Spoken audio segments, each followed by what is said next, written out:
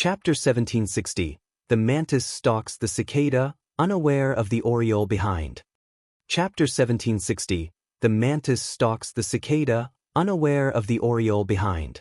The 4 lightning arcs of thundering flash killed Silent Eagle and 3 of his party members instantly. Now, only a level 50 oracle and a level 51 ranger remained standing before Shi Feng with dumbfounded expressions on their faces. The 2 players never thought that Shi Feng would actually take action, much less that he would do so without the slightest shred of hesitation. After all, they were in Lake Heart City right now.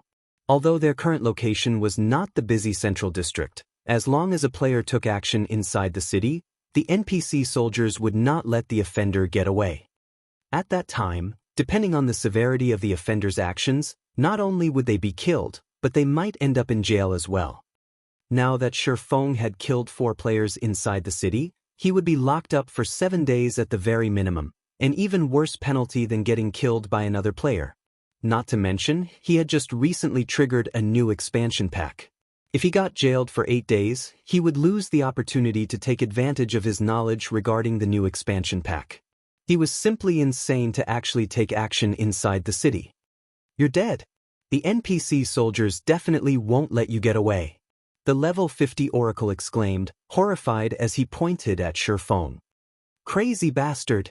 You are a real lunatic.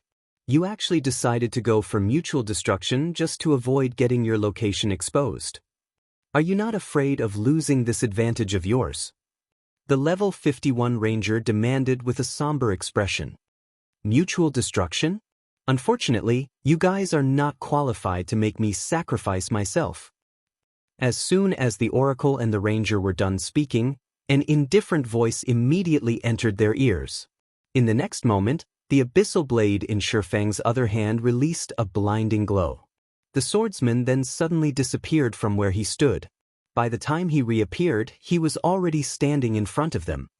Void steps. Flame burst. The 2 players were previously already shocked by Shi Feng's actions. Hence, they failed to react in time to his sudden and swift attack.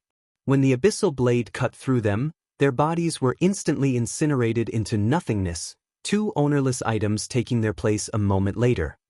After killing Silent Eagle's party of 6, Shi Feng quickly collected and stored the 7 items the party dropped. From start to end, merely 4 seconds had passed. Only after the battle was over did the distant NPC soldiers react to the fight. Meanwhile, the level 50 masked assassin, who was hiding behind a tree 50 yards away from Shi Feng, was greatly shocked as he looked at the swordsman. Who is he? He was actually able to kill Eternal Song's party of 6 so quickly. The masked assassin's expression turned serious as he replayed Shi Feng's actions in his mind.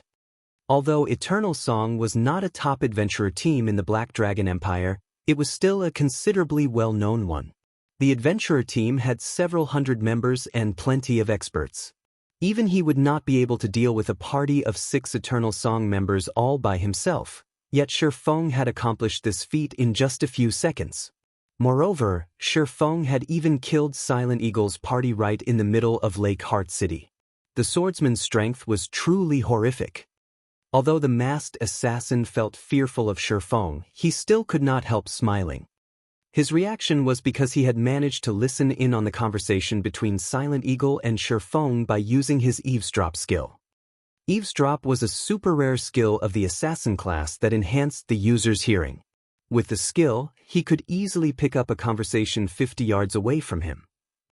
He could even listen in on a conversation held behind closed doors if he wanted to.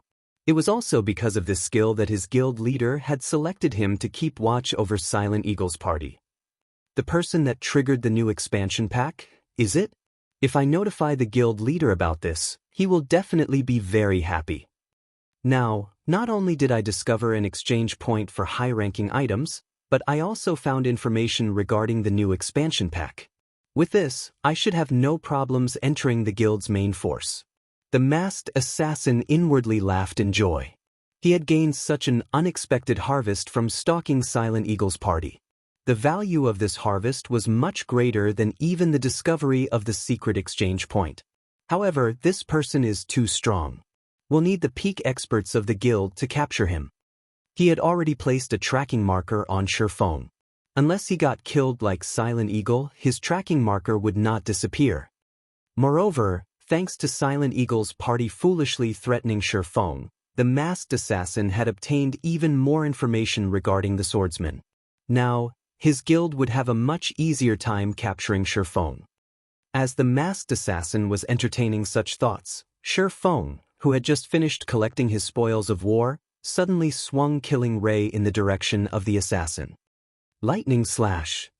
Suddenly, a massive lightning bolt tore through space, leaving a pitch-black spatial tear in its wake as it streaked toward the masked assassin.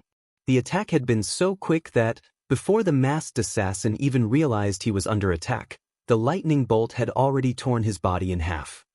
In the next moment, the masked assassin's vision started darkening. What's going on? Why is my vision darkening? The masked assassin looked at his surroundings in confusion.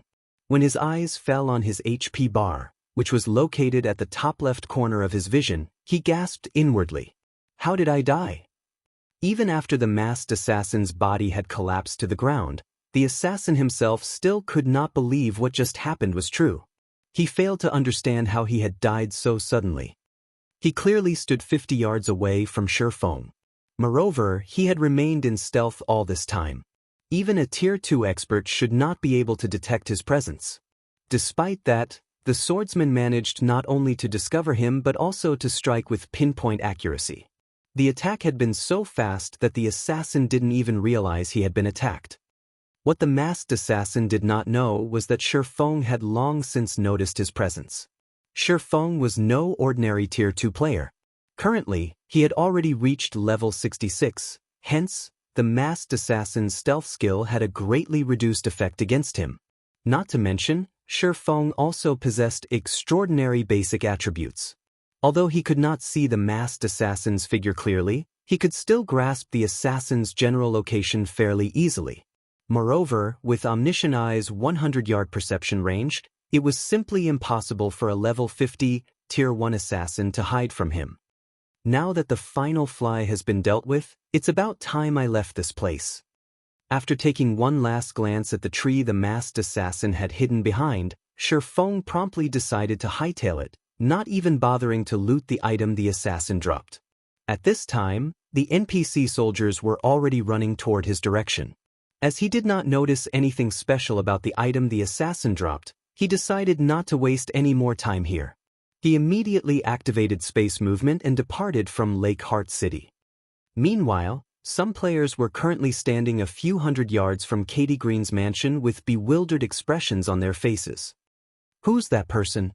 Isn't he a little too amazing? Crap. He managed to kill multiple level 50 experts in just a few seconds. Is that guy a monster? Too amazing.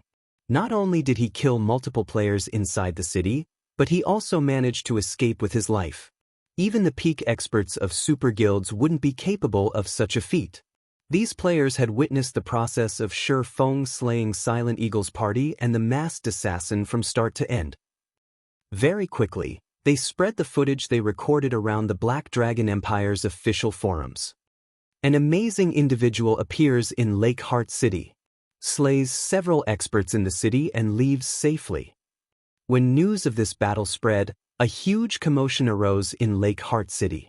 The players of the city had never thought that anyone could achieve such a feat at the same time. This situation also brought home to players that NPC cities were not as safe as they took them to be. Meanwhile, by this time, Shifeng, the perpetrator of this incident, had already changed to another appearance using the demon mask and re-entered Lake Heart City. He then nonchalantly hailed an advanced horse carriage and rode it to the candlelight trading firm. With nothing better to do, he started inspecting the loot from Silent Eagle's party. Chapter 1761, Pandora's Rubik's Cube. Chapter 1761, Pandora's Rubik's Cube. When Shifeng examined the items he had recently picked up, he was stunned. Did those 6 rob a guild's treasury? When Shifeng had first seen the items Silent Eagle's party had dropped, he nearly thought he had seen wrong. However, all the items had new tags, which indicated that they were the latest additions to his bag space. Silent Eagle's party had dropped a total of 7 items.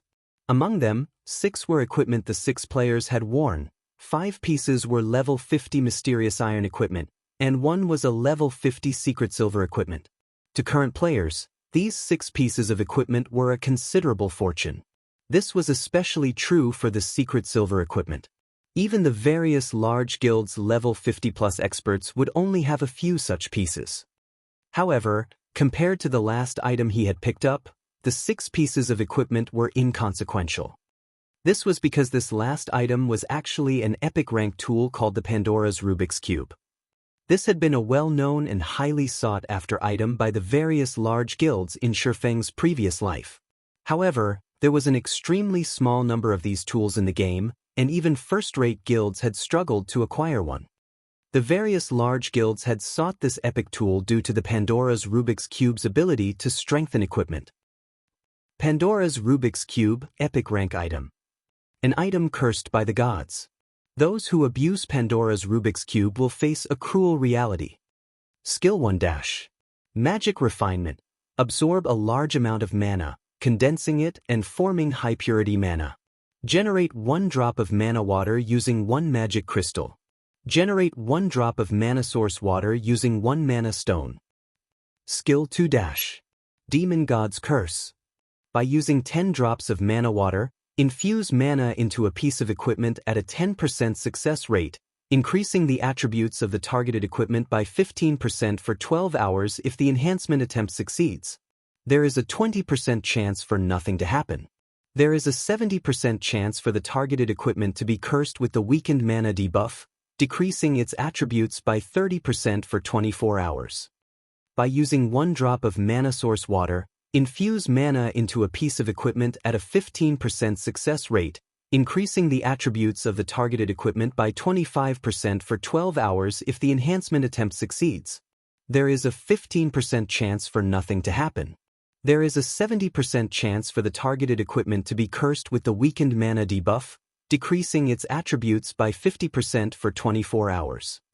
Pandora's Rubik's Cube is cursed and will drop upon death. To ordinary players, the effects of Pandora's Rubik's Cube were meaningless at best. To guilds, however, its ability was incredibly precious. Unlike ordinary players, large guilds had enough equipment and resources to support the expenditure and potential loss incurred from using Pandora's Rubik's Cube. They were also more than willing to take on this cost as long as they could strengthen some of their equipment. This was especially true when their members' weapon and equipment had reached their current limits. If a team's members had a 25% attribute increase to every piece of equipment they wore, the team would have a much easier time raiding powerful bosses. Because of this, the various large guilds in Shifeng's previous life had constantly tried to obtain a Pandora's Rubik's Cube. Shifeng had never thought that Silent Eagle's party would actually have a super rare tool like this. With players' current levels, this tool should be impossible to obtain. They must have purchased it from Katie Green. It seems that I've benefited quite a bit from their efforts. Shifeng suddenly recalled watching Silent Eagle's party purchase items from Katie Green. This Pandora's Rubik's Cube was likely one of the high-ranking items the party had obtained from the Countess. Lake Heart City, Candlelight Trading Firm. After Zero Wing had taken control of Lake Heart City, Candlelight had swiftly developed in the city. It had taken no time for Candlelight's shop to become the city's #1 shop. Including the recent increase in traffic, Lake Heart City's Candlelight Trading Firm was no less lively than the one in White River City. Moreover, in terms of quality, Lake Heart City's players were superior to White River City's players. Meanwhile, after the recent announcement regarding the new expansion pack, the number of players that visited the trading firm had reached an all-time high. As soon as Shifeng left his carriage, he noticed a significant rise in traffic on the street. To secure as much of an advantage as possible in the upcoming conquest of the Ice Crystal world, the various large guilds had dispatched many of their experts to Lake Heart City. Shifeng quickly spotted members from 2 first-rate guilds, not to mention those from second- and third-rate guilds. It seemed as if Lake Heart City had become the Black Dragon Empire's central hub. The various large guilds gathered in the city in droves. This only confirmed Shifeng's need to hasten his plans. Immediately, he entered the candlelight trading firm and visited the trading firm's warehouse. As Shi Feng was about to enter the warehouse, Gentle Snow contacted him. Guild leader, I just investigated the new expansion pack. High Lord Katie Green has already established a massive teleportation pathway in the city's central plaza. Although players are prohibited from entering the plaza right now, a notice has been issued, stating that only level 50 and above will be permitted to use the pathway. Meanwhile, each player will have to pay a teleportation fee of 10 magic crystals, Gentle Snow said. With our guild's current stock, I'm afraid that we won't be able to send many players to the Ice Crystal World. Initially, she had been fiercely interested in the Ice Crystal World conquest since Zero Wing's branch guild was located in Lake Heart City. With the home ground advantage, Zero Wing would have a considerable edge when developing in this new otherworld. Unfortunately, not only had the system set a clearly defined level limit for players, but the teleportation fee was also 10 magic crystals per player. This price was simply excessive. Just sending a 1,000-man team to the new otherworld would cost 10,000 magic crystals. Moreover, 1,000 players wouldn't be enough if a guild truly intended to join the conquest. At the very least, they would need to send 2,000 or 3,000 players. In other words, participating in this conquest would cost guilds at least 20,000 or 30,000 magic crystals. Even first-rate guilds would endure a headache over this cost. Moreover, it wasn't certain that they would make enough profits to cover the cost. 10 magic crystals per person? Shi Feng was astonished when he heard this price. It was too cheap. He had gone through great pains to clear the Ancient Shrines trial and obtain the Shrine Warrior title. However, even with the Shrine Warrior title, he still had to pay 50 magic crystals to travel to or from the Ice Crystal World, yet the teleportation pathway would only cost 10 magic crystals per player. It was infuriating. Out of all of the otherworld conquests he had heard about in his previous life, the teleportation fee for this conquest was definitely the cheapest. Generally, the teleportation pathways would cost around 30 magic crystals per person before the invading country's army broke through the otherworld's defensive net. Only after the invading country had established a city and stabilized the teleportation pathway to the targeted otherworld would the teleportation fee decrease. Now that the teleportation fee was only 10 magic crystals, more players would be able to join the Ice Crystal World conquest. The conquest would also finish faster than usual. It seems I really need to speed things up. Fortunately, players would only be able to truly enter the Ice Crystal World after Katie Green's army had broken through the Ice Crystal World's defensive net. He then instructed Gentle Snow to find out more about this conquest.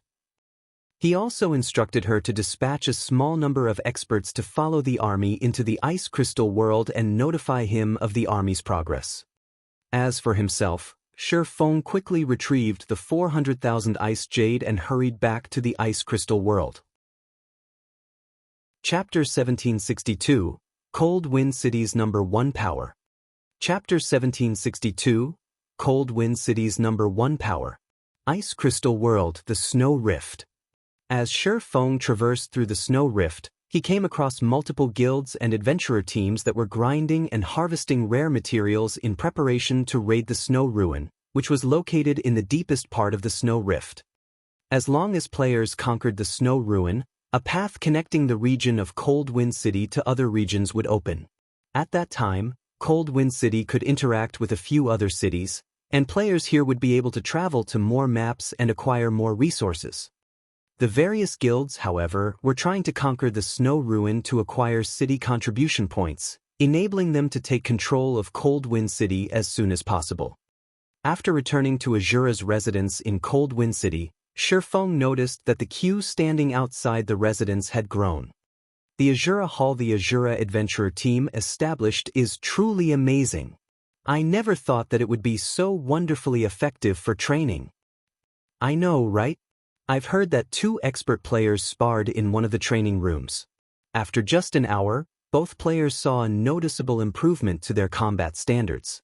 They can now defeat players that were of similar combat standards to them before with ease. That's nothing. Previously, one of my friends in the Adventurer Alliance had been stuck at 79% with his skill completion rates. After training in one of those training rooms for 1 hour, he had actually achieved a maximum skill completion rate of 84%. He could also maintain it at 81%. The 5 silver coins he spent for that room were worth it. Right now, the Azura Hall is packed with players. I really regret not joining the Adventure Alliance sooner. I could have been training in one of those rooms by now. That's right. Now, everyone that has joined the Adventure Alliance is queuing up for the training rooms. If we don't join in on the action, we'll get left behind. I've withdrawn all of the magic crystals I've stockpiled thus far. I've heard that if you pay in magic crystals, not only will it cost you 4 silver per hour, but you can even rent a training room for 2 hours per day. The independent players lined up outside Azura's residence all chatted about the Adventure Alliance with great interest.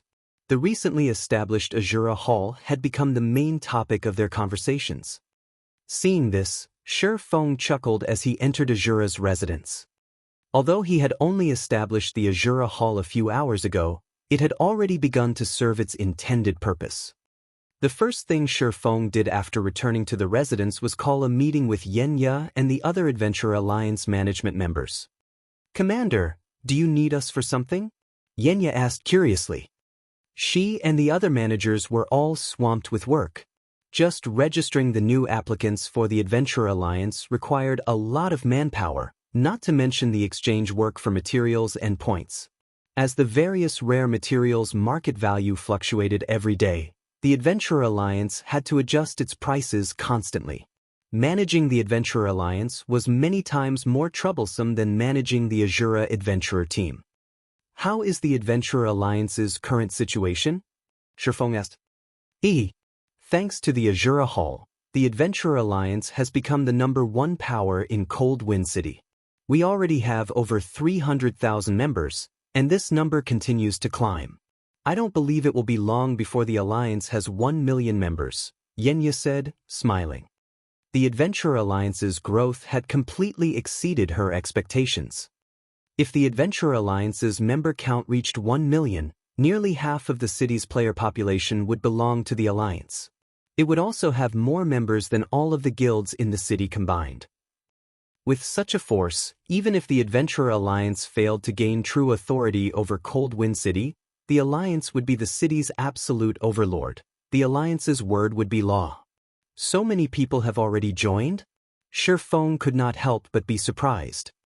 Initially, he had expected the Alliance to gain 100,000 plus members at best, hitting 500,000 before things started to slow down. However, it would seem that he had slightly underestimated the value of the Adventure Alliance's exchange services and the Azura Hall. "Commander, that's not all. Many independent players have expressed interest in joining the Azura Adventurer team. They're hoping that we'll start recruitment soon. At the same time, several of the top-ranking adventurer teams in Cold Wind City have requested that we grant them some authority in the Adventurer Alliance. If we do, they'll join the Alliance immediately and focus on supporting the Alliance's development," Xianxia said as she took out several contracts a few of Cold Wind City's top-ranking adventurer teams had proposed. Not only did the city's top-ranked adventurer teams wield considerable strength, but they also nurtured their own lifestyle players. Hence, they were not particularly concerned about joining an idle power like the Adventurer Alliance. As for the level 50 fine-gold equipment and magic light sets the Adventurer Alliance offered, they could simply send some of their members to join the Alliance to purchase these items. They didn't need to join the Alliance as a whole. However, after the Azura Hall had opened to the public, the various adventurer teams in Cold Wind City had lost their calm. While they could take advantage of the Alliance's exchange services, sending a few of their members to join, all of their members needed to be in the Alliance to utilize the Azura Hall's training rooms. However, these top-ranked adventurer teams weren't willing to submit to Azura's management like the weaker teams. Hence, they wanted some authority within the Adventurer Alliance. Things have reached such a point already? Feng revealed a faint smile as he looked through the contracts. Alright, even if they hadn't asked, I had planned to set up ranks within the Alliance. Since they've asked, I can use this opportunity to organize the ranks. The Adventurer Alliance was a massive collection of adventurer teams and independent players. Although the alliance did not restrict its members' freedom, and members were allowed to leave whenever they wished, the alliance needed to provide some assurances. However, as the alliance had too many members, management would be troublesome. Managing the alliance would be no easier than managing a large guild. Hence, the alliance's members needed to be segregated into certain ranks. There were bound to be some people that contributed more to the Adventurer Alliance than others and vice versa. It was impossible to treat everyone equally. Otherwise, who would be willing to contribute to the Adventurer Alliance? If everyone was treated the same regardless of their contribution, then all of the players would only contribute the minimum necessary for their purposes. Following which, Shifeng divided the Adventurer Alliance's members into 4 ranks: Bronze, Silver, Gold, and Epic. Each rank would enjoy a different level of authority and different benefits within the alliance. Players and adventurer teams' ranks would be based on their individual strength and contributions to the Adventurer Alliance. Among the 4 ranks, players and adventurer teams at the bronze rank would receive a 10% discount when purchasing items and would have access to some high-ranked items that weren't available to normal members. Players and adventurer teams at the silver rank would receive a 20% discount and every benefit bronze members enjoyed, including the level of authority. Gold members would similarly receive a 20% discount. The alliance would also provide a certain amount of resources and credits to gold members each month. Overall, gold members would enjoy the authority and benefits that upper echelons had in the various large guilds. Moreover, unlike guild upper echelons, gold members were not bound by any restrictions. In addition, gold-ranked adventurer teams would have the authority to manage one of the alliance's branches. As for epic rank, things were slightly different. There could only be 12 epic-ranked adventurer teams at a time. An adventurer team's qualifications for epic rank would be based on their placement in the gold rank. In other words, the top 12 ranking gold adventurer teams would become the Adventurer Alliance's epic adventurer teams.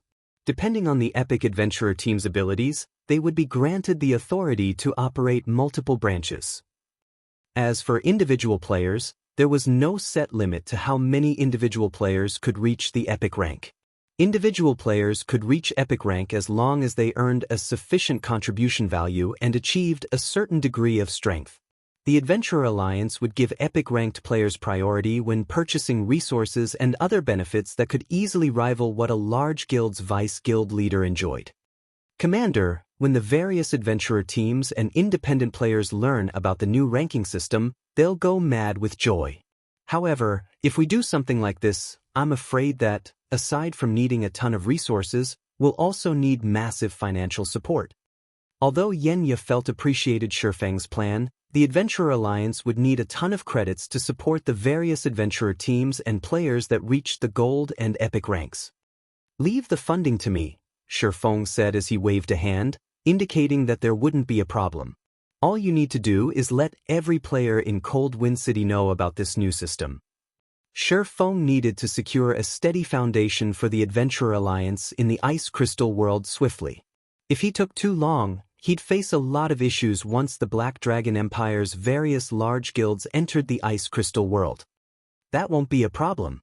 I'll see to it right away." After saying so, Xianxia published the new regulations Shifeng had stated on Cold Wind City's official forums. Chapter 1763, Popular Alliance. Chapter 1763, Popular Alliance. After Xianxia left the meeting room, Shifeng had someone gather the forging players the Adventurer Alliance had recruited thus far. If the Adventurer Alliance were to become self-sustaining, it had to have its own production team. Hence, before he had left Cold Wind City, he had instructed Xianxia to recruit a batch of lifestyle players for the Alliance, and the Alliance would nurture these lifestyle players internally. For the 400,000 ice jades he had brought from Lake Heart City, selling them directly wouldn't be cost-effective. Only after the Alliance's advanced forgers crafted the ice jades into ice-resistance gemstones would the material show its true value. Although the Candlelight trading firm had quite a few advanced forgers, these advanced forgers had their own work to do. Candlelight simply couldn't afford to spare the time and manpower needed to handle 400,000 ice jades. Fortunately, The Ice Crystal World's lifestyle player standard was quite high. This was especially true for forging players that crafted weapons and equipment. One could easily find and recruit advanced lifestyle players. Around 10 minutes later, over 100 forgers had arrived to the meeting room. Every one of these players wore the advanced forger's insignia. If Shi Feng led this group to Star Moon Kingdom, it would definitely shock the kingdom's various major powers. Even the candlelight trading firm would be hard-pressed to show off over 100 advanced forgers. As for other trading firms and guilds, they had no hope of doing so. Only the 100-plus advanced forgers in the meeting room were no match for the advanced forgers on the continent of God's domain when it came to forging standards. Currently, all 100-plus advanced forgers waited quietly in Azura's meeting room, clearly anxious and excited. This was because they shared the room with Shi Feng, who, in their opinion, was unreachable. Their anxiety and excitement weren't just due to Shi Feng's aura, but more so because he was the Azura Adventurer Team's commander and the Adventurer Alliance's creator. One could say that Shi Feng was the true #1 player in Cold Wind City. To independent forgers like them, Shi Feng lived in an entirely different world than they did. None of them had ever expected that they'd get to meet Shi Feng in person. Once they left, they'd be able to brag about this to their friends for the rest of their lives. You have already signed a partnership contract with the Adventurer Alliance. From now on, you are the Alliance's reserve members. You will be awarded contribution value based on your normal performance. Once you achieve a certain contribution value, you'll receive a promotion. Naturally, the higher your rank is within the Alliance, the better the benefits you will enjoy in the future. It is even possible for you to enjoy treatment and benefits rivaling vice guild leaders in large guilds, but with more freedom. Whether you reach this standard or not will depend on your personal effort. Hearing Shi Feng's words, the advanced forgers were stunned, their mouths hanging open. They simply could not believe their ears. As long as they contributed enough to the Adventurer Alliance, they would receive promotions. Moreover, they might even earn the power and benefits large guilds' vice guild leaders enjoyed if they worked hard enough. Ordinary players like them couldn't hope to compare to large guilds' vice guild leaders. As for the benefits that came with such a position, holding the position for several years would earn them enough money that they wouldn't have to worry for the rest of their lives. They had dreamed of enjoying such benefits many times before, but they also knew that players of their caliber could never reach such heights. Yet now, these benefits were now within their sight. Such a dream was no longer an illusion. Why wouldn't they be shocked and excited? And since Shi Feng was the Adventurer Alliance's creator, they knew that his words were true. Immediately, fighting spirit flared in the advanced forgers. They all wanted to get to work immediately. "Commander, tell us what you need us to do. We'll complete the task with perfection." "Commander, give us our task." None of these players were fools. There was no way Shi Feng had gathered them here just to tell them about the new ranking system and the corresponding benefits. He had definitely called them here to do something, and they all watched him with eager gazes. "All right, I won't mince words. I need you to help me refine an item," Shi Feng said, nodding in approval when he saw the fighting spirit burn in everyone's eyes. However, this refinement is slightly unique. As you refine the item, you must not complete the final step. In other words, you won't receive any proficiency, but you will earn corresponding adventurer team points and contribution value. If you don't have any problems with this, you can head to the Forging Association now. We've already prepared special forging rooms for you. We'll send the necessary materials to you shortly. Refining ice jade was not easy. The ice jade itself was a rare material, and the complex refining process would take a considerable amount of time to complete. Meanwhile, the final process of turning an ice jade into an ice resistance gemstone had a very low success rate as well. Advanced forgers would have a theoretical success rate of only 20%. Only a master forger like himself had a slightly higher success rate of 30%. Including some support tools, he should reach a theoretical success rate of 35%. Although that was only a 15% increase, it was a massive improvement to any lifestyle player. Demand for ice jade was growing rapidly, and Gentle Snow couldn't collect as many as she had previously. To maximize the ice jades he currently had, Shifeng decided to complete the final refining step himself. Although having advanced forgers complete most of the refinement process would reduce the production success rate slightly, the small decrease would be worth the large amount of time Shifeng would save. Hearing Shifeng's instructions, the advanced forgers charged out of the room and dashed towards the forging association, afraid that others would get a head start on them. Elsewhere, Xianxia quickly arranged the Adventure Alliance's new regulations and published them on the forums. The moment the Alliance's new regulations went public, they dumbfounded every player in Cold Wind City. What's going on? Did the Azura adventurer just win the lottery? How generous! Does Azura have the support of some major corporation? Even if I have to settle for gold rank, I'll still make enough money to live without worry. All hail Azura! Crap.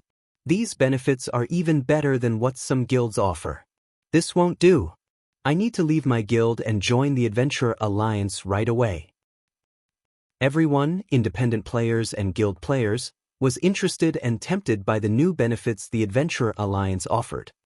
Not only did the Adventure Alliance place little to no restrictions on its members, but it also provided benefits that could rival that of guilds. Since that was the case, why wouldn't they join the Adventure Alliance? To independent experts, these new benefits made the Adventure Alliance even more attractive. Not only would they be free of stifling restrictions, but after they reached a certain rank, the Alliance would also pay them a certain amount of credits per month. Meanwhile, in Hecate's residence in Cold Wind City, several of Hecate's upper echelons stood in the glorious guild leader's office wearing gloomy expressions. Is the Azura Adventurer team insane? It actually dares to offer such benefits to independent players? Azura has gone so far just to win the public's hearts. Isn't it afraid of going bankrupt? The Adventure Alliance's new benefits shocked the upper echelons present. When the various large guilds recruited members, particularly members that were granted a fixed salary, they would impose strict restrictions, such as requiring them to raid a certain number of dungeons and bosses each day. Their members had very little freedom. After all, if their guilds did not do so, it wouldn't earn back the funds it spent on these members. However, the Adventure Alliance was different. Its members had a lot of freedom, and the only real way the Alliance could make money was through its exchange services. If the Alliance granted its ranked members with such benefits despite such a limited income, the Alliance would hemorrhage money. Only a lunatic would offer such benefits. Interesting. Azura is stooping to such an unscrupulous method to monopolize Cold Wind City's rare materials? Carnage's expression darkened slightly. He then turned to the young woman beside him and asked, "How are the 12 heavens recuperating? And have we obtained the equipment from the Adventure Alliance yet?" "They're already well rested. As for the equipment, we've purchased enough for their use. They can move out at any time," the young woman reported, smiling. "Good. We'll head over to the snow ruin now. It's about time we teach the Azura Adventurer team that their efforts are for naught," Carnage hissed with a sneer. Elsewhere, Shifeng refined ice jade like a madman. Although his final success rate was only around 32%, Shifeng was satisfied with it. After working for 4 days straight, he had finally refined all 400,000 ice jades. In the end, he had forged 128,000 ice resistance gemstones. He had also earned enough EXP to push him to level 67. "I'm finally done." Shifeng was overwhelmed with excitement as he gazed at the ice resistance gemstones in his bag. It's about time to collect Cold Wind City's money. Chapter 1764, Unstoppable Price. Chapter 1764, Unstoppable Price. Silver sparkles of light glittered all over the dimly lit forging room. After tidying up the ice resistance gemstones and storing them in his bag space, Shifeng sorted them into groups. Not all of the ice resistance gemstones he had crafted were equal.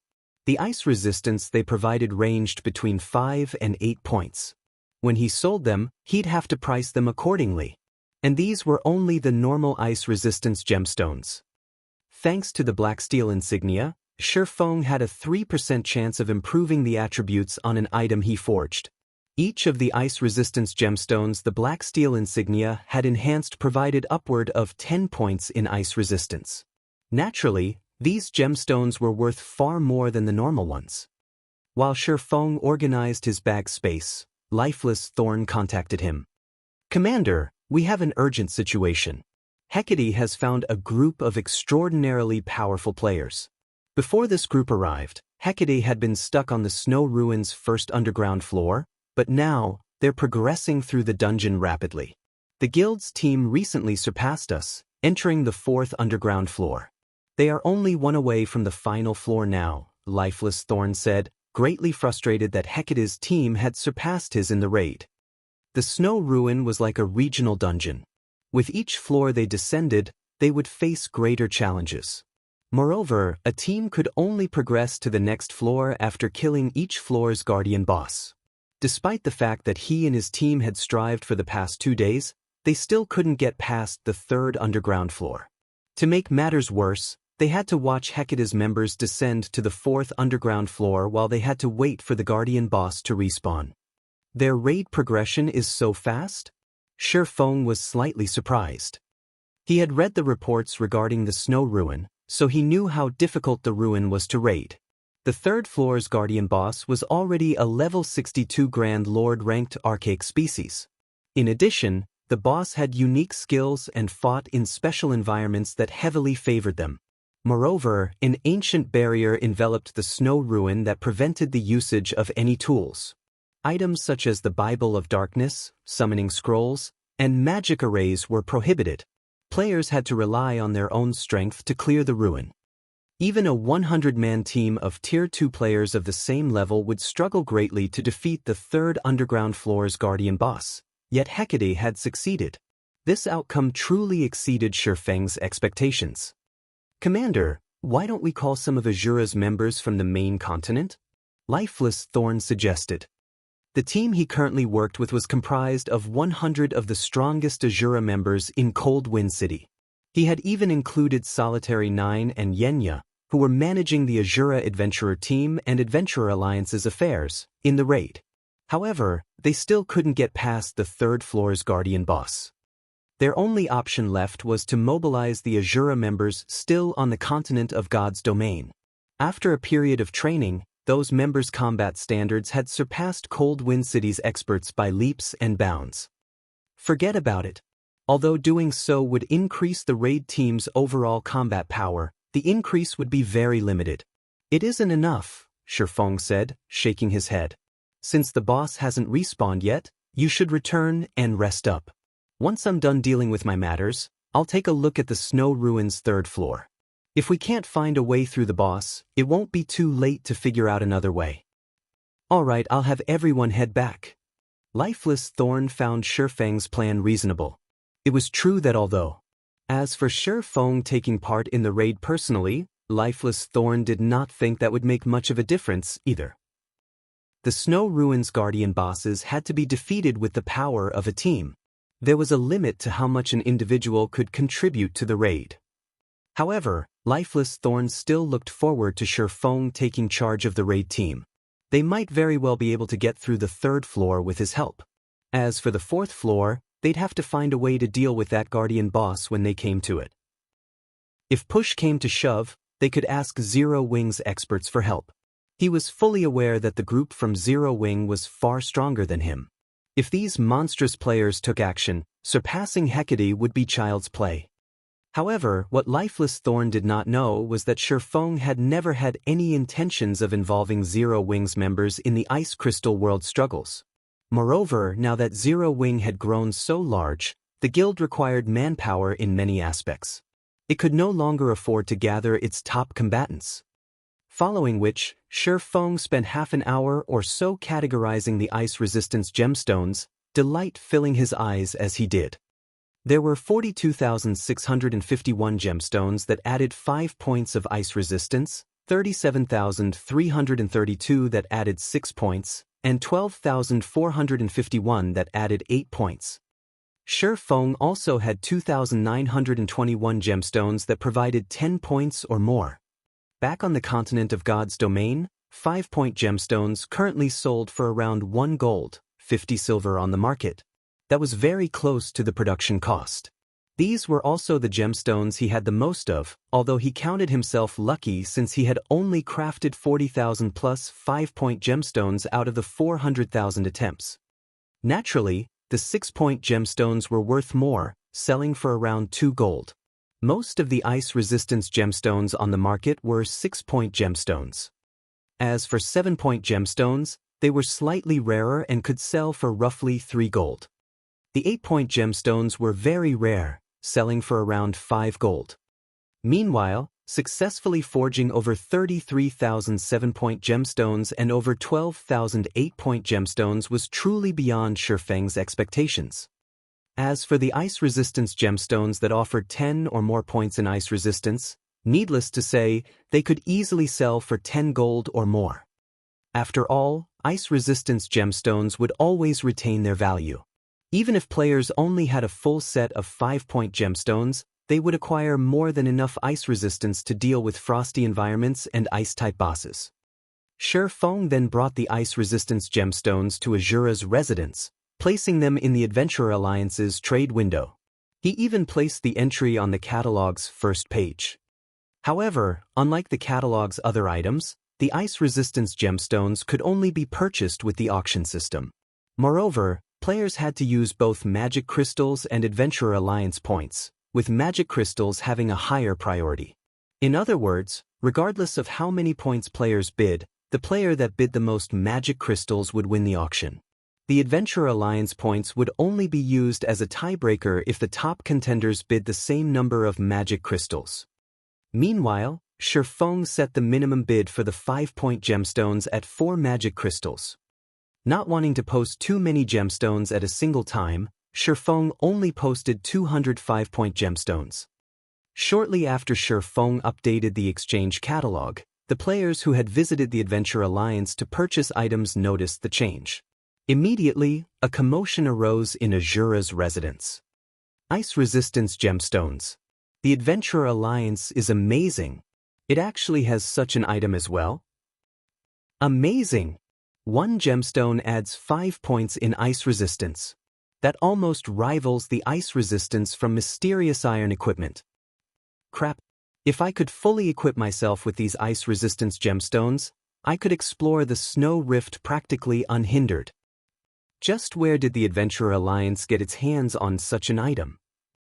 Items that provided ice resistance were highly sought after by Cold Wind City's players. Although the Ice Crystal world had many ice resistance items, none of them were like the ice resistance gemstone, which would not become obsolete after a certain level. News of the ice resistance gemstones spread like wildfire among the city's various adventurer teams and guilds. These organizations immediately sent representatives to purchase these gemstones. A flood of independent players also rushed to compete for the ice resistance gemstones.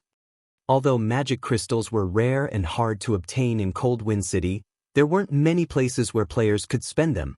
This was especially true for independent players.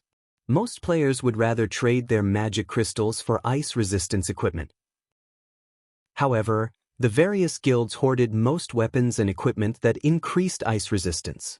No guild would sell such items to independent players. Hence, now that a treasure like the ice resistance gemstone had appeared, independent players had to fight for some of their own. Shortly after, the ice resistance gemstones' prices continued to rise.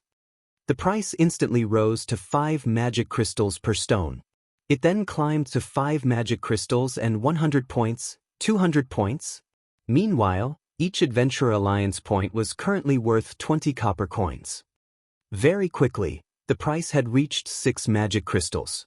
At this point, the ice resistance gemstones prices had hit the limit of what independent elite players could afford. Even so, this outcome had greatly exceeded Shifeng's expectations. Yet, the price increase still showed no signs of stopping. Chapter 1765. Frightening Profit. Chapter 1765. Frightening Profit. In less than 5 minutes after Shifeng updated the exchange catalog, the 5-point ice resistance gemstones had reached a price of 7 magic crystals. The demand for the gemstones had completely exceeded Shi Feng's expectations. He had never thought that Cold Wind City's players would be so desperate for them.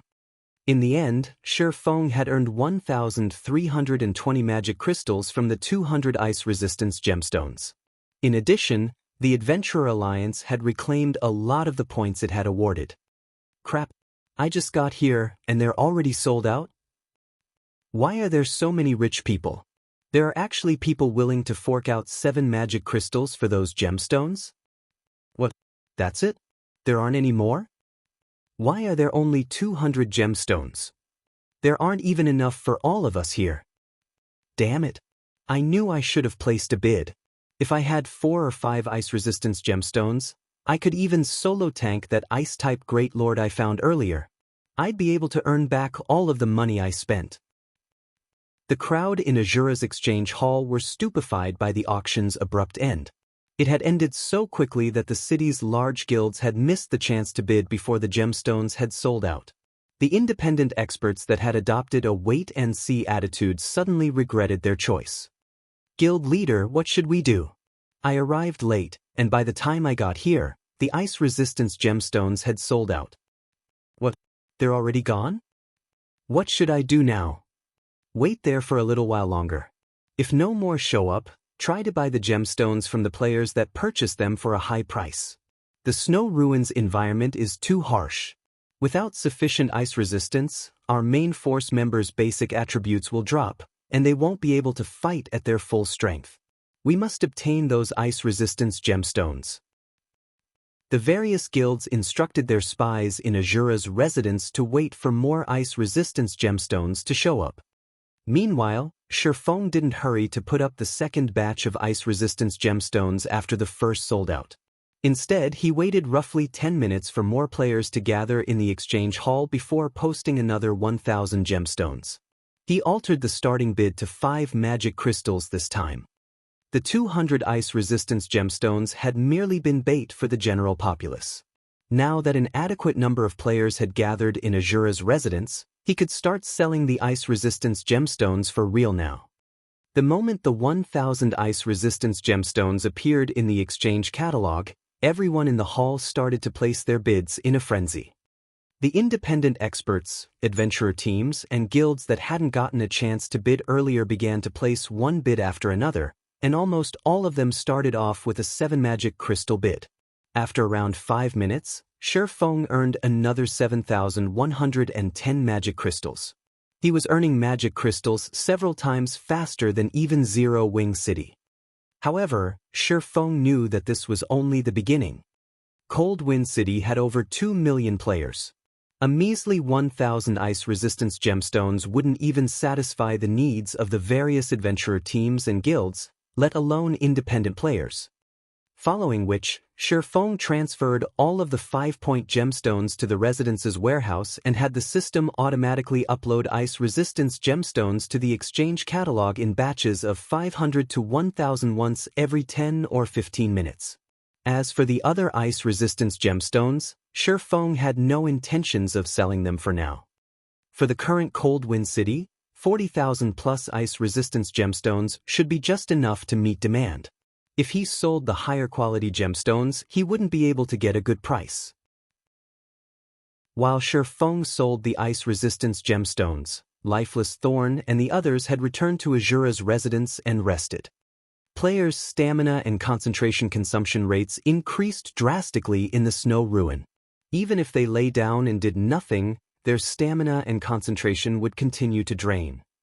Commander, this is the information we have on the 3rd floor's Guardian boss. Although raiding this boss doesn't require a high amount of ice resistance, its passive skill, Frozen in Time, is very troublesome. This skill targets the top 20 DPS on the team and reduces their attack speed by 100%. In addition, it spawns a chieftain beside each of the affected players. These chieftains are the same level as the affected players and have very high attack power, even rivaling great lords of the same level. In addition, the boss has a second passive skill called Bloodlust.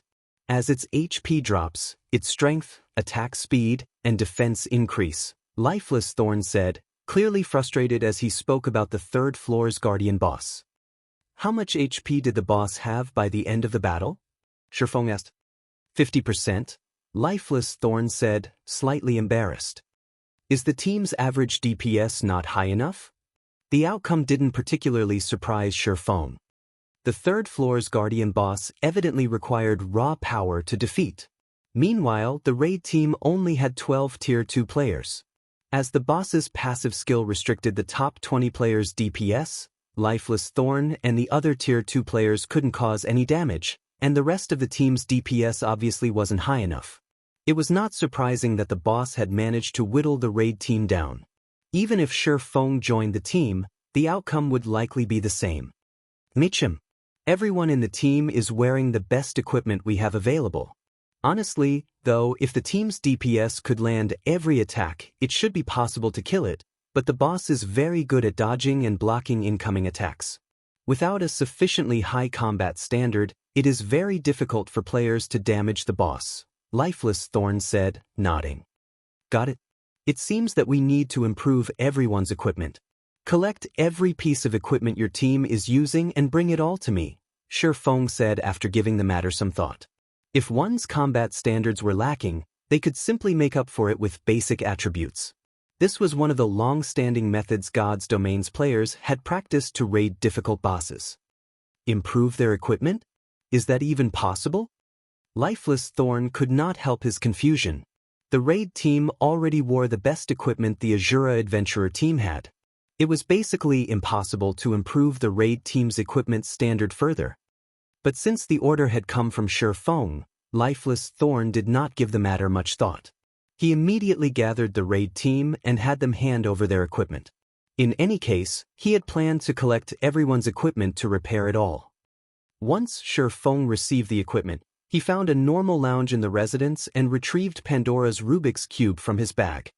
The Pandora's Rubik's Cube had been so popular during his previous life because of the many regional dungeons and team dungeons that prohibited tools in the game's later stages. Pandora's Rubik's Cube was an exception to this rule. The enhancements Pandora's Rubik's Cube provided were akin to an enchantment. If the enhancements were placed before players entered the restricted zone, it would remain with them once inside. Hence, despite Pandora's Rubik's Cube's massive detriment, it had still been highly sought after. The only problem was that it cost a lot of magic crystals to use. Fortunately, several batches of ice resistance gemstones had sold thus far. After selling 3,000 plus gemstones, Shifeng had over 21,000 magic crystals. This was more than enough to enhance a 100-man team's equipment. Without hesitation, Shifeng converted 10,000 magic crystals into mana water. To increase his chances of success, Shifeng had Icarus's Heart's divine providence as well. He had also invested 200 units of life force to activate the skill, increasing the amount of luck he received to the maximum as well as increasing the skill's duration and decreasing its cooldown. He then started to strengthen each piece of equipment before him. There were nearly 1,000 pieces of equipment waiting for him. While Divine Providence was in effect, over half of his enhancement attempts had succeeded. Fortunately, nothing had changed for most of the remaining half. Only 100+ pieces had been cursed and couldn't be used for a short time. However, the Azura Adventurer team had plenty of equipment to spare. By the time Shifeng finished enhancing all 100 players' equipment, he had spent a total of 18,650 magic crystals. If converted to coins, that would be 5,595 gold. If the various large guilds learned Shifeng had just spent 18,650 magic crystals to enhance a bunch of equipment for just 24 hours, they'd curse him and call him a lunatic. He had spent as many magic crystals as a third-rate guild's entire stockpile.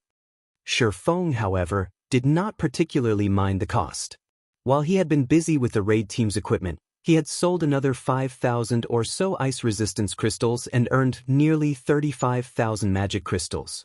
Right now, he was earning magic crystals faster than he could spend them. Once he finished with the raid team's equipment, Shifeng convened the raid team. Distribute this equipment. If there are no problems, we'll set out immediately, Shifeng said as he handed the entire team's equipment to Lifeless Thorn. When Lifeless Thorn received the equipment and inspected the items, his mind froze. "Commander, what did you do? The equipment's attributes have increased by so much."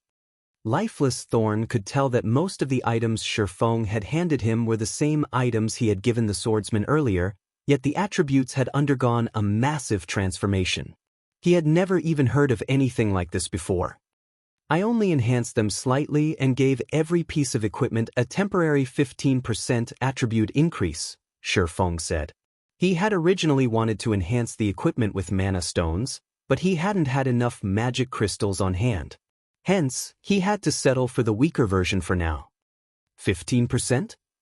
For a moment, Lifeless Thorn wondered if he had misheard. If a piece of equipment were upgraded by a single rank, its basic attributes would improve by roughly 15%. In other words, Shifeng had effectively increased the raid team's overall equipment standard by an entire rank. Furthermore, the enhancement wasn't limited to basic attributes. Even the equipment skills had been upgraded by 15%. When the raid team's members received the equipment, they couldn't help but gape at the items. They even wondered if these were the items they had worn originally. Chapter 1766, Azura arrives. Chapter 1766, Azura arrives. Cold Wind City, Snow Rift. The Snow Rift was a mountain range that stretched for several hundred kilometers, blocking the path that connected Cold Wind City to other cities. As players ventured deeper into the mountain range, they'd encounter more powerful monsters, even bosses over level 100. It was not a place that current players could casually explore. At this stage of the game, the only viable way to travel from Cold Wind City to other cities was to enter the Snow Ruin and activate the teleportation device there. The teleportation device was connected to a teleportation array on the other side of the Snow Rift. To get a head start and reach other regions before others, the various adventurer teams and guilds in Cold Wind City had dispatched teams to the Snow Ruin and were frantically raiding it. Frost apes occupied the Snow Ruin's surroundings all year round. Not only were the Frost apes nimble, but they also knew how to arm themselves and fight like humans. Including the fact that they were used to the cold environments, they possessed very high combat power. Moreover, the weakest Frost ape around the Snow Ruin was a level 55 chieftain, with lords taking up the majority. The leader of each Frost ape patrol squad that wandered the Snow Ruin was even at the Great Lord rank. As the Snow Ruins area was a Frost ape nest, a very large number of Frost apes could be found around the ruin. Moreover, as players approached the Snow Ruin, they'd encounter stronger Frost apes. An ordinary 100-man elite team would have almost no chance of even getting close to the Snow Ruin, which even the Frost apes considered a forbidden land, let alone challenge the dungeon.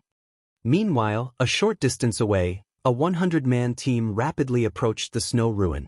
Dozens of Frost apes charged at the team, including 5 great lords and over a dozen lords, yet despite such a force, the 100-man team pushed the monsters aside and continued with ease. Seeing this, the other 100-man team some distance behind the advancing team could not help but grow envious. However, even though the other teams were jealous, they could do nothing about it. This was because the advancing team was Centurion Dynasty's main force. Every member was equipped with a minimum of level 50 mysterious iron equipment, with over half of their equipment consisting of level 50 secret silver equipment. A few of the leading figures even wore a few pieces of level 50 fine gold equipment. In contrast, the other teams barely had a handful of level 50 secret silver equipment among their players, not to mention fine gold equipment. These Frost apes are really persistent.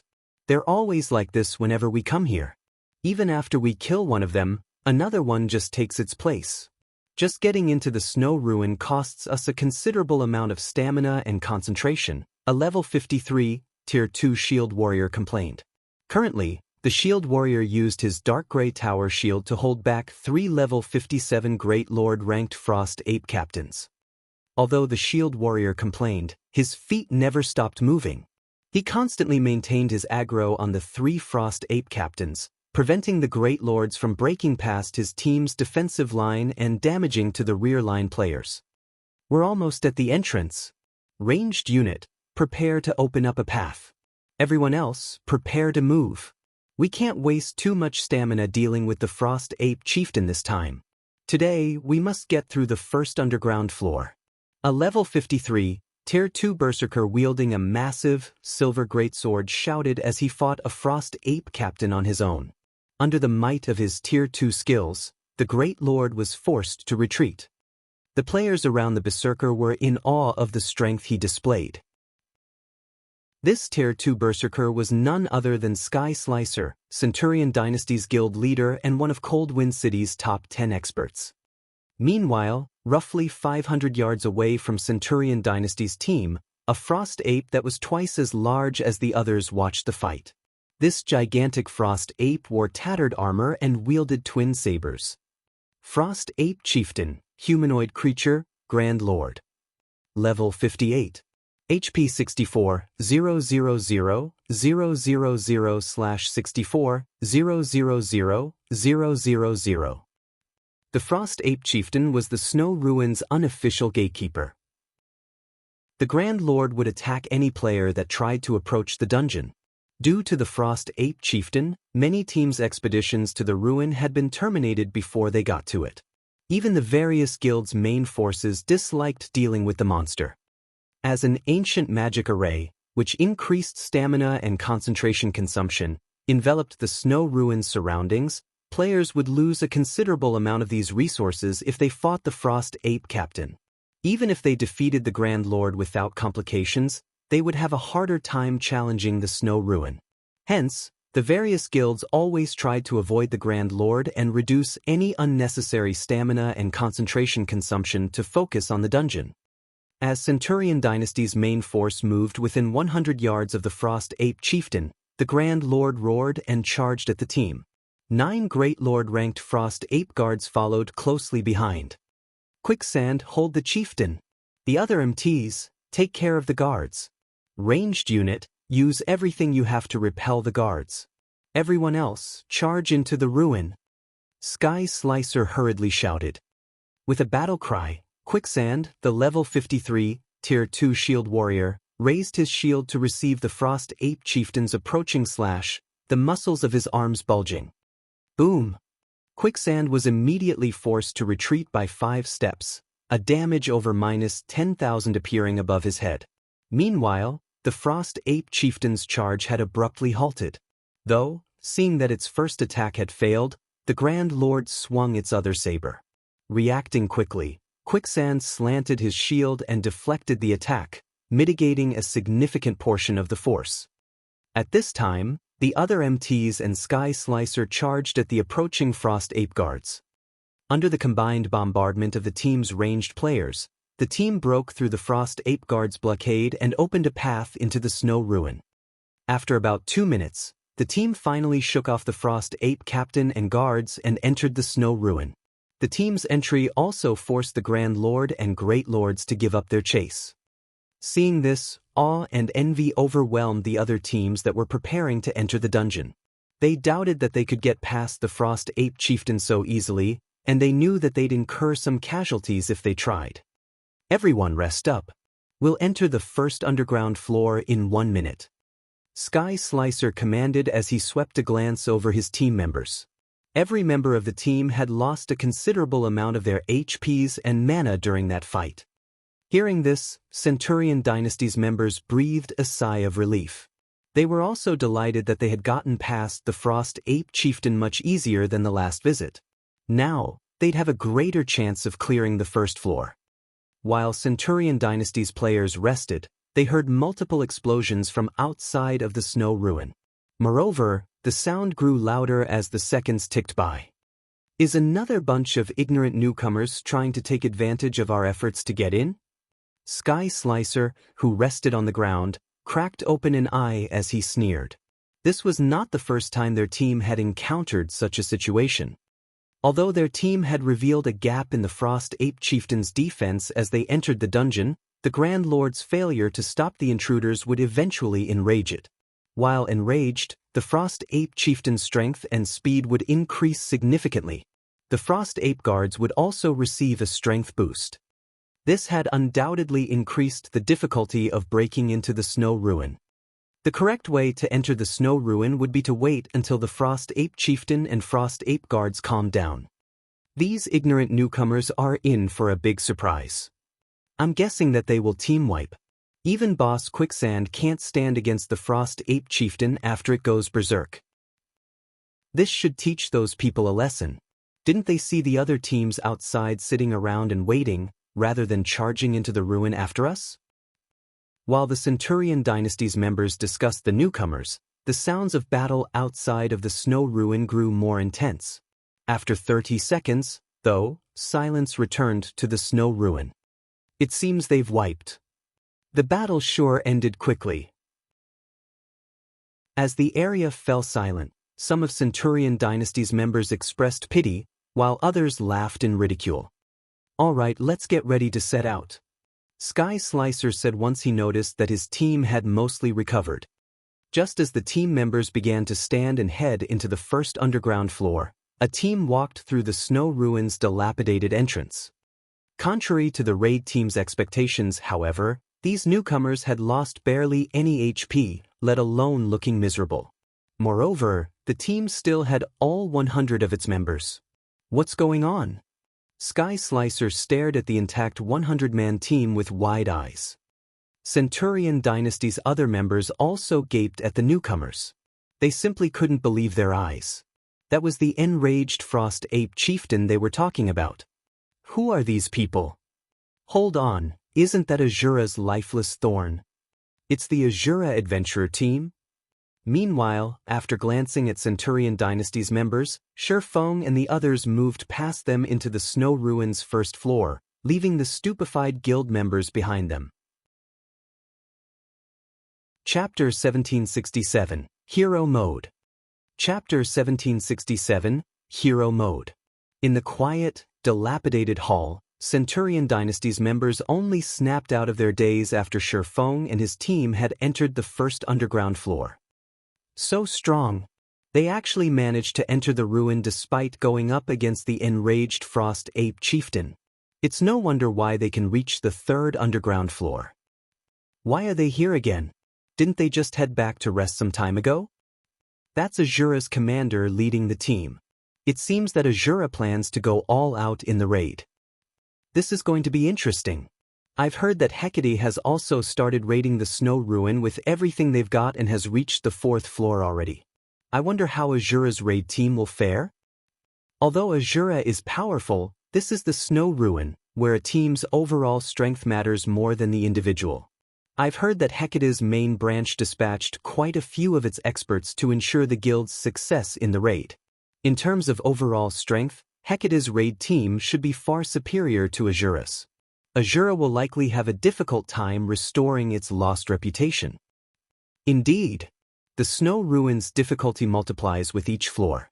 Azura's team has been stuck on the 3rd underground floor for several days now.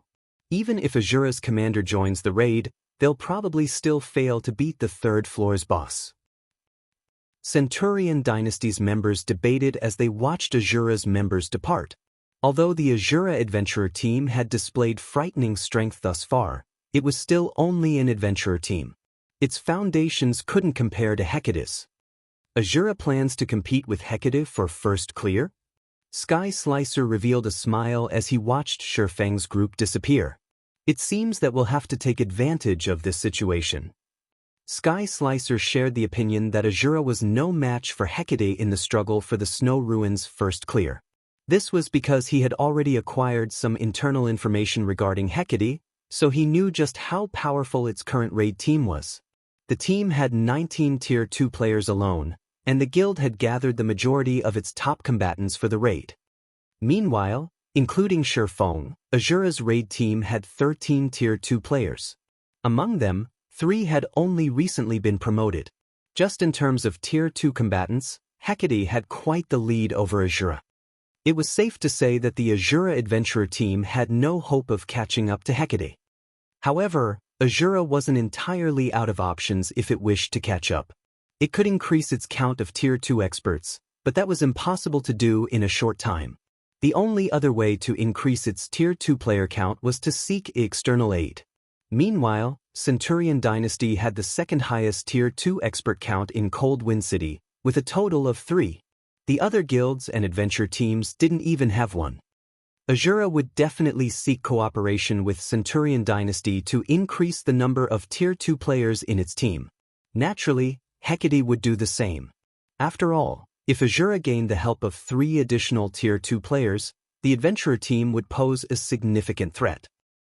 Once the Azura adventure team entered the Snow Ruin, Carnage, who currently fought on the 4th underground floor, received news of Azura's return. They've convinced their commander to help to restore their reputation. Carnage could not help but laugh when he read the report his subordinate had sent. Unfortunately, the Azura adventurer team no longer has a chance. Hecate will claim the Snow Ruins first clear. Raiding the Snow Ruin was not an easy task. Players would face different challenges on each floor and would have to find different ways of progressing. Moreover, as players descended into the ruin, not only would they face stronger guardian bosses, but the boss's respawn rate would also grow longer. The bosses on the 1st and 2nd underground floors would respawn in 1 and 2 hours respectively. On the 3rd floor, however, the respawn time would increase to 4 hours. Since the 4th floor was 1 away from the last, its guardian boss would require 48 hours to respawn. The system had set such long respawn times to prevent other teams from disturbing the raid. In addition, the Snow Ruins final boss was incredibly tough and required a lot of time to raid. Meanwhile, Hecate's team had reduced the 4th floor boss's HP to 50% already. They basically had this raid in the bag and would almost certainly progress to the 5th floor. Even if Azura reached the 4th floor, the adventurer team's efforts would be a waste. Not only would Azura fail to learn about the 4th floor boss, but it would also have to waste a full day for the boss to respawn. During this time, Hecate's team could research the final boss and find a way to defeat it. In other words, Azura's raid progress would lag behind Hecate's by at least 2 days. This was not an easy gap to bridge. Furthermore, some of Hecate's experts, who had left to challenge their Tier 2 promotions, should finish their promotion quests and return to the guild before the team raided the final boss. Then, Hecate would have even more Tier 2 players on its team. Meanwhile, Shifeng and his companions stood on the only teleportation array in the teleportation hall on the Snow Ruins' 1st underground floor.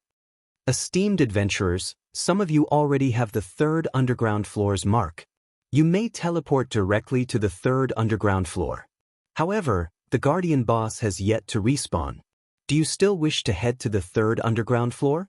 A translucent elder soul, who stood beside the teleportation array, asked Shifeng's group. It still hasn't respawned? Shifeng frowned slightly. He then continued, then, send us to the 3rd underground floor's hero mode. Shifeng's declaration stunned his team members. Commander! That's the hero mode. Lifeless Thorn could not help but panic when he heard Shifeng choose the hero mode.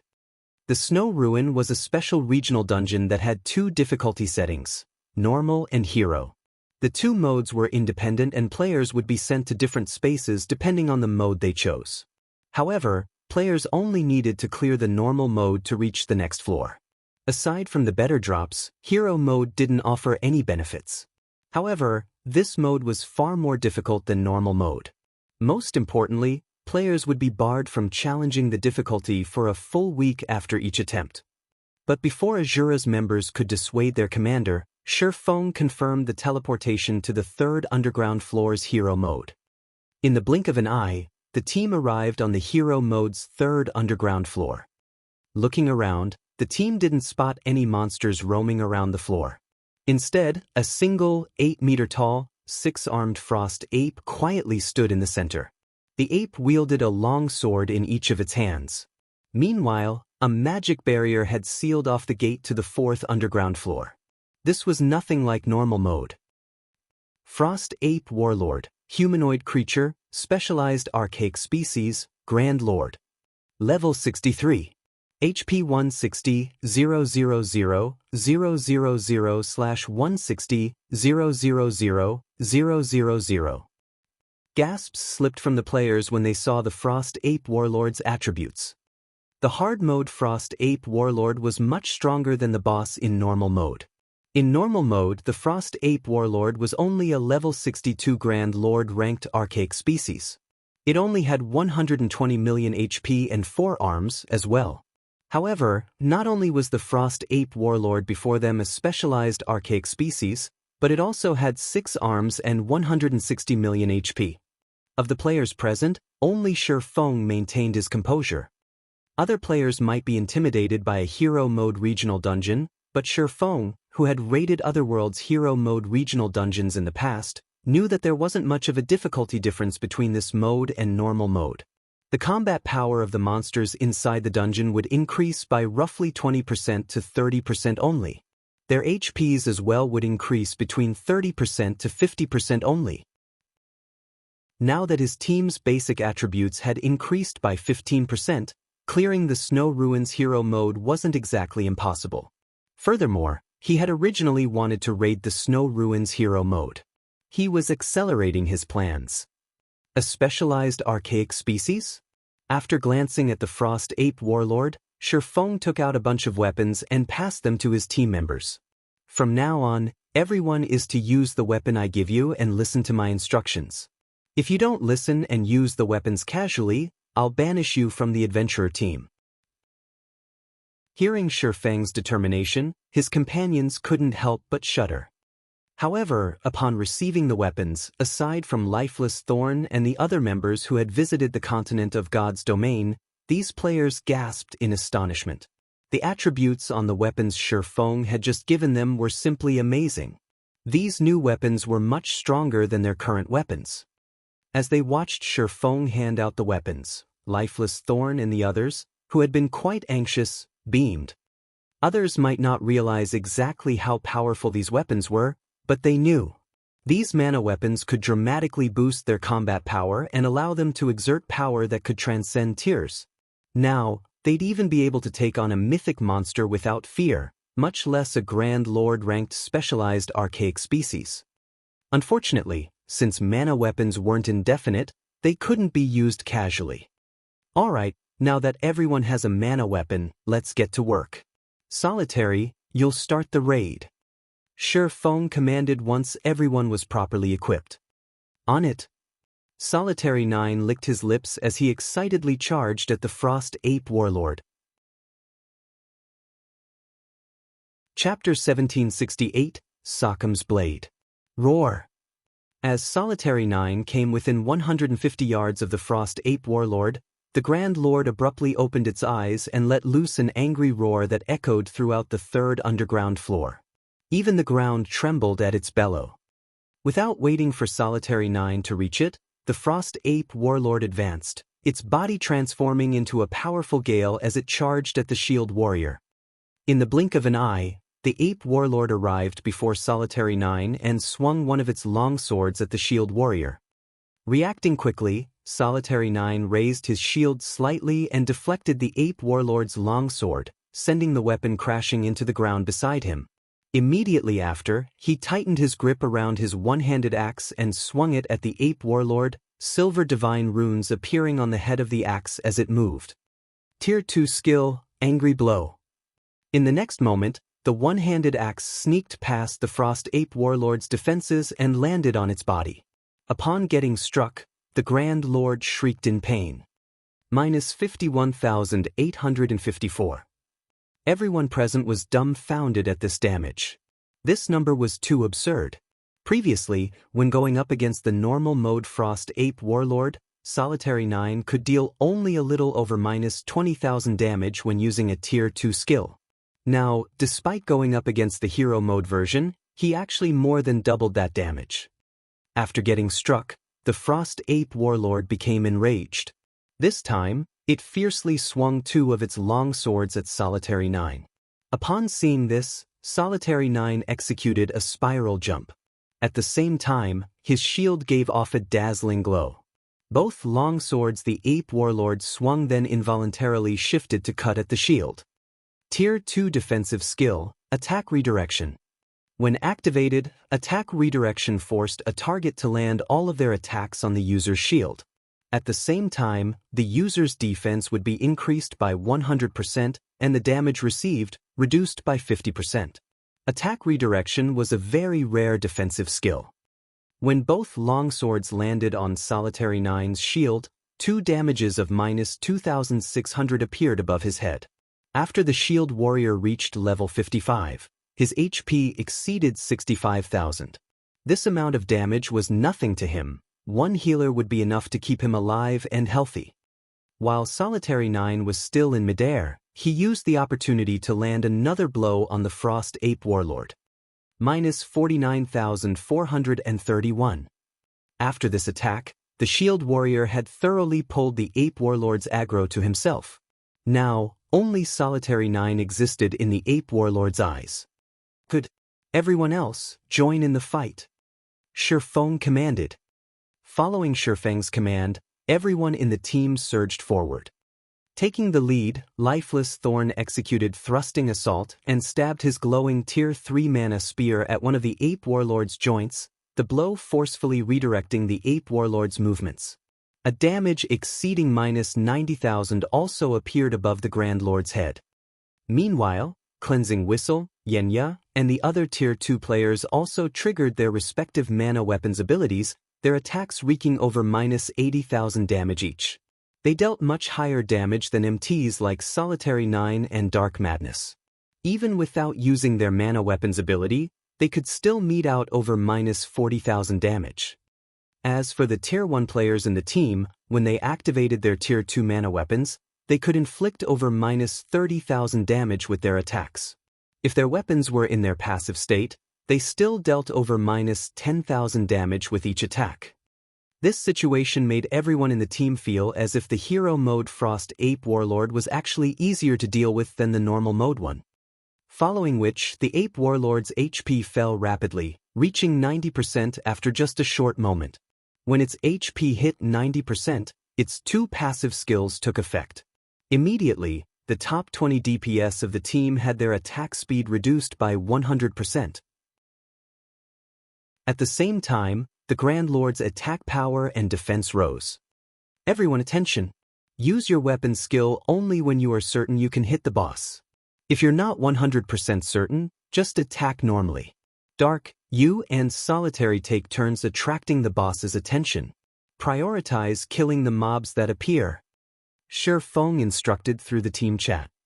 Although their attack speed had been reduced, that did not mean that their attack power had declined. So long as they could land their attacks on the boss, they could still deal damage. Following which, Shifeng activated Abyssal Curse, lowering the boss's attributes by 10%, giving his team an easier time against the boss.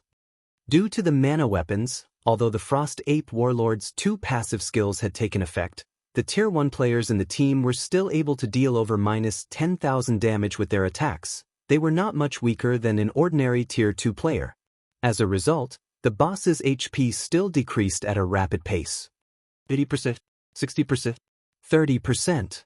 Despite the Grand Lord becoming increasingly powerful as its HP diminished, it still failed to cope with Azura's team, which effectively rivaled a 100-man team of Tier 2 players. When the Ape Warlord's HP fell to 20%, it abruptly raised its 6 longswords into the air and started gathering a large amount of mana around the weapons. It was clearly planning to use a powerful team wipe skill, something that the normal mode Frost Ape Warlord did not possess. Everyone, gather at my location. Shifeng did not grow flustered in this situation. After all, he had dealt with hero mode bosses plenty of times in the past, hence, he expected the Frost Ape Warlord to possess a team wipe skill. Everyone present was an expert. Upon hearing Shifeng's command, they speedily gathered around him. However, as the Ape Warlord skill had a short channeling time of only 3 seconds, not everyone managed to get to Shifeng before the boss's skill activated. In the next moment, the Grand Lord rapidly brandished its 6 longswords simultaneously, sending energy blades flying in all directions. The power contained within those energy blades shattered even the sturdy stone floor. Meanwhile, the energy blades flew up to 100 yards before they disappeared. 3 players that failed to get within range of Shifeng's activated absolute domain were killed instantly. The frightening destructive power of the boss's team wipe skill had everyone alive gasping. However, after using its team wipe skill, the Frost Ape Warlord fell into a sluggish state, its movement speed decreasing significantly. This situation allowed Azura's members to land attacks on it more easily.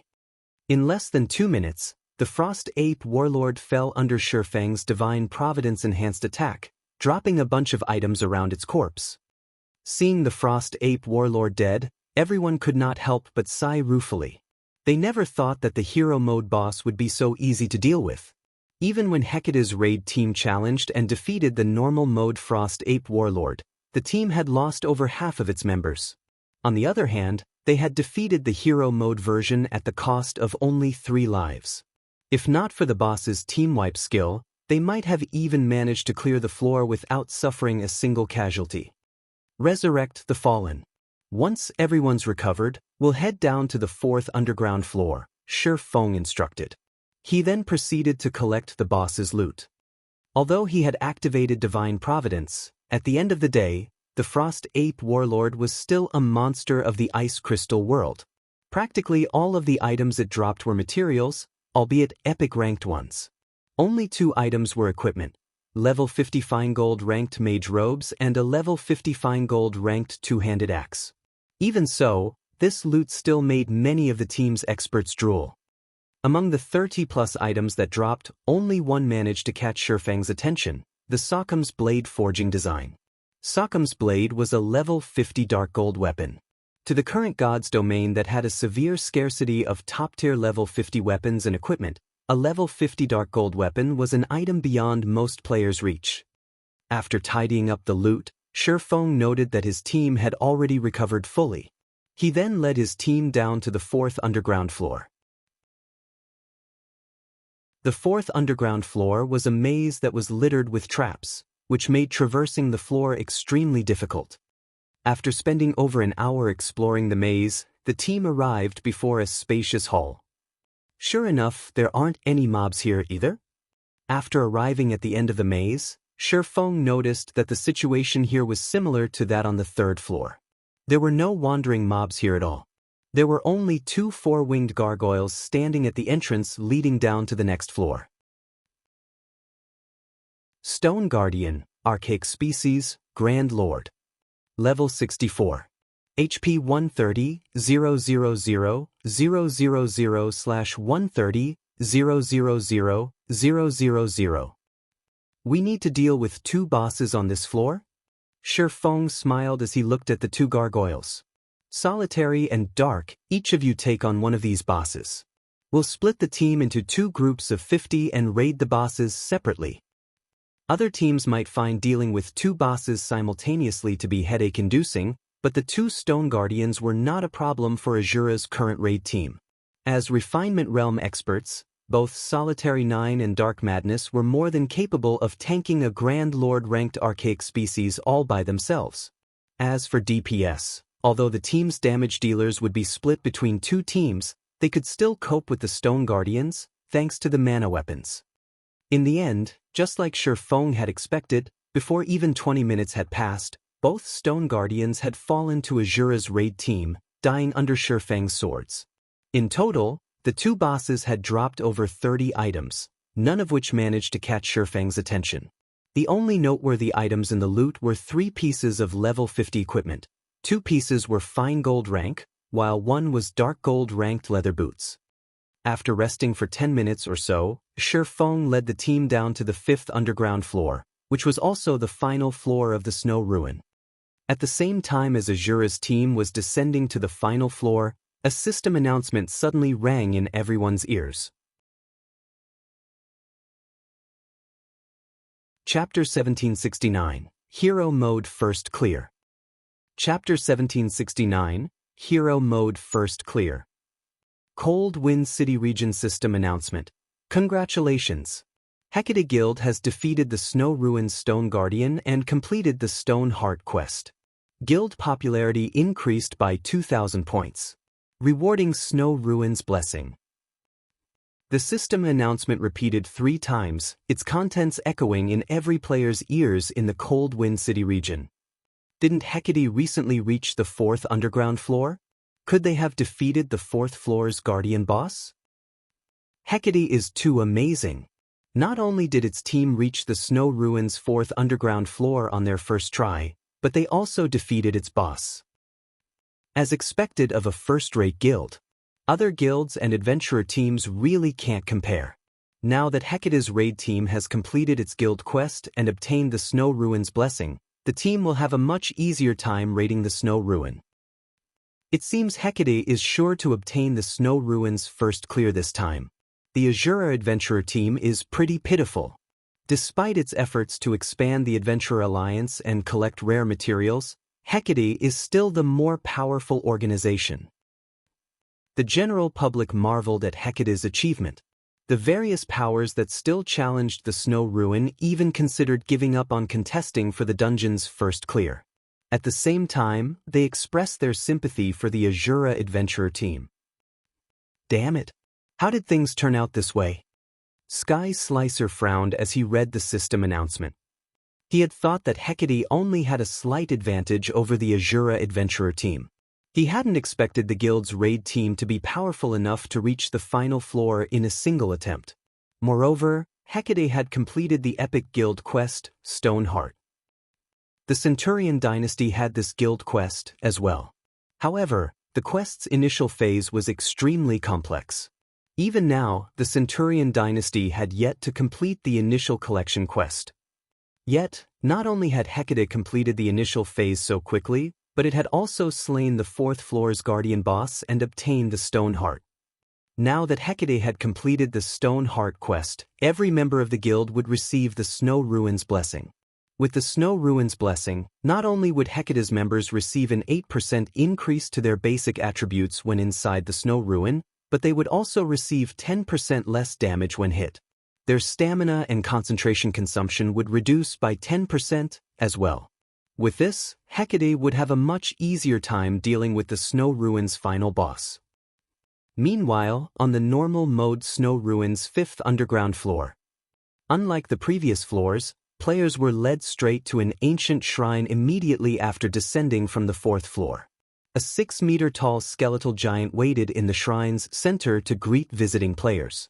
Sacred, golden armor was draped over the giant's bones, and a great sword, emitting a faint glow, had been thrust into the ground before the guardian boss. Although the skeletal giant stood there, doing nothing, it radiated an indescribable sense of majesty and power. Skeleton King, Undead, Specialized Archaic Species, Grand Lord. Level 65.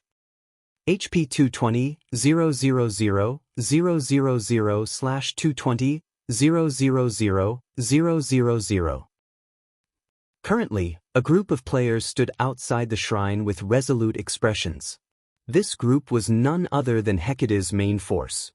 Good. Now that we've completed our quest, and the Snow Ruins blessing is in our hands, we'll proceed according to plan. We'll prioritize defense and study the boss's movement patterns and skills first. Once we have a clear idea of what we're dealing with, we'll raid it with everything we've got. Carnage said, smiling as he looked at the system announcement. Vice Guild Leader, you're being overly cautious. We just got an 8% boost to our basic attributes and a 10% damage reduction. Although the boss is a specialized archaic species, it is only a Grand Lord, a 2-meter-tall, robust shield warrior said, flashing the Skeleton King a contemptuous look. The 11 players around the robust man nodded in agreement. They were not taking the Skeleton King seriously whatsoever. However, the other Hecate members broke out in a cold sweat as they listened to the shield warrior. Only Hecate's 12 heavens would dare to make such a claim. Anyone else would likely be terrified of challenging the Skeleton King, much less make light of the boss. However, Hecate's 12 heavens were indeed qualified to make such a claim.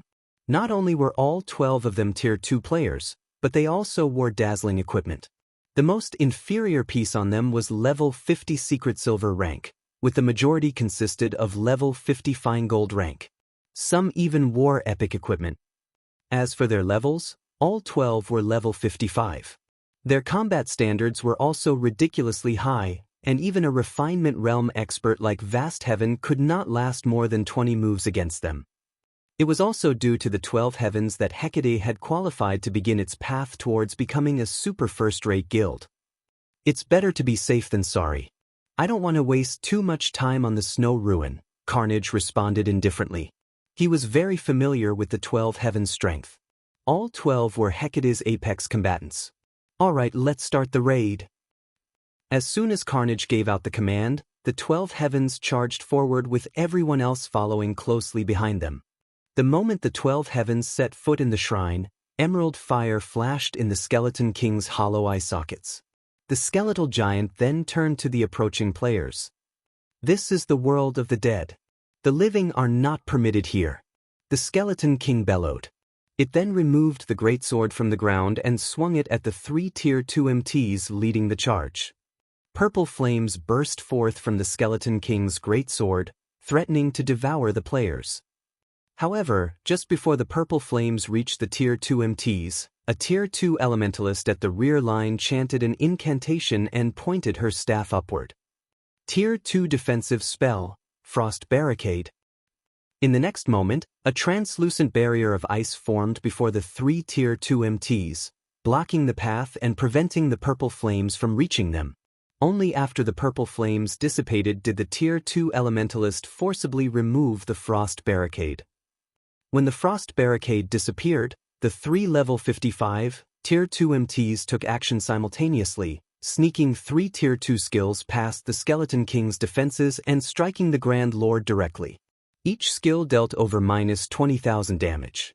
The round of attacks also solidified the 3 MTs' hold on the Skeleton King's aggro. Once the other Hecate members were in position, they bombarded the Skeleton King with their own attacks.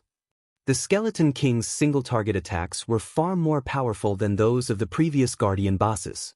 Even its normal attacks could push a Tier 2 metric tons backward by over a dozen yards and cause over minus 26,000 damage. Moreover, this was after the Tier 2 metric tons had blocked the attack with their shield. If the Tier 2 MTs received one of the boss's single-target skills with their shields, they would lose over minus 50,000 HP. If the MTs failed to block a skill attack, it was safe to say that they would die instantly. Moreover, every time the Skeleton King's HP fell past a certain threshold, the boss would summon a large group of skeleton warriors. If these skeleton warriors were not defeated within a certain time, the Skeleton King would convert them into HP. To make matters worse, the Skeleton King would randomly cast Hell Flame, an AoE spell. The boss aimed the spell at random targets each time it cast it, not the 3 MTs. If players came into contact with the Hell Flame, even an MT would not last more than 2 seconds. Overall, the Skeleton King was a very tough boss to raid. However, every member on Hecate's raid team was an expert.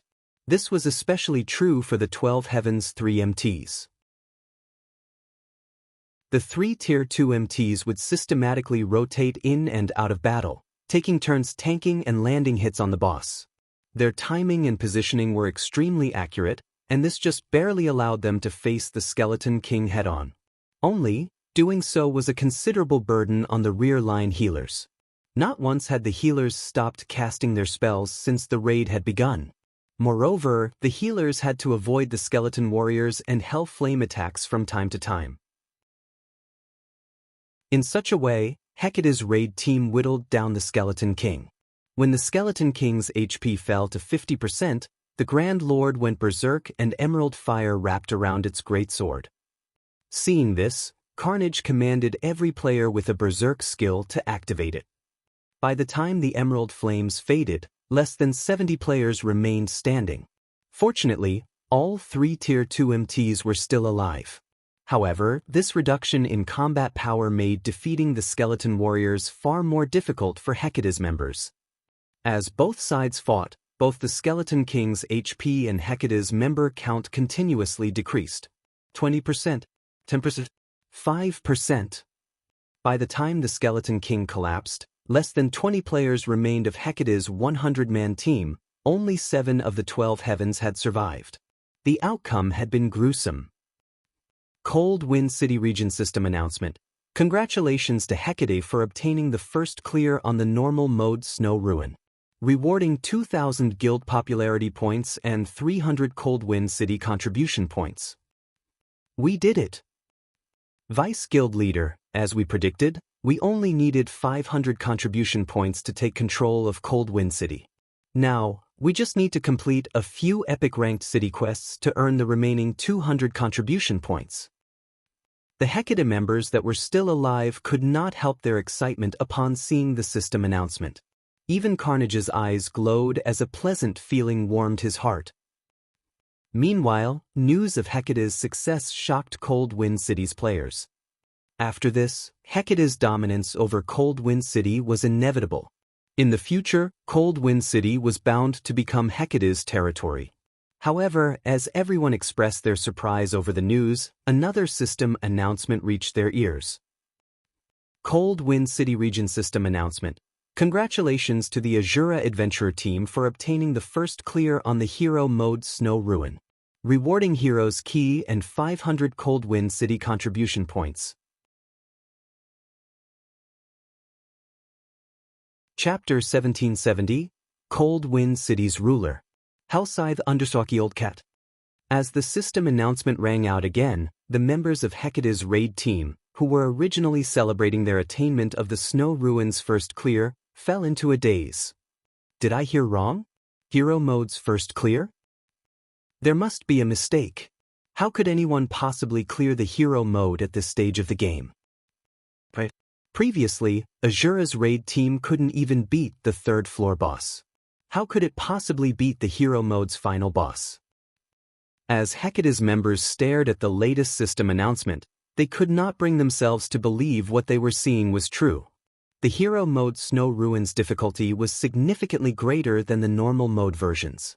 If a team did not gather enough good equipment from the normal mode Snow Ruin, challenging the hero mode was practically impossible. Meanwhile, Azura's raid team wasn't even capable of clearing normal mode before. So, just how could it possibly clear hero mode? Hero mode.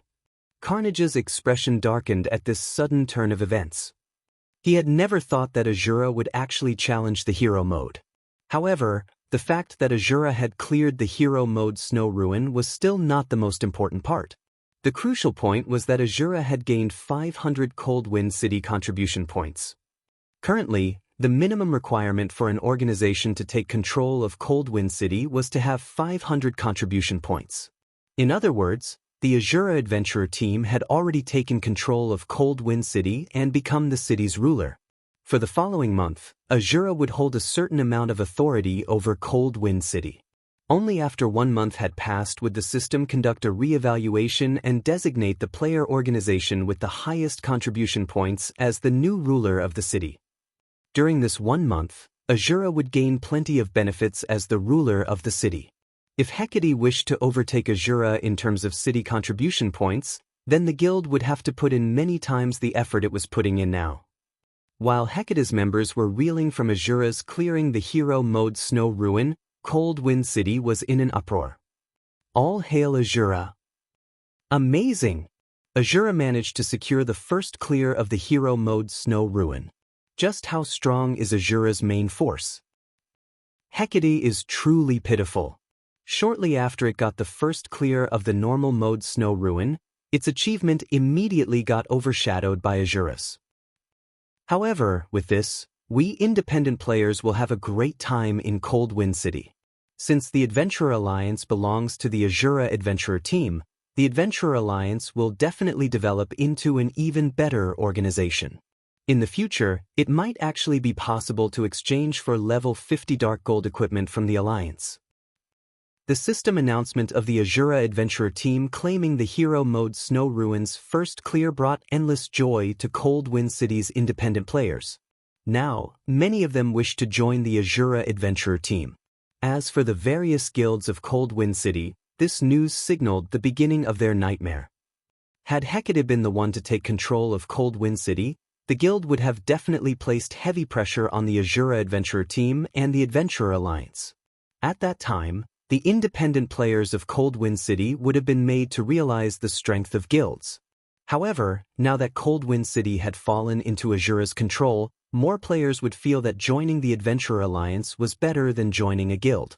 If that happened, then guilds would have even less living space in Coldwind City. Meanwhile, Sky Slicer of the Centurion Dynasty was also dumbfounded when he received the system announcement. He simply could not fathom how the Azura Adventurer team had accomplished such a feat. That was the Hero Mode Snow Ruin they were talking about. Even Hecate's raid team, which had 19 Tier 2 players, did not dare to challenge Hero Mode. Yet, Azura had managed to clear it with just 13 Tier 2 players in its team. No matter how he looked at it, this had to be a joke from the system. With this, his plans to take advantage of the situation to gain some benefits for his guild were ruined. To make matters worse, his guild's living space in Coldwind City would even get further constricted. While the outside world was in an uproar over the latest system announcement, inside the Hero Mode Snow Ruin's 5th underground floor, Shifeng was currently collecting the Skeleton King's loot. As for everyone else in the team, they were lying on the floor and panting in exhaustion. In Hero Mode, the Skeleton King was a bona fide level 65 mythic monster. If not for Solitary 9 and Dark Madness constantly activating their Tier 3 mana weapons and taking turns tanking using their Berserk skills, the team would have been annihilated. As for the Hell Flame the Skeleton King used, it was basically a large-scale destruction spell. Whenever the Skeleton King used Hell Flame, the team had to rely on Shifeng's absolute domain to survive. When the battle was over, the team had less than 40 survivors. Close to the end of the battle, even Solitary 9 and Dark Madness had died under the Skeleton King's flaming greatsword. The rear-line healers couldn't keep up with the Skeleton King's DPS at all. Fortunately, after Shifeng activated his Berserk skill, the team had managed to make it through the final stretch and defeated the Skeleton King. Meanwhile, the Skeleton King's death brought everyone two big surprises. The first one came in the form of a massive amount of EXP. The surviving members of the team received EXP equivalent to an entire day's worth of grinding. The second one was the appearance of a jackpot. The Skeleton King dropped so many items that just picking them all up took Shifeng quite a lot of time. In total, the Skeleton King's jackpot had over 200 items. Among them, more than 180 consisted of rare materials, mana stones, and magic crystals. As many as 5 mana stones had dropped. Quite a few of the rare materials were the main materials required to produce level 50+ dark gold weapons and equipment. Every material was worth a considerable amount of money. Among the remaining items were one weapon an epic ranked greatsword named Incineration Blade, and 7 pieces of equipment. The weapon was none other than the greatsword the Skeleton King had used, which was not only very powerful but also very stylish. As for the equipment, they were either level 50 dark gold equipment or level 55 fine gold equipment. The sight of these 8 items caused everyone's eyes to sparkle. Monsters rarely dropped weapons and equipment in the Ice Crystal world. Let alone dark gold rank, even fine gold weapons and equipment were extremely rare. As for epic weapons, those were practically myths in Coldwind City. However, Shifeng had no intention of distributing the weapons and equipment to any specific person. Instead, he intended to place them in the Azura Adventurer team's exchange catalog and allow Azura's members to exchange for them. These items would serve as an incentive to motivate Azura's members to work harder. Meanwhile, for the team operation this time, he also granted everyone their deserved contribution points, which could be used to exchange for the items they wanted. The remaining dozen or so items included 3 master-ranked potions, 2 Tier 3 magic scrolls, a design for level 50 dark gold-ranked cloth armor robes, and a design for level 50 fine gold-ranked plate armor arm guards. There was also one item in particular that surprised Shifeng. And that was the Hell Chariot design. When Shifeng picked up the ancient tome, which was even twice as thick as a dictionary, and read the name, Hell Chariot design, written on the cover, for a moment, he actually thought he was hallucinating. A war chariot. This was a weapon meant for large-scale battles. It possessed not only frightening destructive power but also the ability to ferry large numbers of players across long distances. A high-ranking item that could be used to conduct ambushes and field battles, it also had excellent siege and defensive capabilities. Compared to a war chariot, the miniature ballista was no different from garbage. The miniature ballista moved very slowly and took a very long time to load. It also had no defensive capability and hence could be destroyed easily. In contrast, a war chariot was very fast and boasted powerful defensive capabilities. A war chariot could ensure that the players riding inside did not receive any damage from attacks, somewhat similar to the ships at sea. Shi Feng had never imagined that the Snow Ruins final boss would drop such an item. In terms of value, all the other items the Skeleton King dropped combined were not even worth 1/5 of the Hell Chariot design. After taking a few deep breaths and calming himself down, Shi Feng activated Omniscient Eyes and appraised the Hell Chariot design. He wanted to know what rank the chariot design was exactly. Chapter 1771, Hell Chariot. Hell Scythe Understalky Old Cat. As Shi Feng used Omniscient Eyes on the tome in his hands, a loading bar appeared before him, needing 10 seconds to fill completely. 10 seconds? Shi Feng's heartbeat quickened when he saw the loading bar. The longer the appraisal time, the more valuable the appraised item was. War chariots could be categorized into basic, intermediate, advanced, master, and grandmaster ranks, the chariot's value increasing with each subsequent rank. The war chariot's abilities were also stronger with each rank. A basic war chariot possessed enough combat power to deal with a great lord, but only a fool would use it against a monster. War chariots truly shined in siege battles and combat between players. Using a war chariot to deal with monsters was overly extravagant. Unlike normal weapons and tools, repairing a war chariot required more than just coins. Players would also have to supply the materials. If a war chariot were used to grind monsters, the income wouldn't even be enough to cover the repair costs. Moreover, the required materials were very rare and hard to obtain. Once the loading bar was full, the Hell Chariot design's details appeared before Shi Feng. Hell Chariot design, intermediate design, can be used to produce the Hell Chariot. Hell Chariot. Maximum capacity, 20 people increases movement speed by 180%. Possesses Tier 2 defensive capabilities. Durability 400 additional skill 1-. Magic Shield. Constructs a Tier 3 magic barrier that can absorb up to a maximum of 2 million damage for 20 seconds. Each use costs 20 magic crystals. Cooldown, 10 minutes additional skill 2-. Hell Cannon, 1500 range. Deals a devastating blow at the Tier 3 standard to a 30-yard radius. Each use costs 100 magic crystals. Cooldown, 15 seconds additional skill 3-. Flame Spears, creates 12 flame spears. Each flame spear carries power at the peak of Tier 2 and has a 150-yard attack range. Cooldown, 3 seconds. What a powerful war chariot. Shi Feng's eyes glowed with excitement as he read the Hell Chariot's attribute panel.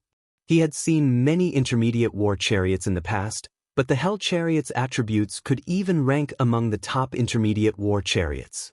Normal intermediate war chariots only had 300 points of durability and only increased movement speed by 160%, which was roughly the same as a mysterious iron mount, yet the Hell Chariot increased movement speed by 180%.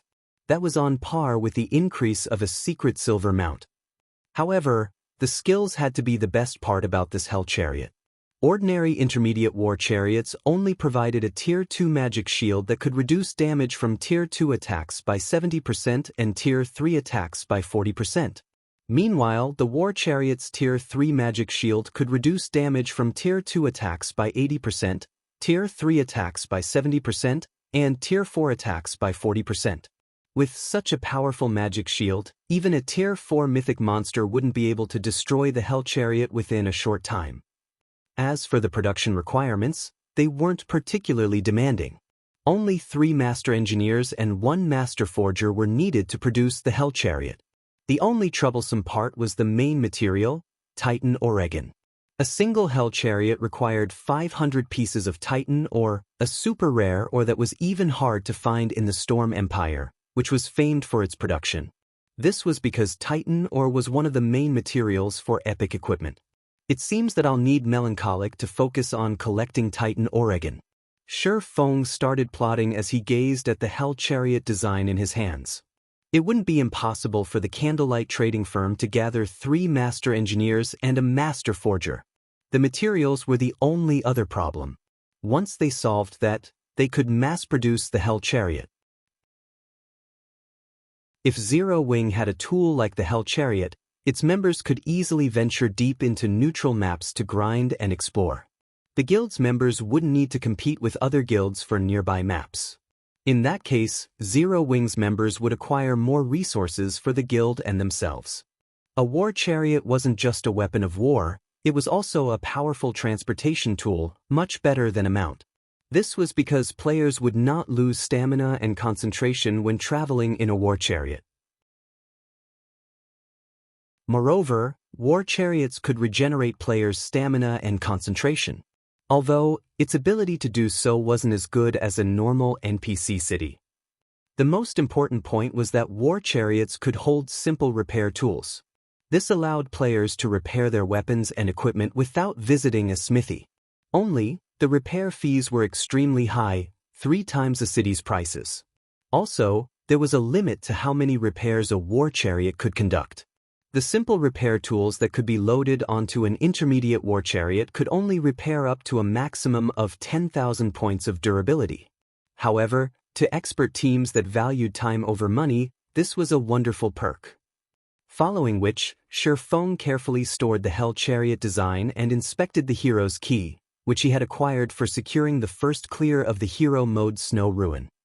Hero's key, Snow Ruin, Dark Gold rank item, can be used to activate the Snow Ruin's primordial teleportation magic array. Can teleport up to a maximum of 500 players to the other side of the teleportation array. Cooldown, 144 hours, 3 natural days. As expected of the first clear reward for hero mode, the system actually gave out such an item. Shi Feng was astonished as he read the hero's key's attribute panel. Unlike on the continent of God's domain, traveling between cities in any other world was not an easy task. If Otherworld's players wished to visit other cities, they had to acquire an entry permit. The teleportation function between 2 cities would only activate after a certain number of players had secured entry permits. Before this requirement was fulfilled, players with a teleportation entry permit would physically have to travel to the city specified in the entry permit or use some secret passage. There was no other way for players to travel between 2 cities. Meanwhile, after killing the Skeleton King, a golden chest had appeared in the shrine, containing teleportation entry permits. When raiding the normal mode Skeleton King, players would only gain between 100 and 150 entry permits. Meanwhile, Hero mode provided between 200 and 300 entry permits. Moreover, once players cleared the Snow Ruin, regardless of which mode they challenged, they would be prevented from challenging the Snow Ruin again for 7 days. However, the hero's key could teleport 500 players to a different region directly. Moreover, it only had a 3-day cooldown. To the various guilds and adventurer teams that were trying to find a foothold in a different region as quickly as possible, this was a godly tool. Commander, there are a total of 265 entry permits in the golden chest. What should we do with them? Xianxia could not help but ask as she retrieved the entry permits. Currently, throughout Cold Wind City, only Azura and Hecate possessed entry permits to other cities. Meanwhile, these entry permits would only bind to players after use.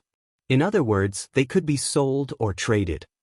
For Cold Wind City's players, traveling to another region was a golden opportunity.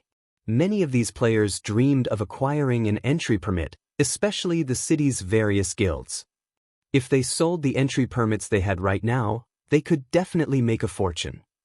For the time being, our priority is to expand our development to other cities, Shi Feng said, shaking his head. Head back to Cold Wind City immediately and find some experts and trustworthy management individuals that are willing to develop in another city from the adventurer team. Have them gather in the residence. I'll head over to meet with them once I've finished my task. The Black Dragon Empire's various large guilds were preparing to travel into the Ice Crystal world. To secure more of this otherworld's resources for Zero Wing, the Azura adventurer team had to occupy more cities in the Ice Crystal world. Otherwise, once the Black Dragon Empire's various large guilds arrived in the Ice Crystal world cities, it would become far more difficult for Azura to secure a foothold in those cities. After all, both Azura and Zero Wing were far from a match for the Empire's large guilds in terms of resources and manpower. We're expanding our development to other cities? Xianxia's eyes sparkled with excitement upon hearing Shifeng's words. She was painfully curious about the Ice Crystal world's other cities. Cold Wind City was only a minor city, not one of the other world's main cities. Following Shifeng's command, Xianxia promptly left the snow ruin to gather the Azura adventurer team's expert players. As for Shifeng, he made his way to Cold Wind City's city hall.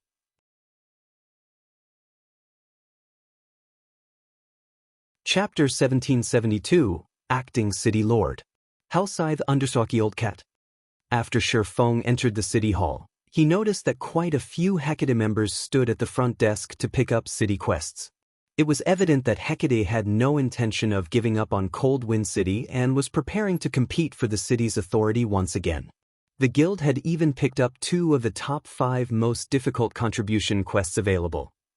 There were many contribution quests available in Cold Wind City, but they were all very difficult and could not be completed by ordinary experts. As for the top 10 most difficult contribution quests, each of them could rival epic quests. After completing these epic contribution quests, one would acquire roughly 50 city contribution points. Each of the top 5 contribution quests awarded 100 CCPs or more. In addition, players had to pay a hefty deposit when picking up these contribution quests. In the case of the top 5 contribution quests, the deposit was 500 gold plus 5,000 magic crystals. If players failed to complete the quest, they wouldn't get their deposit back. Yet, Hecate had picked up 2 of the top 5 quests at the same time. 1,000 gold might not be much for a first-rate guild like Hecate, but 10,000 magic crystals was no small amount. After all, the Ice Crystal world was an otherworld that had low production of magic crystals. However, Shifeng did not give the matter much thought as he followed the NPC senior administrator straight to the office of Cold Wind City's magistrate to receive a portion of authority over the city. Bookshelves filled with books lined the peaceful office's walls. Currently, a young man in noble garb sat behind a desk, reading through some documents. Upon seeing Shifeng, the youth set aside his work. This youth was none other than Frat, Cold Wind City's magistrate and a level 180, Tier 4 Sky Knight. It was very rare for one to become a Tier 4 Sky Knight at such a young age, so it was clear how much talent and potential Frat had. "Adventurer, you're here," Frat said as he looked at Shifeng. "Greetings, Lord Magistrate. I have come here today as a representative of the Azura adventurer team. I wish to become the acting city lord and help contribute to Cold Wind City," Shifeng respectfully declared. "I have heard of your deeds. Your Azura adventurer team is quite capable. You have opened the snow ruin that has been sealed for many years and the path to other cities. If your adventurer team possesses such strength, I believe that letting you manage Cold Wind City should be a wise decision," Frat said, nodding in approval after observing Shifeng for a moment. He then took a silver token from one of his desk's drawers, placing the eagle-shaped token on the table and said, "This is the Acting City Lord's token. With this, you'll command a portion of authority over Cold Wind City. However, I must warn you that if someone more capable comes to me, I will take the token back and give it to that person.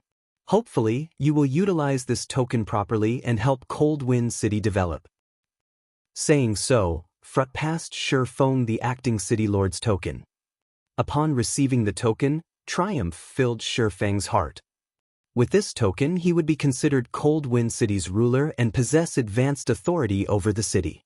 He could now turn the entire city into the Azura adventurer team's headquarters. After becoming the acting city lord, he would gain access to several empty plots of land in Cold Wind City's central district. These plots were specifically reserved for the acting city lord to build advanced constructions, such as advanced smithies, advanced restaurants, advanced shops, and advanced magic stores.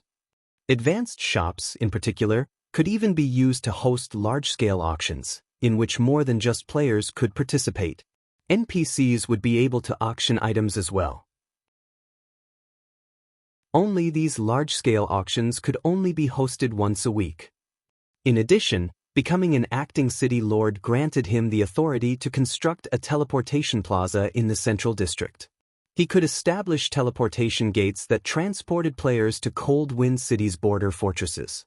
These border fortresses were very far from Cold Wind City itself, and most of them occupied level 60+ high-resource maps.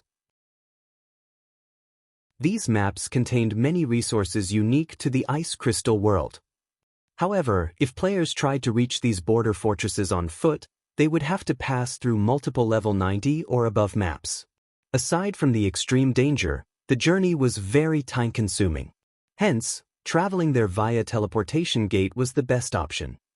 The acting city lord managed these teleportation gates, and both the teleportation fees and the currency used would be left to their discretion. Of course, the system would impose a maximum and minimum amount.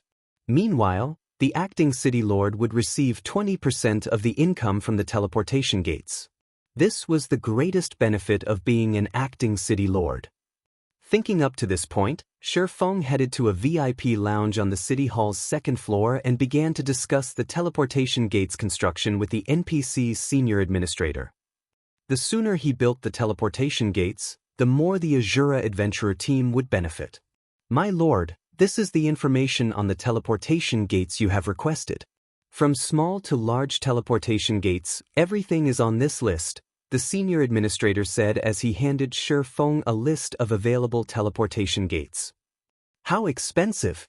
It's no wonder why the guilds that had taken control over otherworld NPC cities in the past hadn't constructed teleportation gates early on. Shifeng was utterly astonished as he read the construction costs. Just constructing a small teleportation gate cost 10,000 gold and 80,000 magic crystals. Meanwhile, a small teleportation gate only allowed travel to 3 fortresses and would only teleport a maximum of 50 people at a time. Meanwhile, a medium teleportation gate cost 20,000 gold and 200,000 magic crystals to construct. It allowed teleportation to 6 fortresses, with each teleportation transporting a maximum of 100 people. Though the mana cost for each teleportation was the same as the small teleportation gate. In other words, a medium teleportation gate could generate more profit. As for the large teleportation gate, it cost 40,000 gold and 300,000 magic crystals to build. It allowed teleportation to 10 fortresses, and each teleportation could carry up to 200 people. Similarly, the teleportation cost of the large teleportation gate was equal to that of the small teleportation gate. Of course, since a teleportation gate would be very beneficial to Cold Wind City's development, it would also award Shifeng a considerable number of city contribution points. He wouldn't just be spending his coins and magic crystals to allow his successors to take advantage of his effort. Building certain advanced constructions would award CCPs as well. Only, the amount varied depending on the type of construction. This was also the reason that once a player became an acting city lord, it was very difficult for others to surpass them. My lord, as you are the first adventurer to be chosen as the acting city lord, we can offer you 2 special teleportation gates. Here is the information for these gates, the senior administrator said as he passed 2 more lists to Shifeng. Once you have made your decision, you may notify me at any time. Of the 2 new lists the senior administrator had provided, both recorded information on small teleportation gates. However, unlike the normal version, these 2 gates each had an additional function. The first gate allowed teleportation to 4 border fortresses, but the construction price was 10,000 gold and 100,000 magic crystals. As for the second gate, it still only allowed teleportation to 3 border fortresses, but it also included teleportation to the main hall of the Snow Rift's Snow Ruin. Like the first gate, its construction price was 10,000 gold and 100,000 magic crystals. How fraudulent! One additional teleportation point increases the cost by 20,000 magic crystals. Feng could not help but inwardly curse at the system as he read the list. However, after giving the matter some thought, he found this pricing to be reasonable. After all, these options were only offered to the first acting city lord. The next acting city lord wouldn't have this benefit. He then said, "I wish to construct a teleportation gate that is connected to the snow ruin." While having the connection to an additional border fortress was valuable, he could gain more benefits in the short term if he allowed teleportation to the snow ruin. After all, teleporting between the Snow Rift and Cold Wind City would be helpful to players who wanted to venture to other cities. This was especially true for the Azura Adventurer team. Furthermore, it would be some time before players could grind in the maps around the border fortresses. After saying so, Feng took out the magic crystals he earned from selling ice resistance gemstones. While he had been away in the snow ruin, he had sold another 16,000 ice resistance gemstones and earned 110,000 magic crystals. Although the magic crystals he had weren't enough to construct a medium teleportation gate, constructing a small teleportation gate shouldn't be a problem.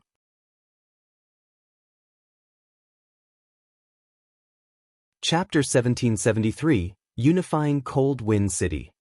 Inside the quiet VIP lounge.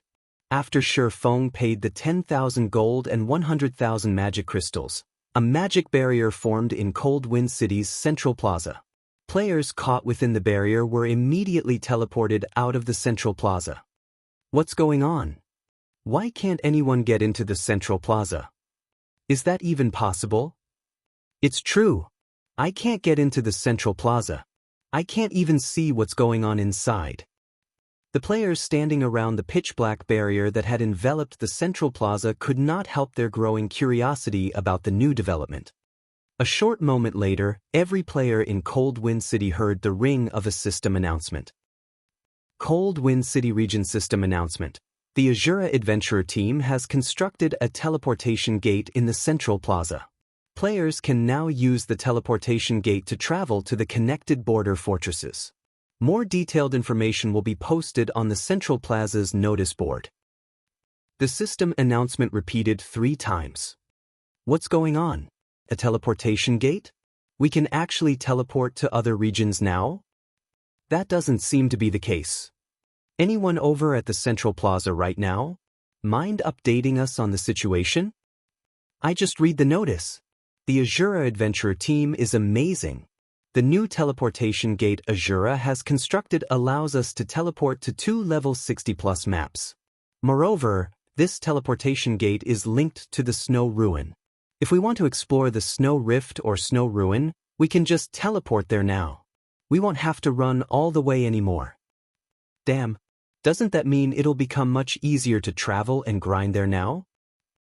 For a time, Cold Wind City's independent players excitedly celebrated the new construction. To them, players who were doomed to live long-term in Cold Wind City, nothing could be more troublesome than physically traveling to maps. Practically half their time in the game was spent on travel. Now that there was a teleportation gate that could send them to the Snow Rift directly, they could spend more time grinding. This, in turn, would increase their leveling speed. In contrast to the independent players' reactions, the upper echelons from the city's various guilds wore gloomy expressions when they heard the news. Independent players might not have a clear idea of what kind of authority an acting city lord possessed, but this information was not foreign to the various guilds. It took only a little investigation to find out. The various guilds had believed that they still had a chance of wresting the position of acting city lord away from Azura within the next month, but now, their hopes had been dashed. The Azura Adventurer team was invincible in Cold Wind City.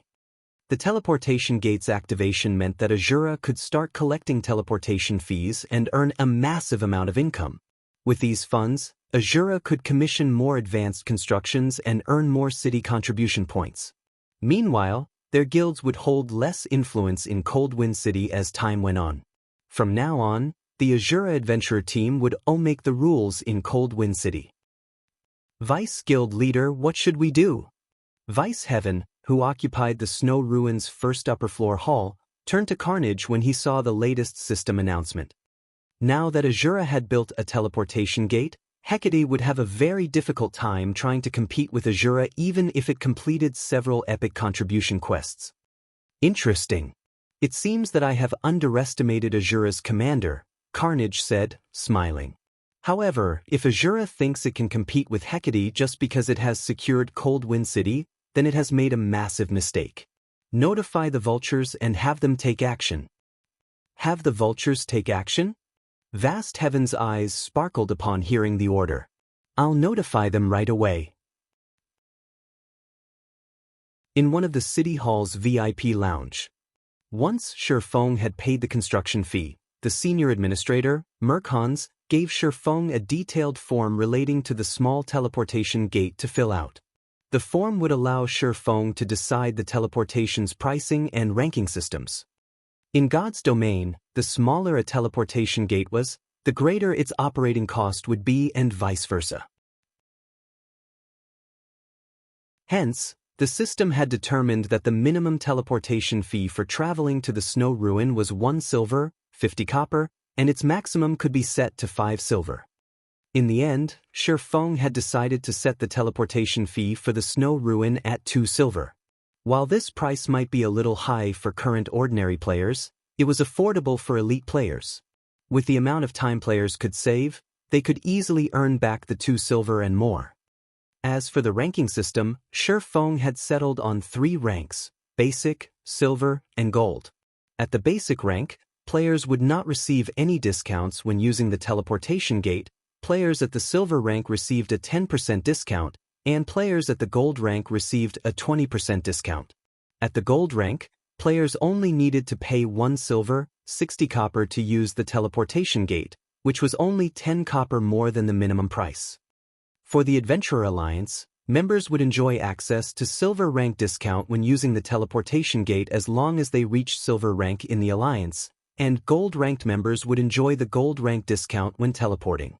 In the Azura Adventurer team, elite members would get access to the silver rank discount, while core members could use the gold rank discount. After this rule was set, not only would it tempt more of Cold Wind City's players to join the Adventurer Alliance, but they'd also contribute more to the Alliance to raise their ranks. After all, the teleportation gate was an incredible convenience for players. Players would use the teleportation gate frequently since just traveling to a nearby map like the Snow Rift would save them 20 to 40 copper, depending on their rank in the Adventurer Alliance. As for teleporting to the 3 border fortresses, which were even further away from Cold Wind City, players would be able to save even more money. In the long term, the 10% to 20% discount would save players a huge amount of money. At that time, the Adventurer Alliance's development in Cold Wind City would skyrocket. When Shifeng finished with the teleportation gate, he left the City Hall and returned to Azura's residence. Constructing the teleportation gate was only a small matter to Shifeng. He still had much larger problems, which were his original purpose for visiting the Ice Crystal World, collecting soul-dissolving flowers. Despite exhausting all options, he had only collected 6 soul-dissolving flowers thus far. He was still far from reaching his goal of 20 stalks. Moreover, he had been in the Ice Crystal World for such a long time already. This meant that he had already obtained all of the available soul-dissolving flowers in Cold Wind City. He wouldn't be able to acquire more within a short time. If he wanted to acquire the 20 soul-dissolving flowers quickly and complete the Philosopher's Hand quest, he had to visit the Ice Crystal World's other cities. Upon entering the courtyard of Azura's residence, Shifeng was greeted by the sight of many high-spirited players. When these Azura members noticed Shifeng's return, they promptly greeted him with joy and respect. "Commander, you're back." "Greetings, Commander." Seeing a crowd rapidly form around him, Shifeng did not dare to tarry. After responding with a few nods, he sped into the residence. "Commander, I've gathered the people you asked for. Aside from 500 experts from our Azura Adventurer team, we've also selected 200 advanced lifestyle players from the Adventurer Alliance. We have a total of 700 players ready to depart. Xianxia said as she gestured to the rows of players in the lobby. Smiling, she continued, even if we visit another NPC city, we won't be much weaker than its well-known adventurer teams. It was not easy for guilds and adventurer teams to secure a foothold in other NPC cities since they had to compete with the local guilds and adventurer teams. However, with 500 expert players, the Azura adventurer team should be capable of contending with a large-scale adventurer team with around 2,000 or 3,000 members. Including the 200 advanced lifestyle players, even if Azura's new branch couldn't trade with the local guilds or adventurer teams for any good equipment, it could produce its own high-quality equipment using the materials it earned from killing monsters. Moreover, as long as this first deployment endured, the Azura adventurer team could send reinforcements from Cold Wind City. Fortunately, I've grown quite a bit stronger recently and got myself a piece of level 50 secret silver equipment. Otherwise, I wouldn't have met the conditions to take part in the expansion expedition. Now, I'll get to fight alongside the commander in another city. I know, right? We're even earning 50% bonus contribution value for this expedition. We'll also earn 15% more points. By the time the others visit the new city, we might have already reached bronze rank in the alliance. When the team members saw Shifeng, they chatted quietly amongst themselves. Good. Since everyone's here, let's move out, Shifeng said after glancing at everyone's excited expressions. He then led the group to the central plaza.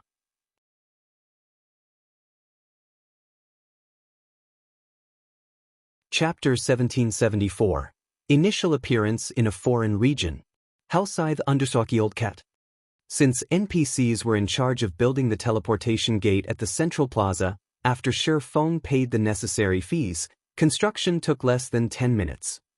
As the pitch-black barrier enveloping the central plaza disappeared, a 6-meter-tall stone gate inside came into view.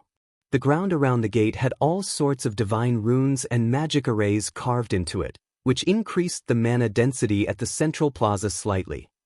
Currently, a large number of players had gathered around the central plaza, their eyes filled with interest as they looked at the teleportation gate. Some adventurer teams couldn't hold back their curiosity and directly teleported to the 3 border fortresses the teleportation gate connected to. When Shifeng's expedition team arrived at the central plaza, it immediately attracted the attention of every player there. Now that Azura had become the master of Cold Wind City, no power in Cold Wind City dared oppose the adventurer team anymore. Only those seeking to halt their development in Cold Wind City would go against Azura now.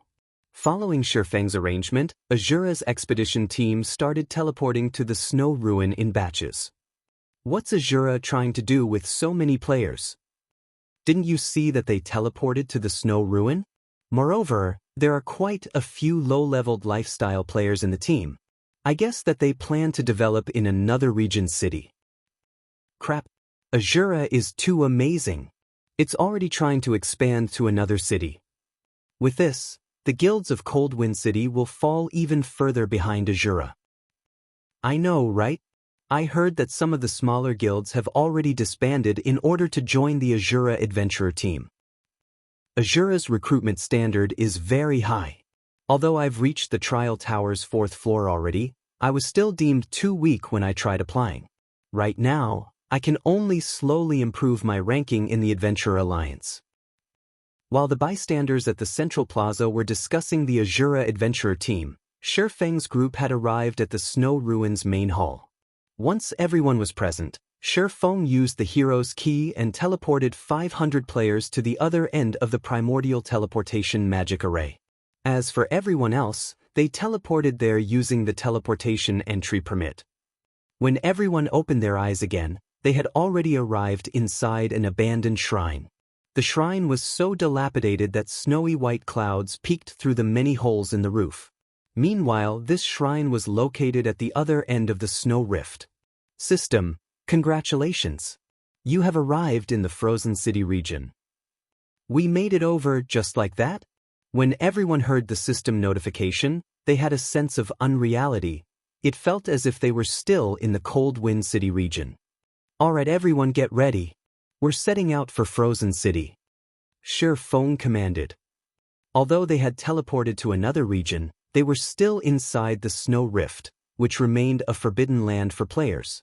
Needless to say, there were definitely plenty of monsters here. However, before the expedition team even got 1,000 yards away from the abandoned shrine, a group of players suddenly surged out from the snow-capped forest on both sides of the team. Very quickly, these new arrivals not only blocked off the expedition team's path of advance but also formed an encirclement around the team. With a glance, Xianxia and the others could easily tell that this group of new arrivals comprised at least 30,000 players, every one of them wearing Hecate's guild emblem. From the sneers and killing intent these Hecate members displayed, these guild players obviously held bad intentions towards them. Before Xianxia and the others could do anything, the sky above them suddenly darkened. A moment later, everyone in Azura's team gained a debuff that prevented them from using teleportation tools and teleportation skills for 3 hours. The Tier 3 magic scroll wore blockade? Xianxia could not help but frown as he looked at the debuff on him. Commander, this is bad. They clearly came prepared. Right now, we can't even use instantaneous movement magic scrolls to leave this place, Xianxia said, an ugly expression on her face as she looked at the Hecate members surrounding them.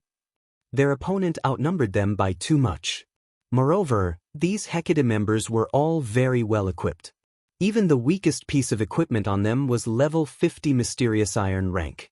As for their levels, they were all at least level 53. Quite a few of them also radiated a chilling aura. These players were evidently experts that had fought on many battlefields.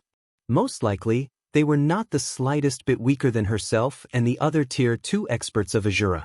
Meanwhile, the 20-plus players standing at the forefront of the guild's lineup even felt lethal to Xianxia. As Hecate's army drew closer, Azura's members grew anxious. At this time, a berserker clad in dark blue armor walked out from Hecate's army. Looking at Xianxia and the others, the berserker laughed loudly. Aren't you people from Azura very amazing? Why are you getting afraid now? This berserker was none other than Vast Heaven. It is normal for them to be afraid. After all, we have a total of 40,000 elites and experts gathered here. What could they possibly do with their measly 700 players? Said a slim man clad in dark gray mage robes, standing beside Vast Heaven, chuckling. However, the Vice Guild leader sure has a high opinion of them to have actually sent so many of us here to stop them. The 11 Tier 2 players standing beside him nodded in agreement with the gray-robed man's words. The Vice Guild leader has told me to remind you all to be careful of Azura's commander. That man is very strong, Vast Heaven said as he fixed his gaze on Xianxia. That person is Azura's commander? He doesn't look like much at all. Regardless, since the Vice Guild leader has already said so, leave that person to us. We'll leave the small fries to you, the slim man said as he glanced at Xianxia, a hint of playfulness in his eyes. Blade, I'll attack first later on. You ambush him from the side. We'll give this brat a taste of what it feels to be utterly helpless. Sure. The level 55, Tier 2 assassin standing beside the slim man replied indifferently before disappearing from where he stood. All right, I'll go deal with those small fries, Vast Heaven said, a hint of disappointment in his voice as he watched the Tier 2 elementalist and Tier 2 assassin moving out. The Tier 2 elementalist walking straight toward Xianxia and the Tier 2 assassin that just disappeared were both part of the 12 heavens. They also ranked number 1 in their respective classes in Hecate. The elementalist was Cold Brew while the assassin was Blade Hand. Either of them could defeat him easily. Working together would amplify the combat power they could display by multiple times, hence, instantly killing a Tier 2 player would be child's play for them. At this point, Hecate's other members had also started slowly closing in on Azura's members. Facing such a force, even Xianxia, who was a Tier 2 player, could not help but gulp. As for the other experts of Azura, they were already breaking out in a cold sweat. After all, this was the first time they were going up against such a massive force. Resisting the horrific aura and pressure Hecate's army projected was deeply ingrained, yet in such a situation, they could only watch the guild players draw near. We're doomed. Hecate is too ruthless. We have only 700 people on our side, yet they actually dispatched so many elite and expert players to deal with us. The members of Azura's expedition team panicked as Hecate's members closed in on them. When less than 100 yards separated the two sides, Cold Brew smiled as he looked at Shifeng. He then chuckled and said, "You guys were pretty good at the snow ruin before, to have actually claimed the hero mode's first clear and snatched our guild's Cold Wind City. It's a pity that, instead of meekly staying and ruling that backwater city of yours, you even dared to come running over to this place. Tell me how you want to die." Everyone relied on their own capabilities to struggle for Cold Wind City. Is there a need to call it snatching? Looking at Cold Brew slowly approaching him, Shifeng smiled and said, "Moreover, in Cold Wind City, it was clearly you guys that started attacking us first. During this time, you people from Hecate have even ambushed and killed over 400 members of our adventurer team, causing us to suffer severe losses. Today, I'll use this opportunity to claim full compensation from you." "Ha! You want to take revenge on us?" Cold Brew laughed loudly. "Our guild had countless enemies. Unfortunately, we annihilated every one of them in the end. How will your Azura adventurer team take revenge on us?" As soon as Cold Brew said so, the large group of experts behind him sprang into action. Like a pack of fierce tigers, they surged towards Azura's members. "We'll take revenge like this," Shifeng replied, plucking a scroll and the evil god's eye from his bag. He then unfurled the Tier 3 large-scale destruction magic scroll Purgatory Flames and used the evil god's eye's world power on it. Burn. Purgatory Flames.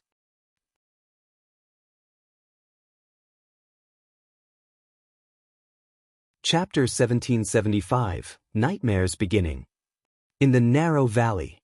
As Shifeng completed the Tier 3 magic scroll's incantation, 3 crimson magic arrays appeared beneath and circled Shifeng's feet. Immediately after, the ground started to tremble, extending forward and away from Shifeng. Even Hecate's members, who stood over 50 yards away, felt the intense quaking. "Damn it! It's a large-scale destruction spell. Everyone dodge." Cold Brew panicked when he noticed a torrent of mana surge toward Shifeng. However, the magic scroll Shifeng had used had a very short channeling time. By the time Hecate's members had noticed it, the 3 crimson magic arrays formation had completed. In the next moment, a gigantic, flaming phoenix, with a wingspan of easily over 100 meters, appeared above Shifeng. The heat the phoenix radiated melted the snow around it. Boom! With a screech, the phoenix flapped its wings once and disappeared, sundering the space it had occupied. In the blink of an eye, the phoenix arrived before Hecate's army. Seeing the approaching avian, horror flashed on the faces of Hecate's members. At the same time, thoughts of escape flooded their minds. However, compared to the phoenix's speed, Hecate's members were little more than snails. Wherever the phoenix passed, a sea of fire followed. When Vast Heaven, who led the charge against Azura's members, saw the flames, his eyes widened in shock. With a frustrated gaze, he turned towards Shifeng as the fire devoured him, his HP falling to 0 instantly as his body turned to ash. After Vast Heaven disappeared, an item took his place. If these flames even killed a Tier 2 player like Vast Heaven upon contact, Hecate's Tier 1 players didn't have a chance of survival. Agonized screams echoed throughout the valley. "Azura!" Cold Brew's expression darkened as he glared at the phoenix as it flew past him. Due to the valley's narrow terrain, the single attack had claimed more than 3,000 Hecate members. 4 of the 12 heavens, who weren't adept at protecting themselves, had died as well. The loss Hecate just suffered was egregious. "Everyone charge! Let's teach Hecate's members that if they target our adventurer team, they'll have to pay in blood."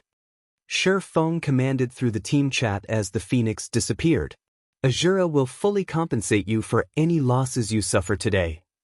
Against an army of 40,000 elite and expert players, even a 100-man, Tier 2 team would fall. After all, players had limited stamina.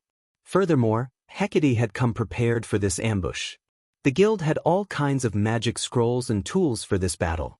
Even if the 100 Tier 2 experts could maneuver around the battlefield and dodge incoming attacks, some hits were bound to land. All these players could do was try to flee. Fighting was simply suicide. Originally, Purgatory Flames was an AoE spell that dealt fire damage to an area of 20 by 100 yards, but with World's Powers enhancement, its range had grown to 400 yards. It was just enough to open a path through Hecate's army. As long as they could break free from this encirclement, they would have a chance of survival. Right? At worst, we'll just die once. Isn't that just one piece of equipment? Let them have it. We follow the commander's orders. Nice. I've been itching for some payback. Hearing Shifeng's words, Azura's members burned with fighting spirit, their fear of Hecate vanishing. Good. Let's charge. As his team brimmed with fighting spirit, Shifeng nodded approvingly. He then took out the Bible of Darkness and summoned a Tier 3 demon to remove anyone in his way. He then followed after the demon. Kill these bastards from Hecate. Azura's members flowed into a defensive formation, with the experts around the perimeter and the lifestyle players in the center, and followed after their commander.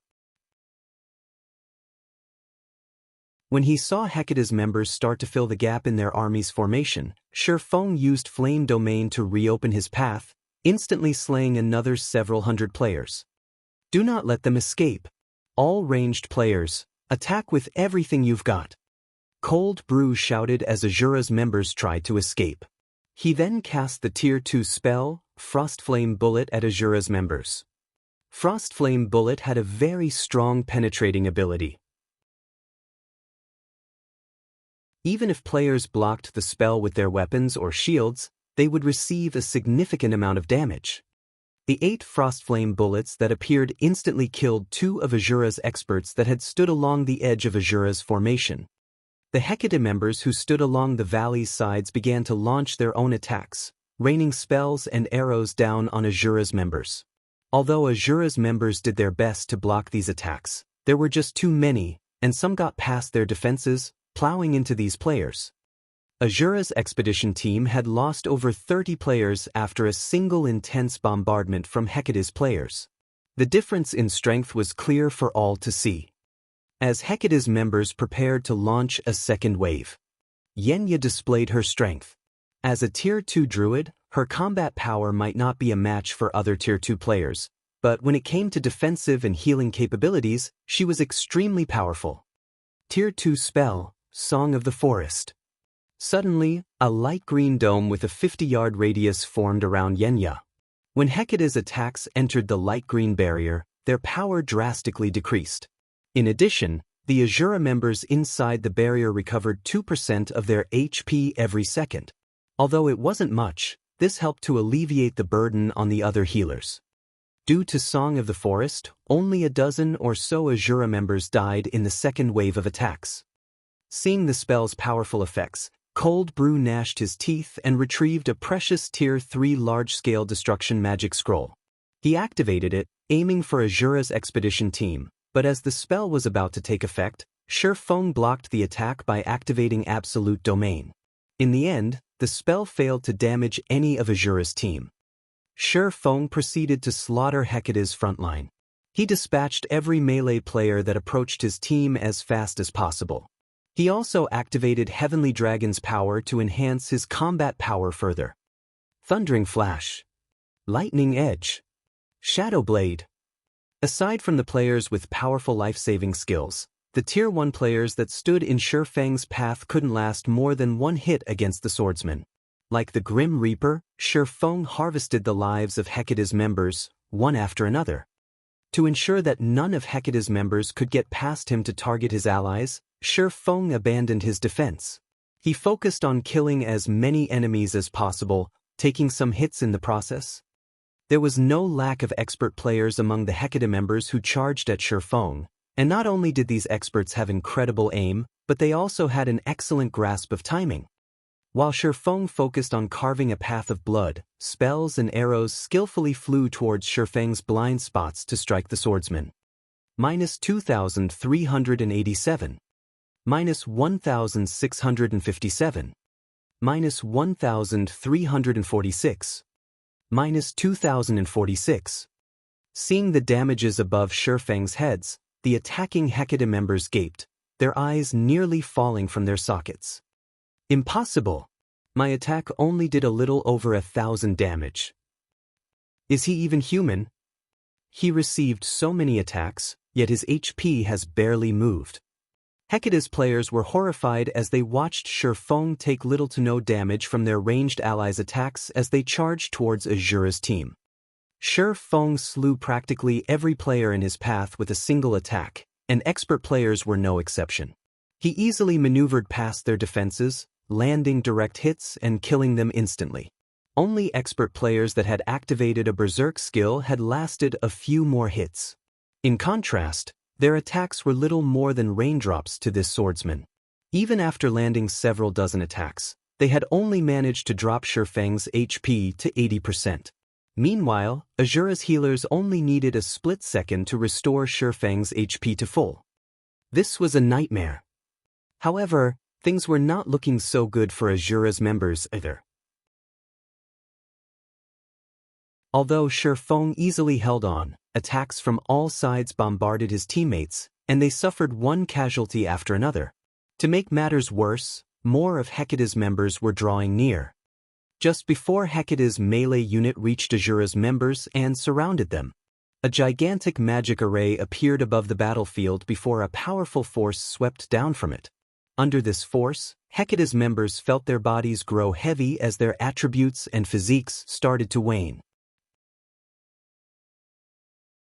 In contrast, Azura's members suddenly felt lighter, a surge of power flooding in their bodies. Even their minds cleared considerably. What's going on? Cold Brew could sense that the battlefield's mana density had increased, boosting Azura's attributes.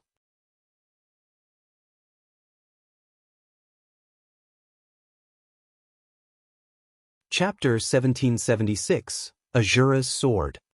Hellscythe _ Old Cat.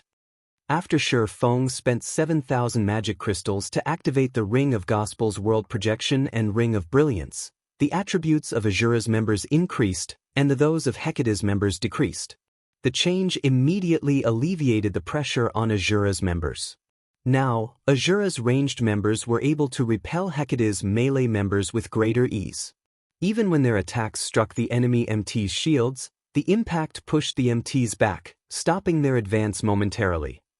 After a single round of attacks from Azura's ranged members, the offensive formation of Hecate's MTs shattered. When the second round of attacks descended, over 30 Hecate MTs died. For a moment, Hecate's melee unit couldn't close the distance between itself and Azura's expedition team. Ha! The commander's move is awesome. With this, these bastards can't even come within melee range of us. The Azura members that had begun to despair felt their hopes rekindle. They might be able to cope with Hecate's ranged attacks by blocking and dodging, but if they allowed Hecate's melee members to come in close and personal, they would definitely be in a bind. If they were pinned down for too long, Hecate's ranged members would make quick work of them.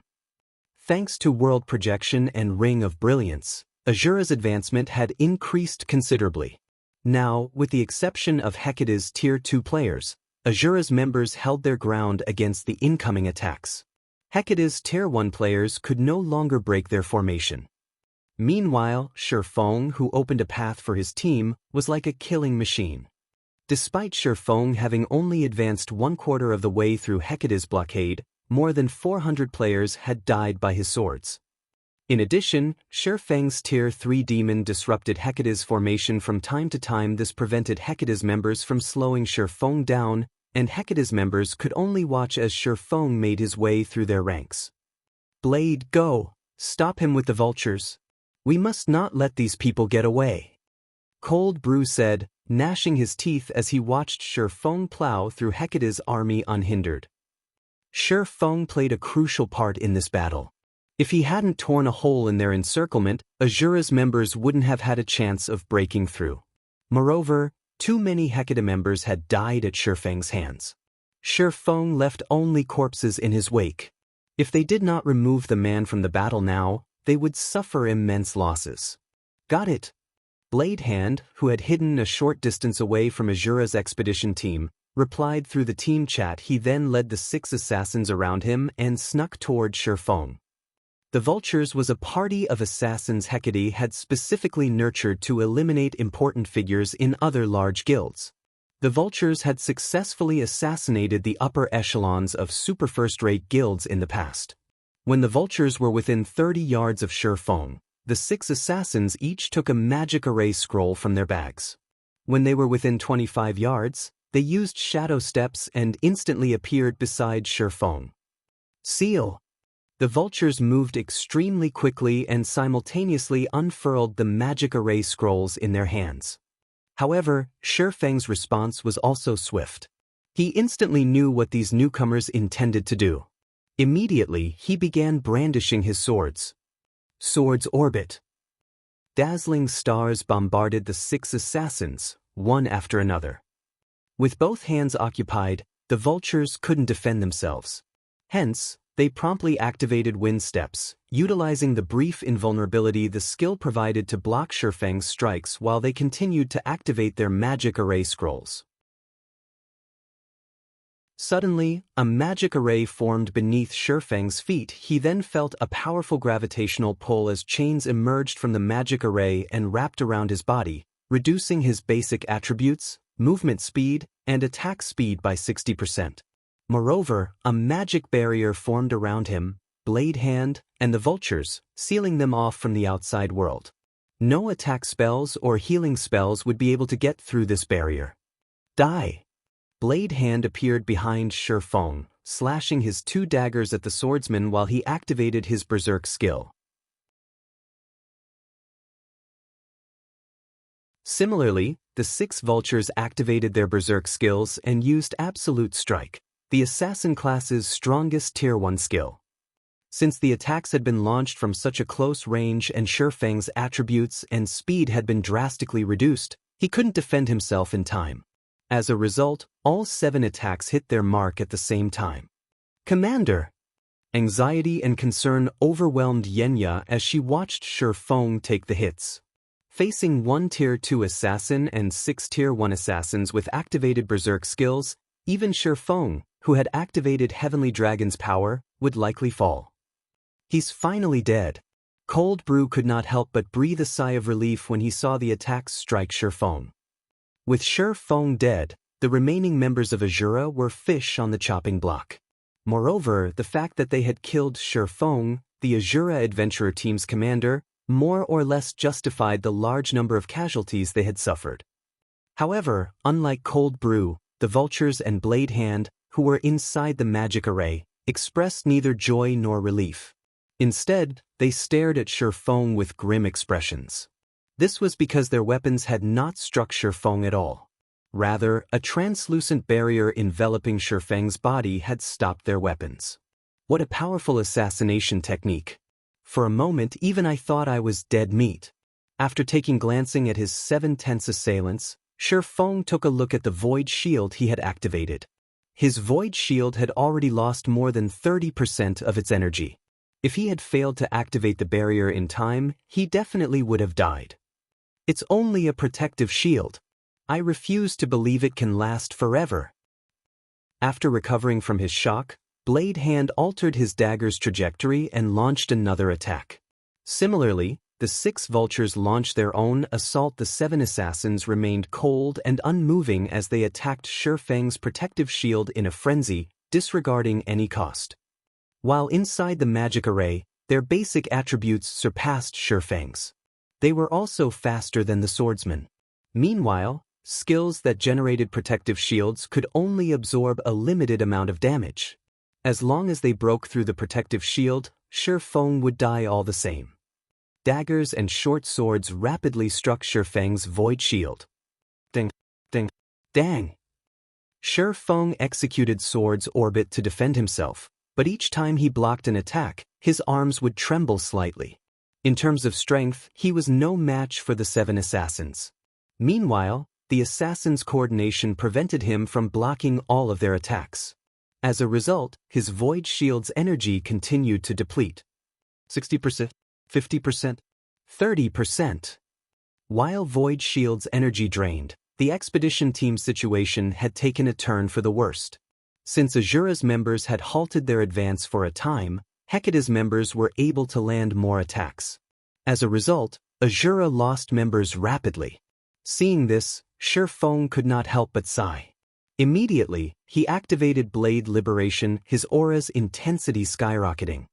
The instant Blade Hand and the vultures came into contact with Shifeng's killing ray, they felt their arms go numb. The impact sent them flying and crashing into the magic barrier, which rippled under the force. How did he recover his strength?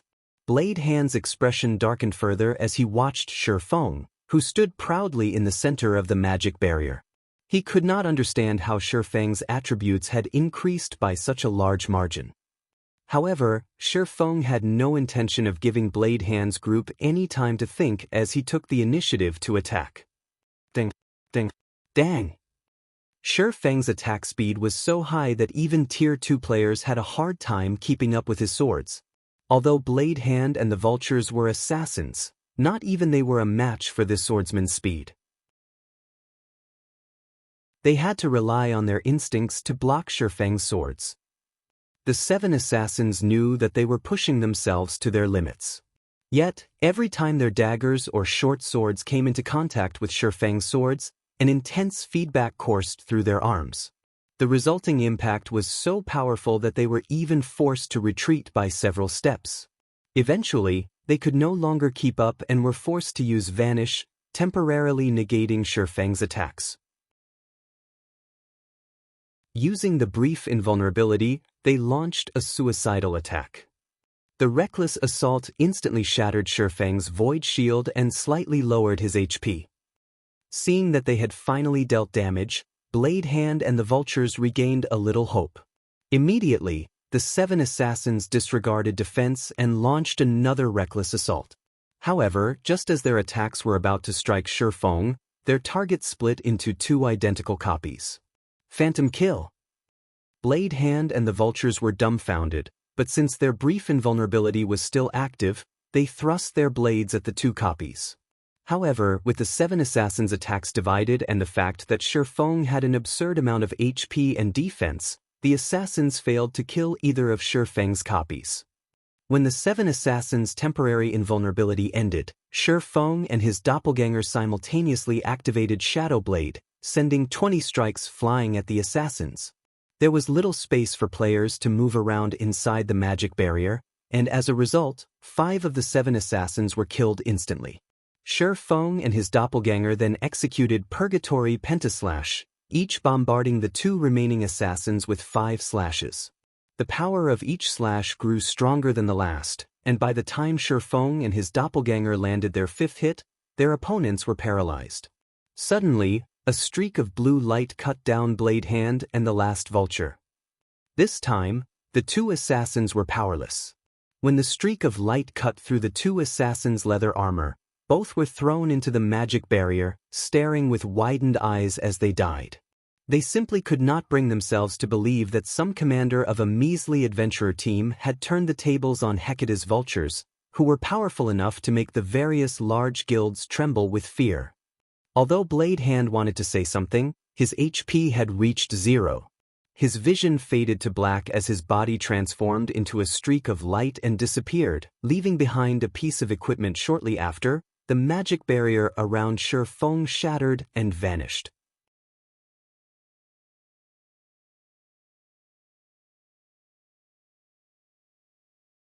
Chapter 1777, Scourge. Hellscythe _ Old Cat.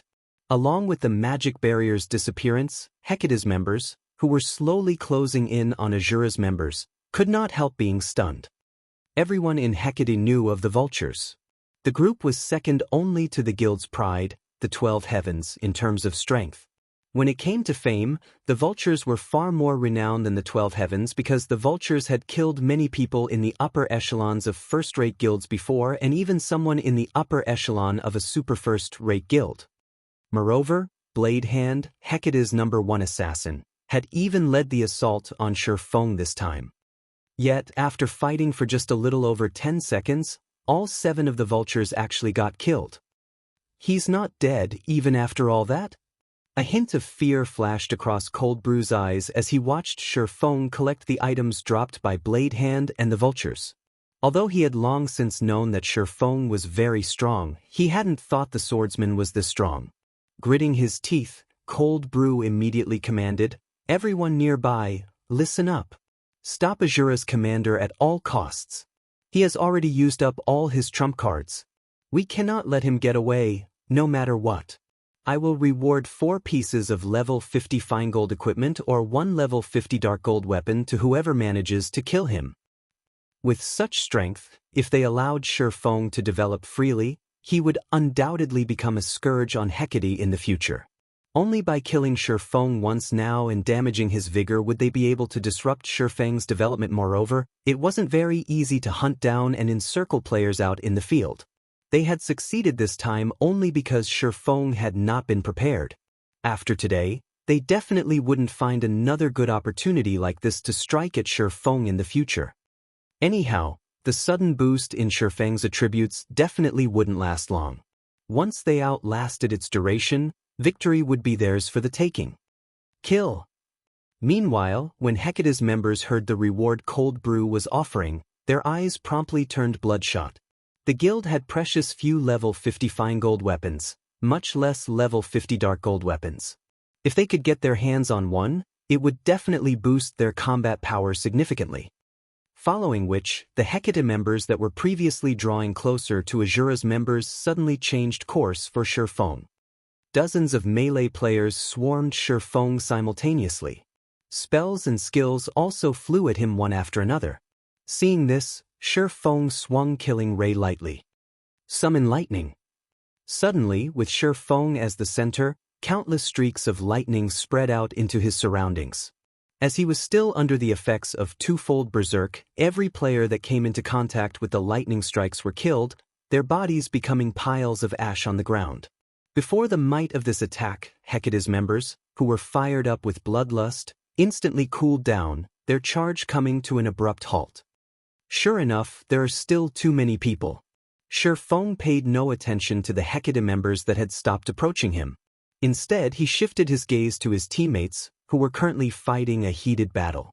Although the Ring of Gospel skills had helped Azura's members significantly, the disadvantage in numbers was simply too massive. Now, less than half of the Azura expedition team remained alive. Shi Feng then turned to look at the snow-capped forest a little over 1,000 yards away. I have no choice but to try. Just as Cold Brew had expected, Shi Feng was already running on fumes right now.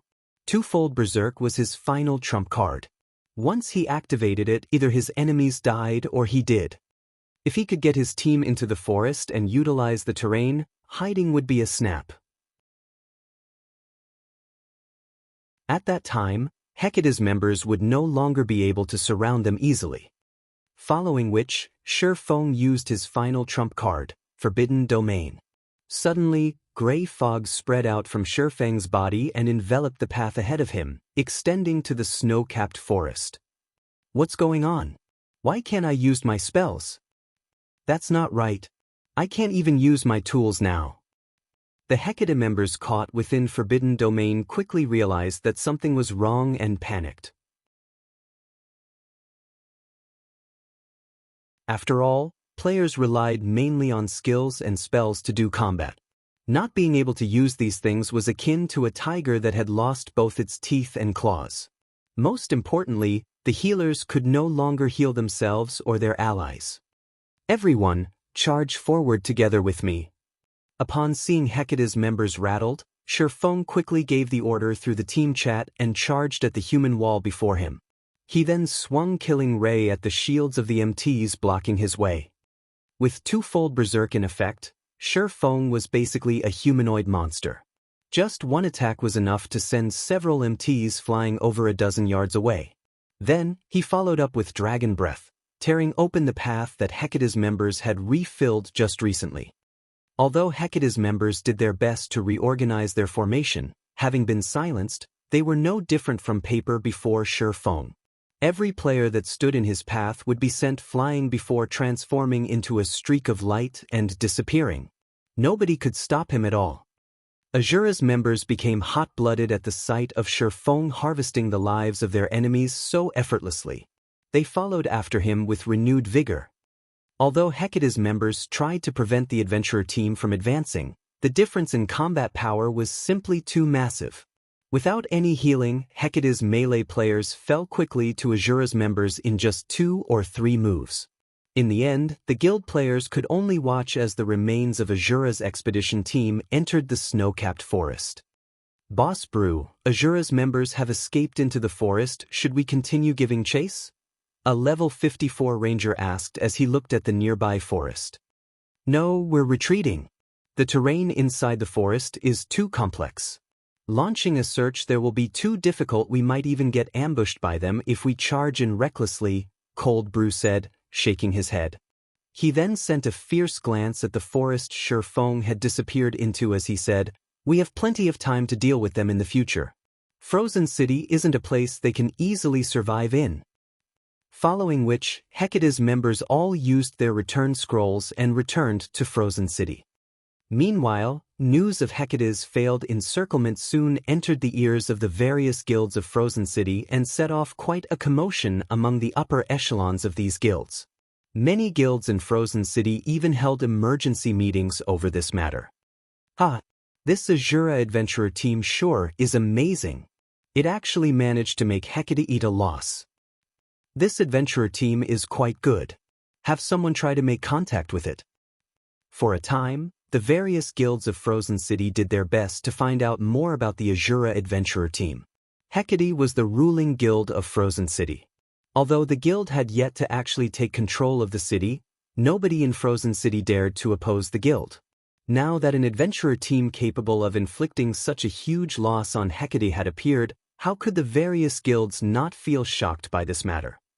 Aside from Frozen City's guilds, the top-ranking adventurer teams of the city also obtained news of Hecate's failure through their own sources. A level 54 assassin suddenly entered one of Frozen City's high-class bars with hurried steps. "Commander, something big just happened. Hecate dispatched 40,000 elites and experts to ambush an adventurer team," the level 54 assassin announced as he took a seat in front of a middle-aged man, who was currently enjoying some wine in a corner of the bar. This middle-aged man was Brilliant Heaven, the commander of the Frost Lion adventurer team, Frozen City's second-best adventurer team. With great enthusiasm, the level 54 assassin continued, "What do you think the outcome was? What else could it be? With a force of 40,000 elites and experts, you can even wipe out some of the large guilds in Frozen City," Brilliant Heaven replied disinterestedly. "You guessed wrong. Hecate failed. I also heard that Hecate lost several thousand members as well," the level 54 assassin said, shaking his head. "Several thousand? Which adventurer team did Hecate target? Even White Soul, the current #1 adventurer team, doesn't have this kind of capability." Brilliant Heaven could not help but be surprised by the assassin's words. "No." Based on some insider information from Hecate, it seems this adventurer team came from another region, the level 54 assassin said. "Another region? What's it called? How many people did they send over? Several tens of thousands?" Brilliant Heaven's curiosity was now piqued despite himself. "It seems the adventurer team is called Azura, and it sent roughly 700 people over this time," the level 54 assassin said after taking another look at the message he received previously. "Moreover, I heard that Azura's commander killed the vultures and Blade Hand all by himself." 700? And their commander killed the vultures and Blade Hand by himself? Upon hearing the assassin's words, Brilliant Heaven could not help wondering whether the assassin was drunk. However, the assassin had spoken very clearly and seriously. If that is true, then I'm afraid Frozen City will soon have a new ruler.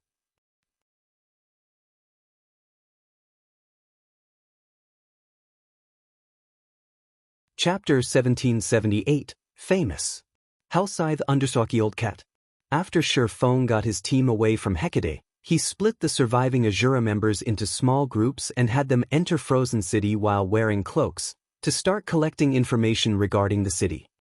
As for Shi Feng himself, he and Xianxia made their way straight to Frozen City's City Hall. Commander, this city is flourishing. It can already rival the capitals of kingdoms back on the continent of God's domain.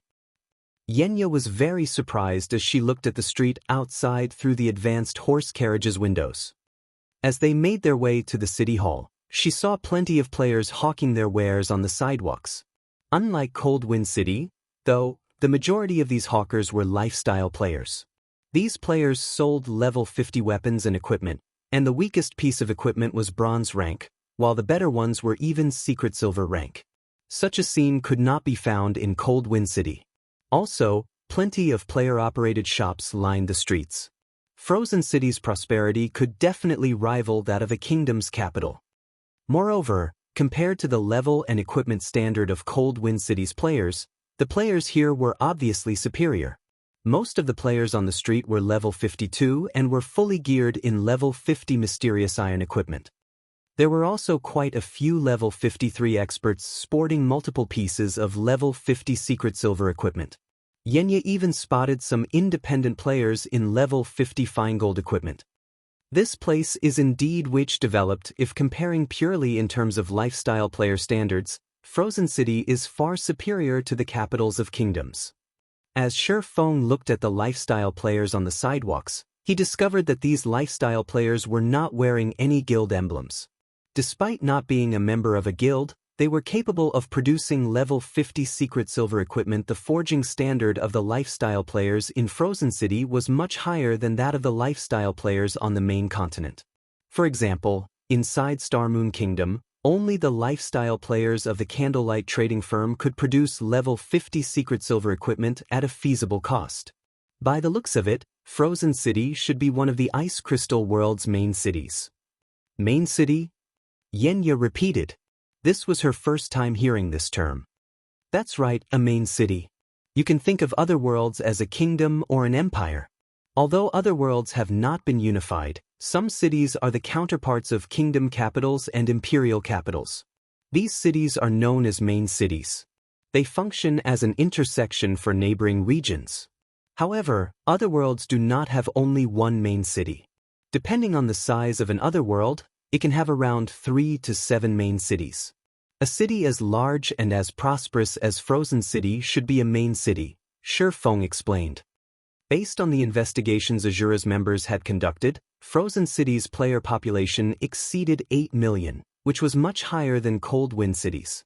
In fact, Frozen City's player population exceeded even White River City's slightly, which was simply impossible for an ordinary city. In addition, Frozen City had opened a path to 2 other cities just a little while ago. At the same time, the Frozen City region had multiple maps leading to other regions. All this proved that Frozen City was a main city in the Ice Crystal world. Originally, Shi Feng had expected to arrive at an ordinary city similar to Cold Wind City. He had never imagined that he would actually land himself in a main city. This came as a pleasant surprise. The importance of an otherworld main city was much greater than that of a kingdom capital or imperial capital on the continent of God's domain. The reason for this was access. Players in most ordinary cities in other worlds had to transit a main city in order to travel to other ordinary cities. On the other hand, players on the continent of God's domain could teleport freely between cities belonging to the same kingdom or empire. Moreover, regions housing ordinary cities had access to only one main city. One could travel to other main cities only via the main city they were connected to. Due to these reasons, the main cities of other worlds were very important. At the same time, the difficulty of taking control of a main city was also much greater.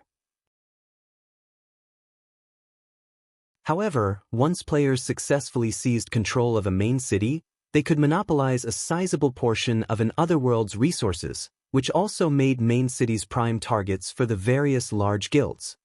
Now that Shi Feng had managed to arrive at Frozen City ahead of the Black Dragon Empire's various large guilds, he had a much better chance of taking control of the city.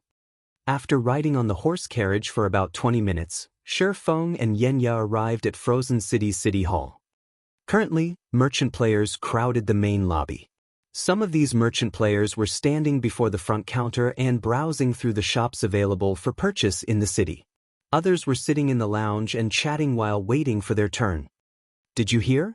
Hecate ambushed an adventurer team in the Snow Rift just recently. In the end, however, not only did Hecate lose several thousand elite and expert players, but it even let nearly half of the adventurer team get away. Of course, I've heard about it. I also know that the targeted adventurer team is called Azura and that it's an adventurer team that came from Cold Wind City, a city that Hecate is trying to occupy. This Azura adventurer team sure is amazing. It actually managed to deal such a grievous blow to Hecate. I also heard that Azura's commander is an absolute monster that's 3 meters tall and has arms several times thicker than my thighs. He managed to wipe out the vultures and kill several thousand elite and expert members of Hecate all by himself. Even Tier 2 experts are like tofu before him. What a monster! It's no wonder even the vultures got annihilated. Commander, they seem to be talking about you. Xianxia, who overheard the conversation of some resting players, giggled as she sneaked a glance at Shi Feng. Am I that gigantic? Shi Feng could not help being flabbergasted by the conversation of these players. The rumors about him were growing increasingly ridiculous. Hecate's ambush this time had indeed dealt a severe blow to Azura's expedition team. However, Azura had also gained a considerable harvest from the ambush, and this harvest came in the form of free promotion. After all, Hecate had caused quite a commotion when it dispatched an army of 40,000 players to hunt a single adventurer team. The fact that the guild returned in failure only served to garner even more attention from the general populace. At this point, practically every player in Frozen City had heard about the Azura adventurer team already. After Shi Feng arrived on the second-floor hall of the City Hall, he revealed his City Protector title. Lord Protector, how may I be of service to you today? An NPC senior administrator promptly walked over to greet Shi Feng. I wish to purchase a plot of land in the city, Shi Feng said. All right, these are the available lands in our city right now, the senior administrator said as he took out a map of Frozen City. Green and red markers dotted the map, with the green markers signifying ownerless lands and the red markers signifying owned lands. Looking at the city map, Shi Feng could not help but smile. Sure enough, the lands around that street are still untouched, Shi Feng thought as he looked at a section of the city that was all green. Labeled the Old City District, this section was located in the outer area of the city, and it would seem that nobody was interested in purchasing the lands there. After all this time since the launch of God's Domain, the important lands of NPC cities, whether on the main continent of God's Domain or in other worlds, had already been bought by the various guilds. No good locations would be left unclaimed. However, the NPC cities in other worlds were slightly different, particularly the old city districts of the main cities. In other worlds, only main cities had access to other main cities. This was like how teleportation between countries was limited to the capitals. Players needed to travel to the capital in order to teleport to another country. However, the way this access was gained wasn't by opening up a path in a particular map but by activating the air routes between cities.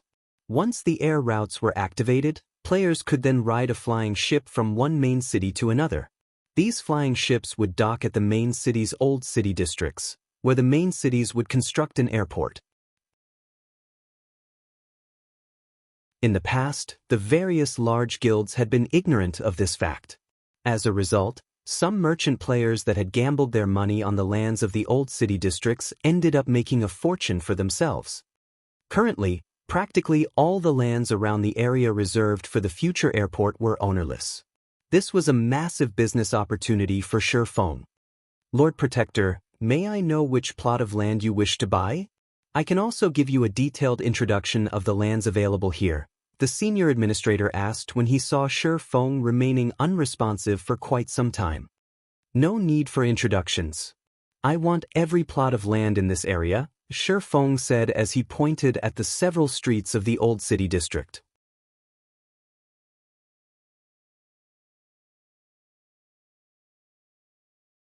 Chapter 1779. Difference between cities. Hellscythe _ Old Cat.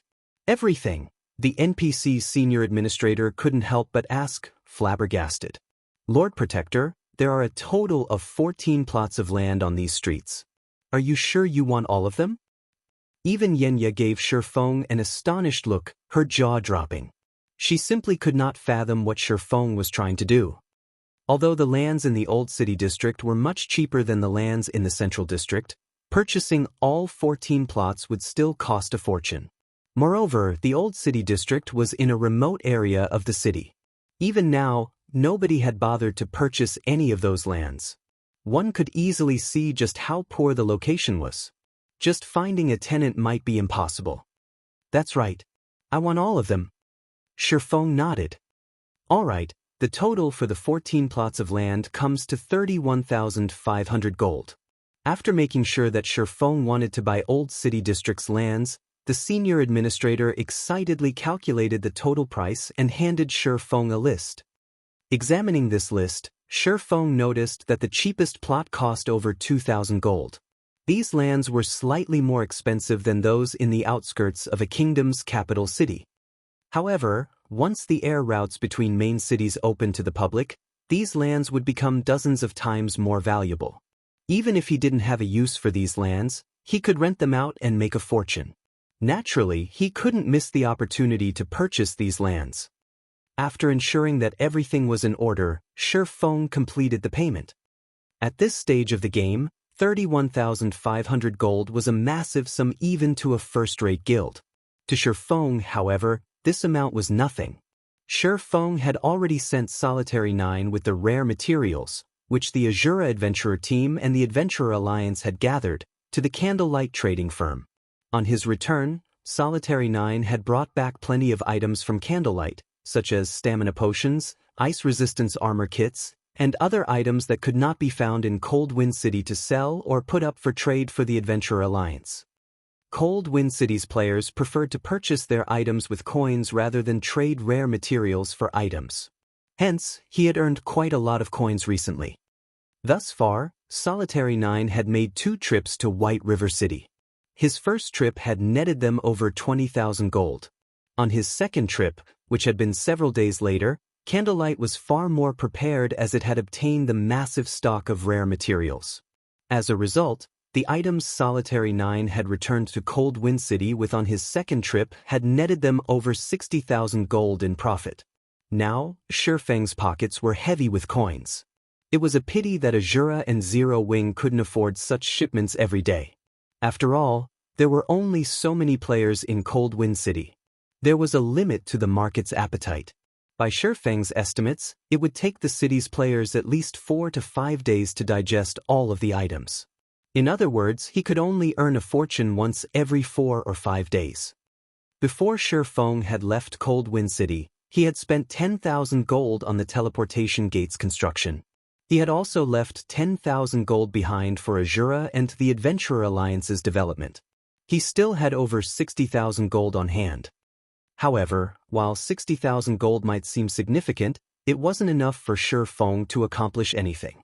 He needed a lot more than this paltry amount. Aside from Cold Wind City's development, Shi Feng was responsible for the development costs of Zero Wing's branch guild, Silverwing Town, and the Lost Town in the Boneless Land, all of which required a massive amount of funds. This was especially true for Silverwing Town and the Lost Town. Silverwing Town was located beside a primordial divine ruin that was connected to Primordial City.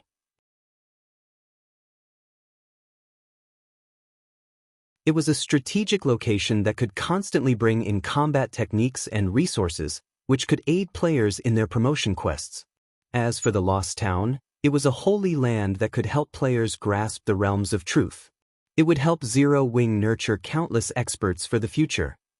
These two towns were the foundations necessary for Zero Wing to become a super guild, and they needed to be fortified as soon as possible. Otherwise, once the various superpowers realized the value of these two towns, they would do everything they could to steal them from Zero Wing. This was also why Shifeng had told no one about the lost town. With how large Zero Wing had grown, there were many spies within the guild. The risk of leaking information was too great in God's domain. The strong preyed on the weak. On the off chance that the various superpowers discovered the lost town's ability, Zero Wing's current strength wouldn't be enough to defend the town from the claws of multiple superpowers. It was absolutely necessary that Shifeng fortify the two towns as soon as possible, and the fastest way to do so required spending money to earn even more. Purchasing these 14 plots of land was his plan's first steps. After purchasing these 14 plots of land, Shifeng chose the largest one and spent 3,000 gold to build a luxurious adventurer residence, which would serve as Azura's base in this city.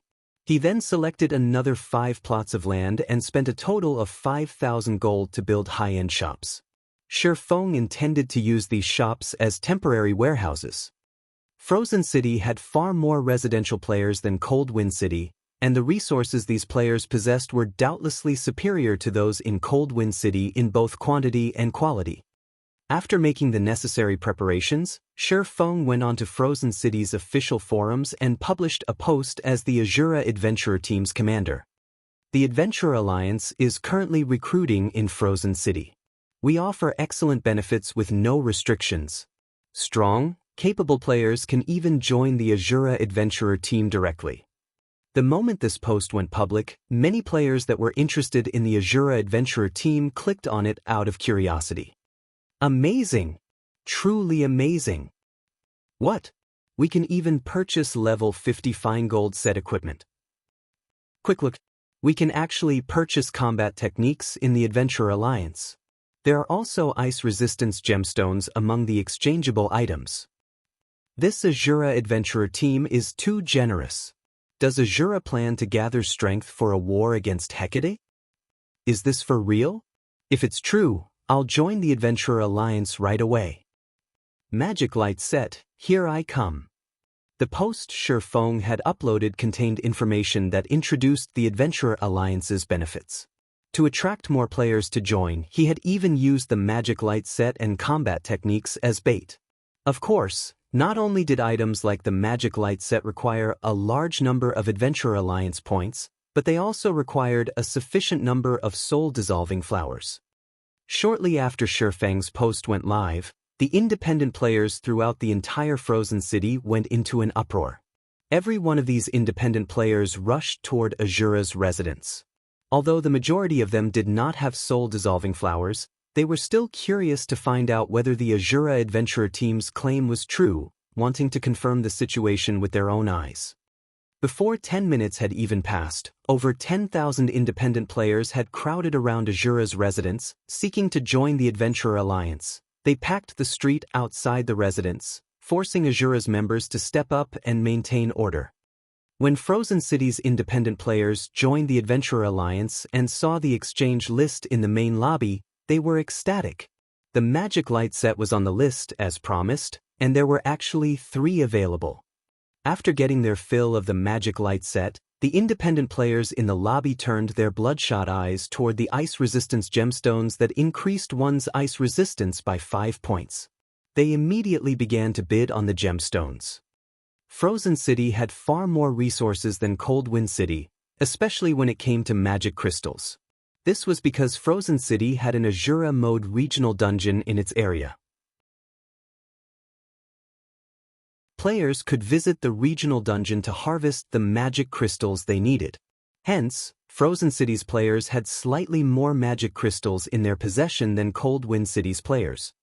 Very quickly, the prices for the ice resistance gemstones shot up to 7 magic crystals, with some even reaching 8 magic crystals. Roughly 30 minutes later, the 5,000 5-point gemstones Shifeng had brought from Cold Wind City had sold out. Frozen City's appetite for the ice-resistance gemstones was many times stronger than Cold Wind City's. The sales had also earned Shifeng over 35,700 magic crystals. Realizing that demand for the gemstones was so high here, Shifeng posted 10,000 6-point gemstones for sale as well, with their minimum price set at 7 magic crystals. However, instead of selling batches of 1,000 at a time, as he had before, he only sold the 6-point gemstones in batches of 200 and 300. To Shifeng's surprise, all 3 magic light sets had sold roughly 3 hours after he had established the Adventurer Alliance in Frozen City, netting him 18 soul-dissolving flowers. Despite all of his efforts to collect the soul-dissolving flower in Cold Wind City, he had only collected 6 stalks, yet he had secured 18 stalks only 3 hours after arriving in Frozen City. The difference between the two cities was greater than he had imagined. Although the magic light sets had likely been purchased by players from large guilds, potentially adding to these guilds' strength, Shifeng didn't care. After all, he had finally secured the 20 soul-dissolving flowers. After Shifeng withdrew the 18 soul-dissolving flowers from Azura's warehouse, he nearly lost himself to his excitement and clicked to remove the curse on the philosopher's hand. Fortunately, he managed to suppress his elation and found a private room in the residence. Only after ensuring that he was alone did he retrieve the crystalline hand from his bag. System: it has been detected that you have 20 soul-dissolving flowers. Do you wish to remove the curse on the philosopher's hand? Seeing the system notification, Shifeng clicked accept without hesitation.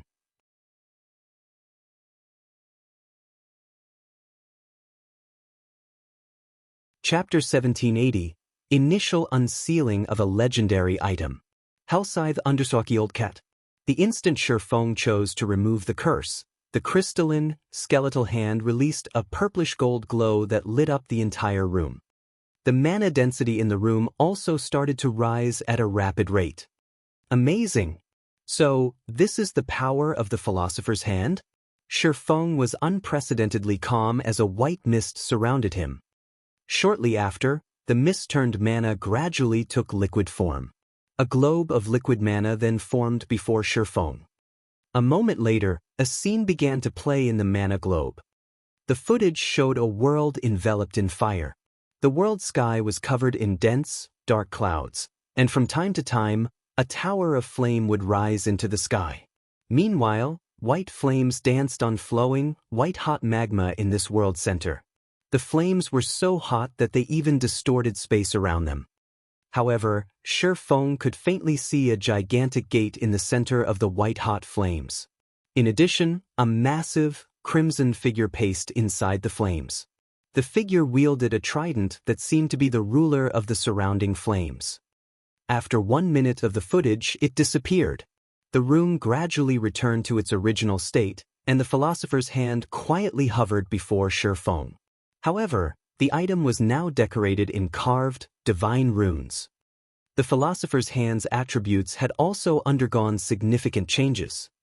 Cursed Philosopher's Hand, legendary rank item.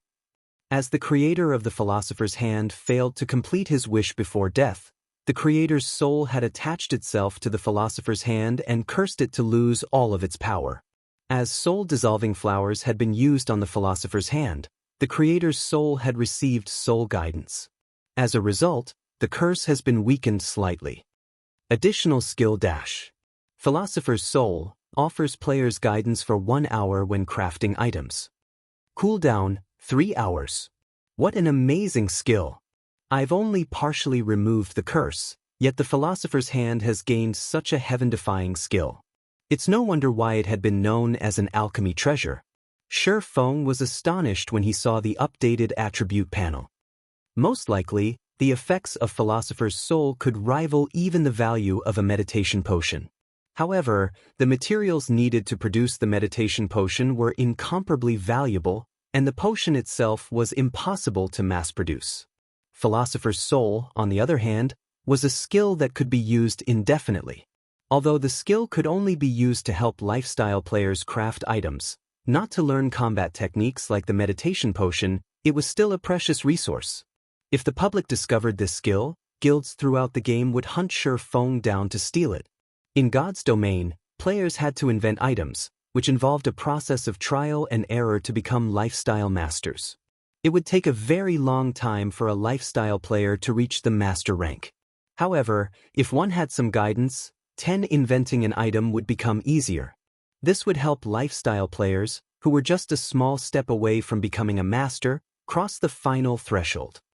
After just partially dissolving the curse on the philosopher's hand, it offered such a powerful skill.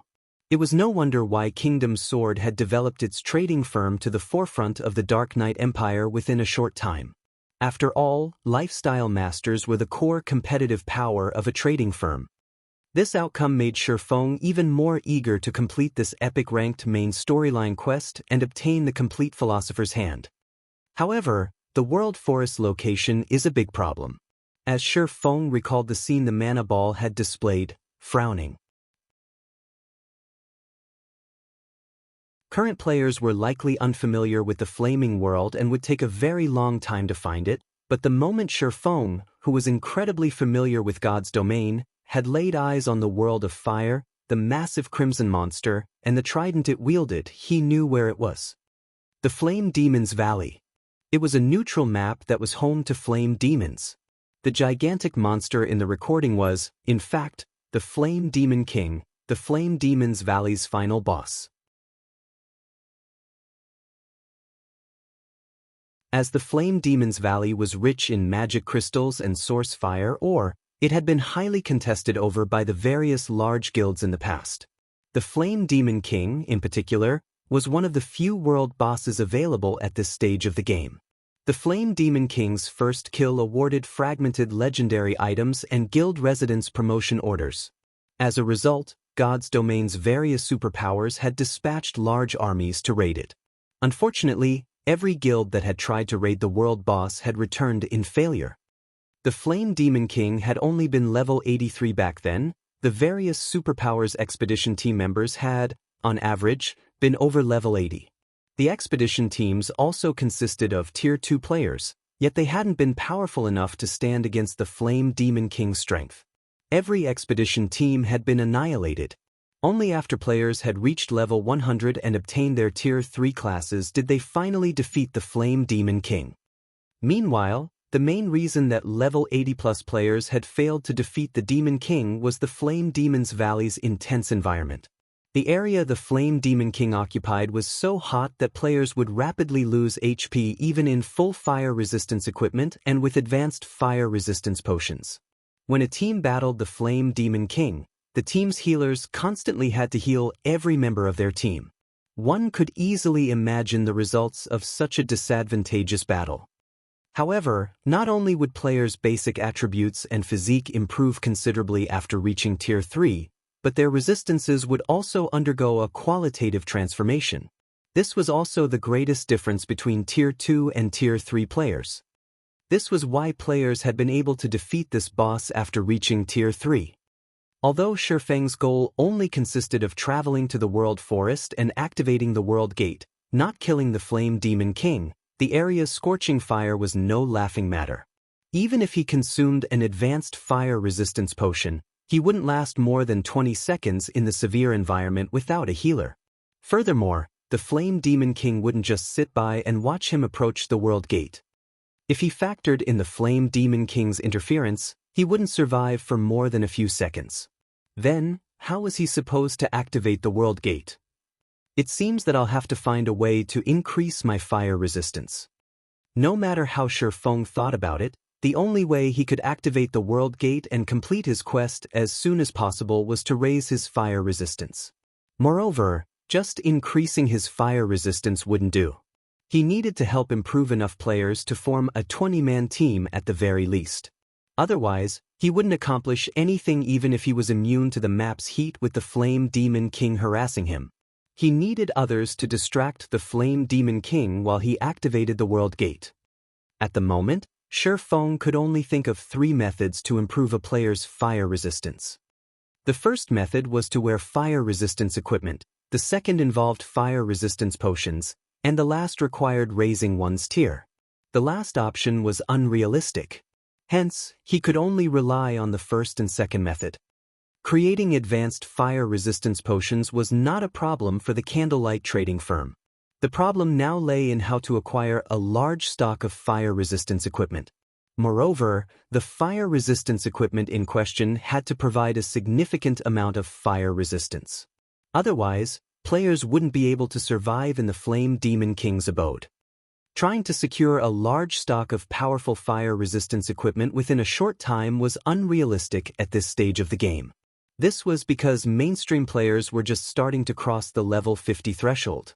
Team dungeons that dropped resistance equipment were still extremely rare. Hence, resistance equipment was very rare at this level, much less excellent resistance equipment. Only after players reached level 70 and above would resistance equipment start to become available in greater quantities. There's no other choice. I can only return and have Aqua Rose and Gentle Snow prioritize team dungeons that drop fire resistance equipment. Shifeng sighed.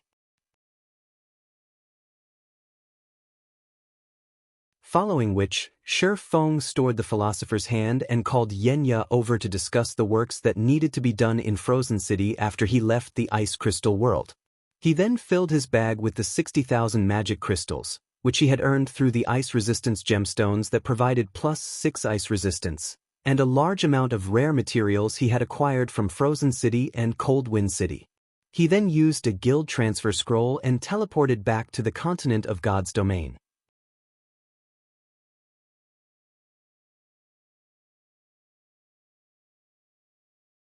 Chapter 1781. Tremendous Changes. Hellscythe Undersaki Old Cat. Star Moon Kingdom, Zero Wing City.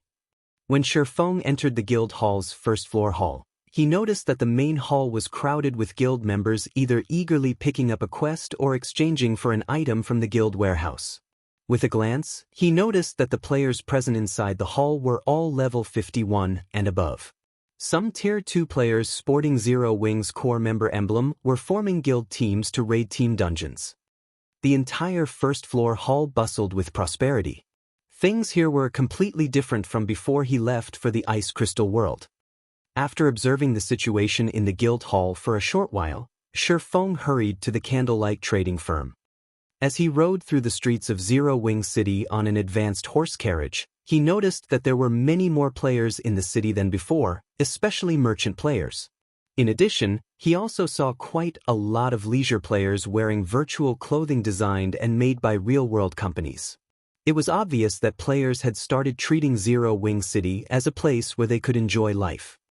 Aside from merchant players and leisure players, there was also a marked increase in expert players in the city. Just within his field of vision alone right now, Shifeng already spotted several dozen level 53 and above expert players and even 2 extremely rare Tier 2 players. This was a situation that could not be found even in Frozen City. However, the greatest change to Zero Wing City was the horse carriages on the streets. Convoys of carriages frequently drove past Shifeng. These convoys mostly belonged to NPC merchant caravans, the presence of which also represented the prosperity of a city. And the more there were of such caravans inside a city, the more prosperous a city was. After Zero Wing City's prosperity reached a certain degree, so long as the city met certain safety requirements, it could get promoted from a basic city to an intermediate city. In Shifeng's opinion, Zero Wing City's promotion was imminent. If a guild wished to promote its basic city to an intermediate city, the city needed sufficient popularity. The presence of NPC merchants on the streets was a good benchmark for a city's popularity, something which the various large guilds in the past had discovered after collecting sample information from multiple guild cities. Normally, when half of the merchant caravans present in the city were made up of advanced transport carriages, a basic city already possessed sufficient popularity to become an intermediate city. Meanwhile, roughly 1/3 of the merchant-owned carriages present inside Zero Wing City were advanced transport carriages. The city was not far off from attaining the needed popularity. Zero Wing City's development speed thoroughly exceeded Shifeng's expectations. What with the 4 towers of elements in Zero Wing City, it already fulfilled the security requirements to become an intermediate city. In other words, so long as Zero Wing City achieved sufficient popularity, it could immediately be promoted to an intermediate city. It would be great if Silverwing Town and the Lost Town could get promoted as quickly. Shifeng could not help but sigh ruefully as he looked at the streets through his carriage's window. Being Star Moon Kingdom's first guild city provided Zero Wing City with a massive advantage. With the additional benefit of an advanced defensive construction like the 4 Towers of Elements, it was basically impossible to stop Zero Wing City from developing rapidly. On the other hand, Silverwing Town and the Lost Town, which were both located in neutral maps, did not possess such an advantage. After riding on the horse carriage for about 10 minutes, Shifeng arrived before the candlelight trading firm, which was as lively as ever.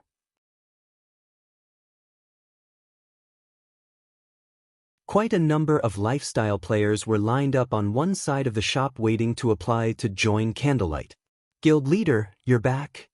Melancholic Smile, who was currently busy handling recruitment procedures on the second-floor hall, was pleasantly surprised to see Shifeng. Michim, what's the situation in Zero Wing City and Candlelight right now? Shifeng asked when he saw Melancholic Smile approaching him.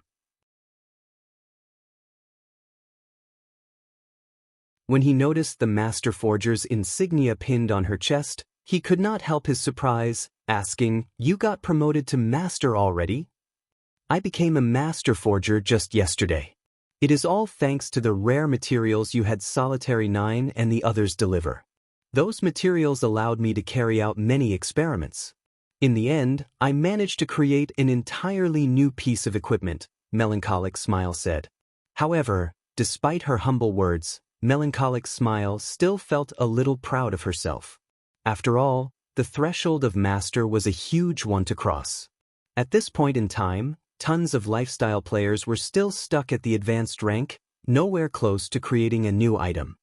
"Since you've already been promoted to a Master Forger, I'll hand over these designs to you," Shifeng said, taking out a few designs from his bag. He had obtained these designs from the Snow Ruin.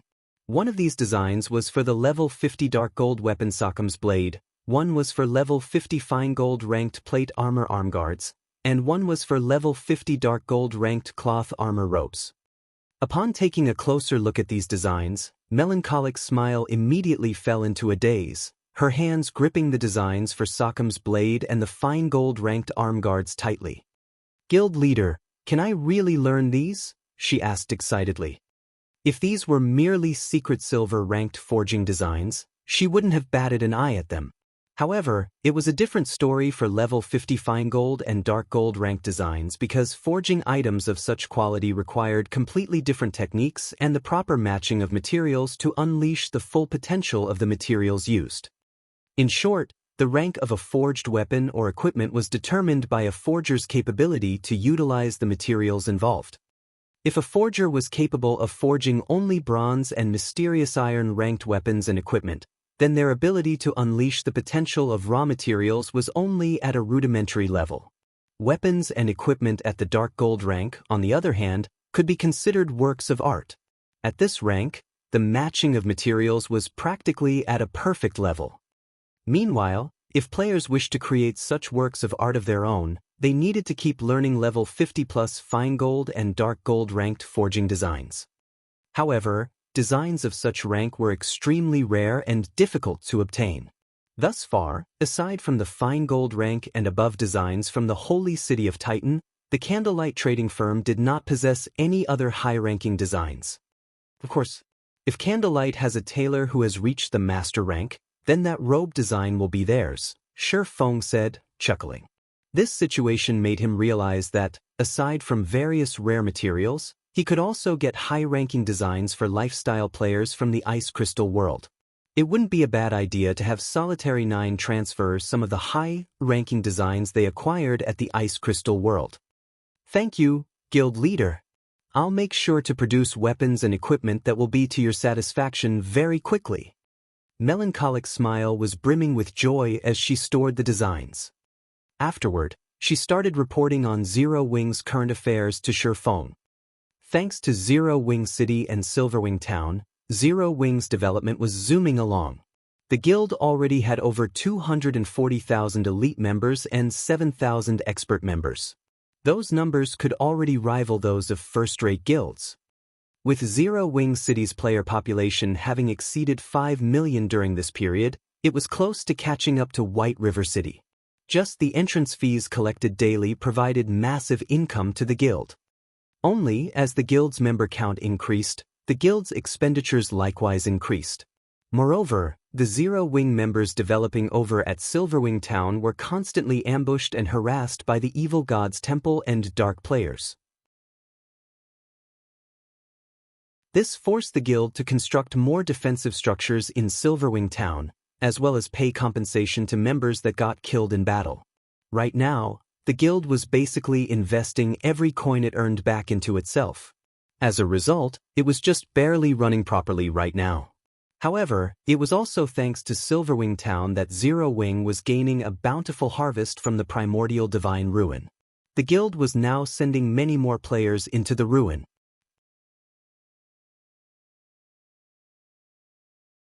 After hearing Melancholic Smile's report, Shi Feng, who had been cudgeling his brain over the collection of fire-resistance equipment, relaxed considerably. Now that the guild had so many experts, having a portion of them focus specifically on collecting fire-resistance equipment would not hamper the guild's operation.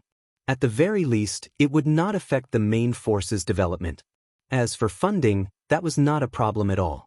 Afterward, Shi Feng emptied the rare materials inside his bag and stacked them up into miniature mountains inside Candlelight's warehouse. The sight of the materials Shi Feng took out rendered Melancholic Smile speechless. The amount of materials greatly exceeded the total amount that Solitary Nine's group had brought over in 2 trips. With so many rare materials, they could earn a fortune just by selling the materials directly. If they turned these materials into products and sold them, they would earn even more. After all, many of these materials were suitable for producing level 50 weapons and equipment at the secret silver rank and above. If they made these weapons and equipment and sold them, they would rake in a ridiculous amount of money. Right, guild leader, I have an item here that the secret pavilion sent over. Originally, the secret pavilion's representatives stated that they had to hand it over to you in person. However, since you weren't around, after they made several visits, they ended up giving up and passed it to me for safekeeping instead, Melancholic Smile said. She then took out a pitch-black gift box from her bag and handed it to Shi Feng. An item from the secret pavilion? After receiving the gift box, Shi Feng immediately opened it out of curiosity.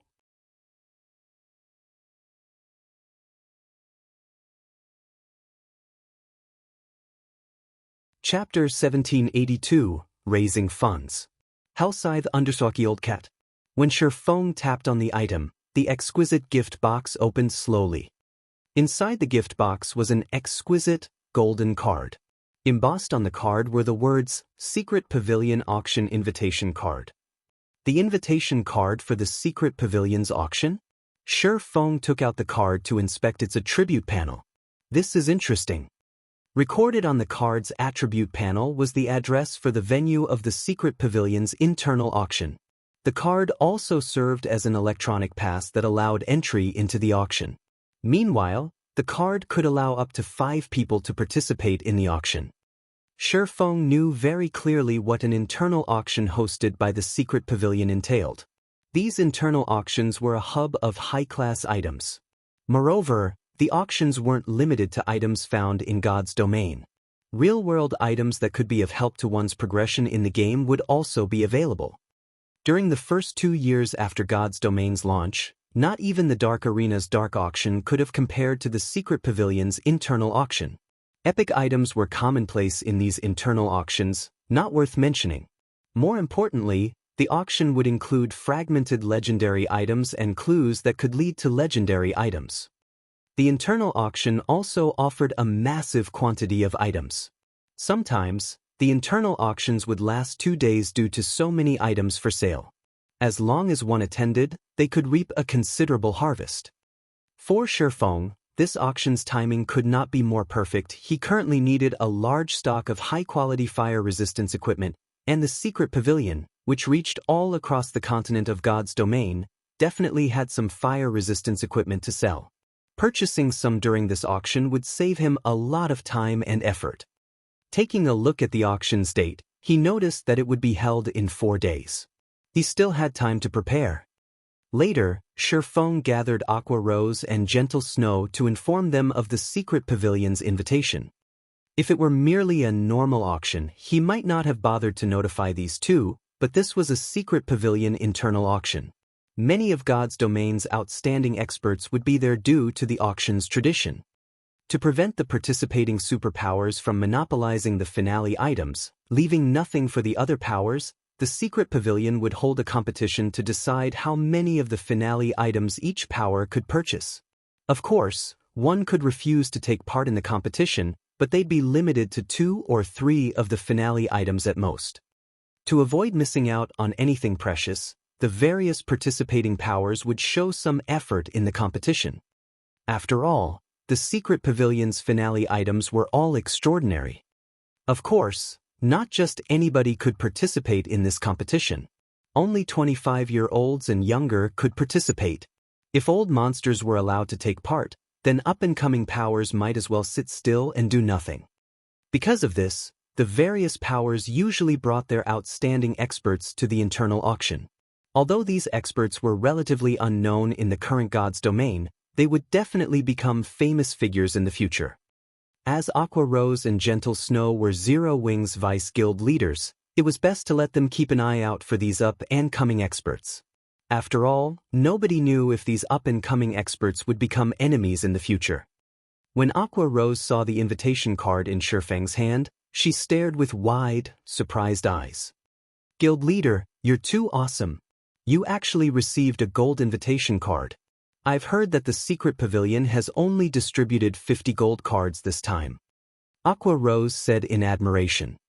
The secret pavilion's internal auction was a grand event in the virtual gaming world.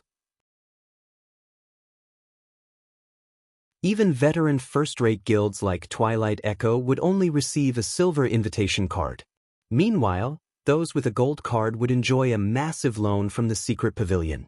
Even if one attended the event with empty pockets, they could use the gold card to purchase some items, paying their bill several days later. This provided a massive advantage in the auction.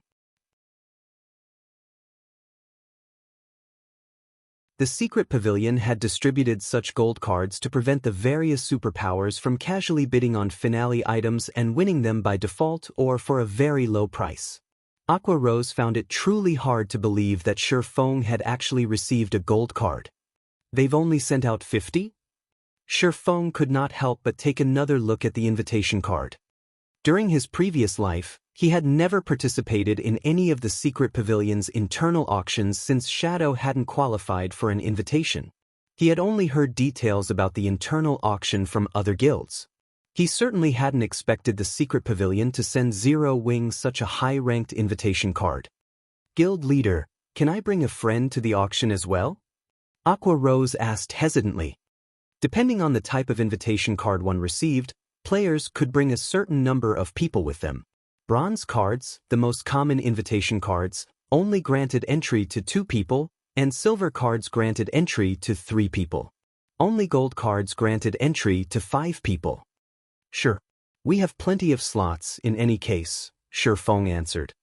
He had only intended to bring Aqua Rose and Gentle Snow to the auction. No one else really mattered.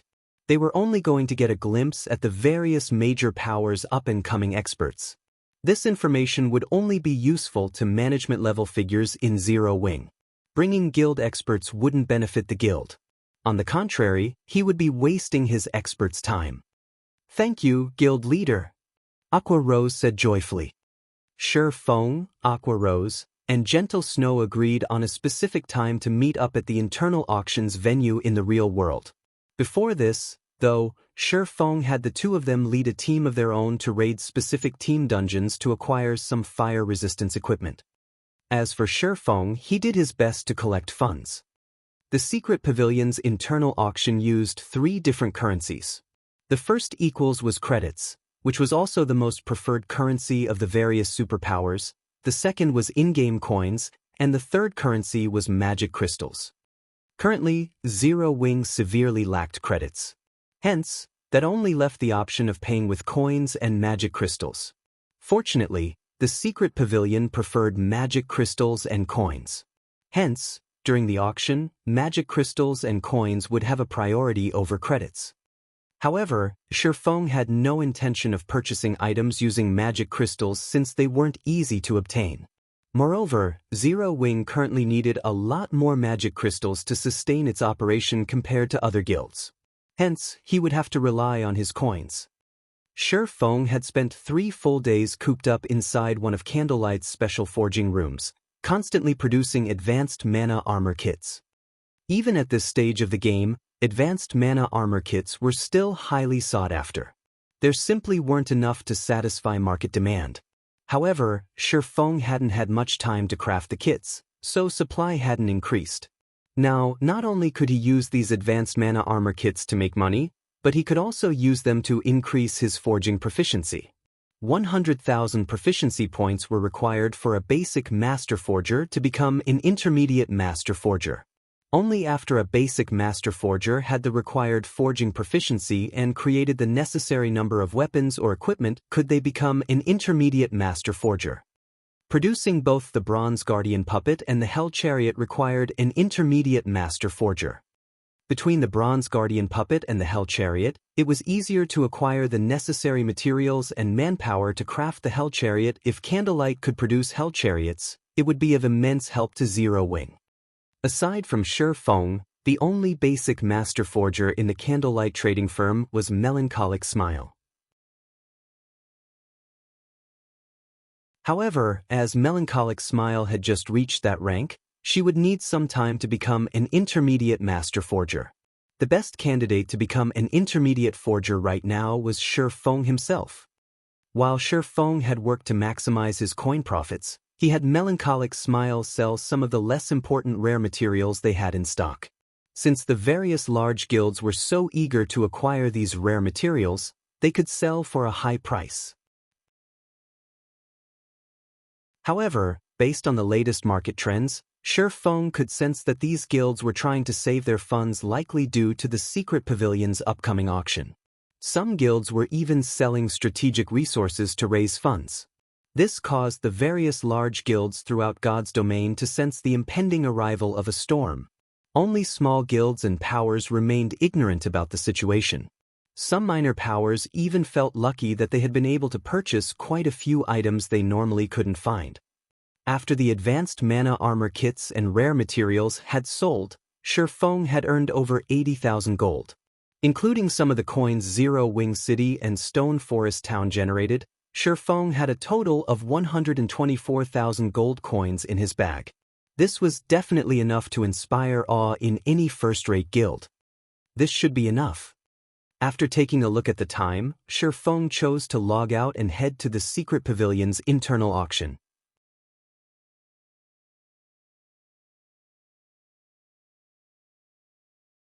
Chapter 1783, Secret Pavilion Auction. Hellscythe _ Old Cat. Tianyuan City, Secret Pavilion Branch. The branch headquarters was a 181-story tall building that stood in the city's business district. The area the building occupied could fit a stadium that could accommodate 100,000 people. It was one of the most iconic buildings in the entire city. It was also where countless gamers wished to work. Currently, curious passers-by had gathered on the street outside of the building. This was because today, the Secret Pavilion branch, which generally saw little traffic, was quite lively. One luxury hovercar after another slid to a stop before the building's entrance, with easily over 100 in line. The crowd also gaped in shock when they saw the individuals who alighted from these hovercars. Isn't that 1,000 Miles, the vice guild leader of the super first-rate guild Miracle? Why is he at Secret Pavilion's branch? That is Cleansed Rue, the vice guild leader of the first-rate guild 100 Flowers Pavilion. She is so beautiful. Even the Dragon Phoenix Pavilion's 9 Dragons Emperor is here. What's going on?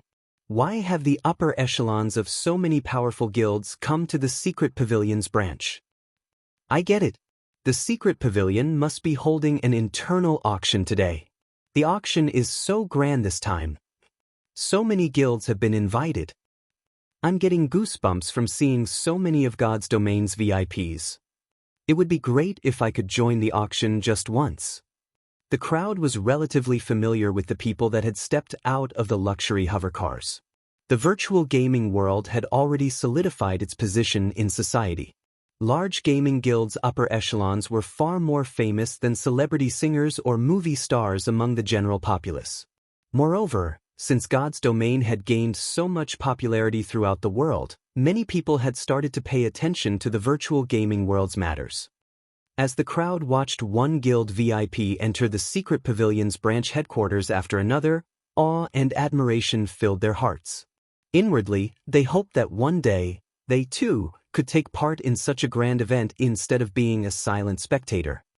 Sure enough, the rumors were true. The secret pavilion has gone all out this time. It has invited so many major corporations. 1,000 Miles, who stood in a corner of the branch headquarters' main lobby, revealed a smile as he watched the VIPs enter the building. Commander, if that is true, then we'll be in a tight spot. Based on our investigations, plenty of major corporations will be participating. I'm afraid that these corporations will compete with us over that item, a beautiful woman in a dark purple one-piece said, frowning. If Shi Feng were present right now, not even he would have guessed this beauty to be Silent March, the vice commander of Miracle's Purgatory Legion. She was far more charming and intellectual than her appearance in the game. We might not be a match for these corporations in terms of financial strength, but when it comes to resources in God's Domain, Miracle doesn't need to fear anyone. They won't necessarily win that item, 1,000 Miles said, smiling as he eyed the dozen or so corporation representatives conversing in the lobby. This internal auction was indeed much grander than before. Usually, major corporations that weren't related to the virtual gaming world didn't make an appearance. Not even the dark auction could lure these representatives. While the various VIPs in the brilliant lobby chatted, a group of 5 entered the building. The group consisted of 4 women and 1 man, and compared to the other participants, the man appeared average at best. Nobody would bat an eye at him if he walked past. However, 2 of the women beside him immediately attracted a lot of attention. One of these women radiated a cold, sacred feeling, her body akin to perfection itself. As for the other woman, she was radiant with an exquisite form. These women's smiles were so charming that others were unconsciously attracted. These women were none other than Gentle Snow and Aqua Rose, both appearing as they did in God's Domain. However, when Shi Feng actually met the 2 in person, he had been slightly surprised. Although there were many great beauties in the lobby, they were no match for Gentle Snow and Aqua Rose. As for the other 2 women in Shi Feng's group, one was his assistant, Liang Jing, while the other was Aqua Rose's so-called friend. In reality, though, this woman was Aqua Rose's elder cousin, and she looked quite similar to Aqua Rose. Although this female cousin wasn't quite as beautiful as Aqua Rose, she radiated a mature, wise feeling. There are so many guilds here, Aqua Rose quietly exclaimed. After a brief glance at the people in the lobby, she noticed that many were celebrities in God's Domain. There are also quite a few corporate representatives. The secret pavilion's capabilities are quite impressive, Gentle Snow added, a hint of admiration in her eyes as she surveyed the room. Although some auctions in God's Domain could attract a few major corporations, these auctions definitely weren't as successful as the secret pavilion's internal auction. After watching the room for a moment, Gentle Snow had noticed 6 major corporations that were frequently on the news. Countless large guilds wanted to partner with these major corporations. Unfortunately, none of these guilds had gained these corporations' interest. On the contrary, these major corporations had annexed quite a few large guilds in God's Domain, developing their own guilds rapidly. Compared to Aqua Rose and Gentle Snow, though, Liang Jing, who stood behind Shi Feng, was utterly baffled. She simply could not understand what was going on, even wondering if she were dreaming. Just this morning, Shi Feng had her accompany him on the earliest flight to Tianyuan City. Then she had met Aqua Rose and Gentle Snow, surprised by their appearances. She had never actually expected Shifeng to know such stunning women. She had worked as the head secretary of Big Dipper's chairman Xiao for 3 years now, and she had seen many VIPs before. Based on gentle Snow and Aqua Rose's temperaments, she recognized that the women were far from ordinary.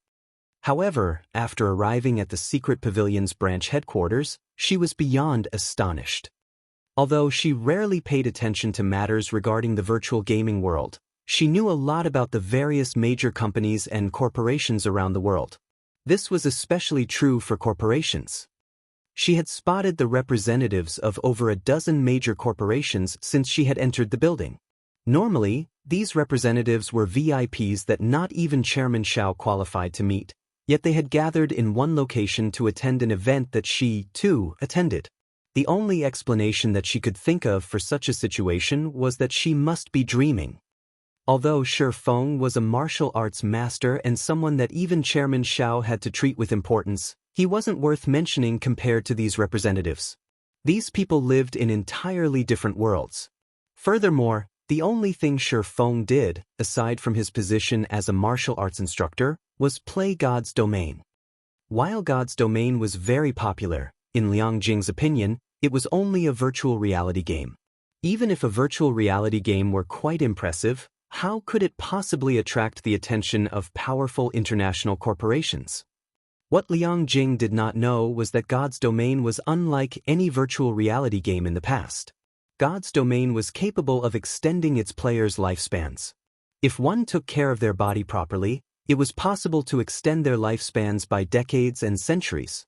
Hence, God's Domain had attracted the attention of countless corporations to compete over the game and its limited resources. While Liang Jing reminded herself that she must be dreaming, a healthy middle-aged man wearing an elegant suit and tie approached Shifeng's group. Upon noticing this middle-aged man, many first-rate guilds and super first-rate guilds' upper echelons turned to watch Shifeng's group. Damn it! Why did he choose Zero Wing? Nine Dragons Emperor gritted his teeth, nearly cracking them, as he watched this elegant man stop before Shifeng. While Nine Dragons Emperor's eyes turned bloodshot, the middle-aged man introduced himself to Shifeng's group. Hello. You must be Zero Wing's representatives, right? Let me introduce myself. I am Lu Xinglua, the Starline Corporation's representative. May I know if we can find a quiet place for a proper chat? After the man introduced himself, some of the large guild's upper echelons, who hadn't recognized the representative, were dumbfounded. Even Liang Jing, who stood behind Shifeng, gaped when she learned the middle-aged man's identity. The Starline Corporation. That was one of the top 50 corporations in the entire world.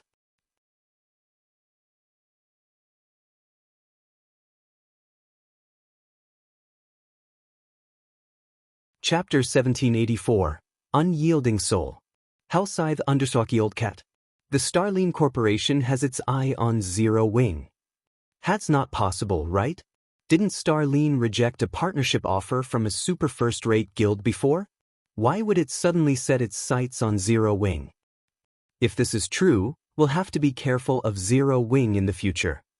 The corporate representatives and the upper echelon of various guilds inside the hall discussed among themselves in hushed tones as they watched Lu Xinglua and Shifeng's group enter a private lounge. Meanwhile, Nine Dragons Emperor, who had quietly watched these proceedings from a corner of the room, frowned deeply. Previously, he had sought out the Starline Corporation for partnership but got rejected outright. He did not even manage to meet with a corporate representative like Lu Xinglua. The Starline Corporation was one of the major corporations that had invested in God's Domain early on, unlike those that joined the struggle after the game had garnered global fame. Hence, the Starline Corporation already had a solid foundation in God's Domain, so much so that even the various superpowers feared the corporation greatly. If Zero Wing really partnered with the Starline Corporation, then he would have a much harder time dealing with Zero Wing in the future. Uncle Yuan, what do you think this is all about? Is the Starline Corporation actually trying to partner with Zero Wing? Purple Jade, who was wearing a white dress, asked curiously as she watched Shifeng's group enter the private lounge. I'm not sure. From what I know, the Starline Corporation has never taken the initiative to seek a partnership with a guild before. Could Zero Wing still have some secrets that we are not aware of? Yuan Tiexin replied, shaking his head. He was also very confused by this situation. In fact, even the secret pavilion wanted to collaborate with the Starline Corporation, which held a large amount of energy resources, especially the extremely rare high-level energy.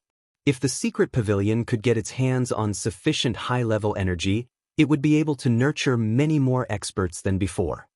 This was also the reason why many super first-rate guilds and super guilds sought a partnership with the Starline Corporation. Inside the spacious private lounge, both sides were currently seated on leather sofas and observing each other. At this moment, Shi Feng was honestly surprised that the famous Starline Corporation would approach Zero Wing.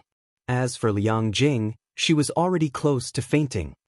After the silence persisted for a while, Lu Xinglua shifted his gaze to Aqua Rose's cousin, revealing a playful smile as he said, "Miss Mu Lingsha, your unyielding soul really is tenacious. Do you think that, just because you managed to worm your way into the secret pavilion's internal auction this time, you'll be able to obtain that thing and avoid defeat?" Due to Lu Xinglua's words, the atmosphere inside the room suddenly became tense.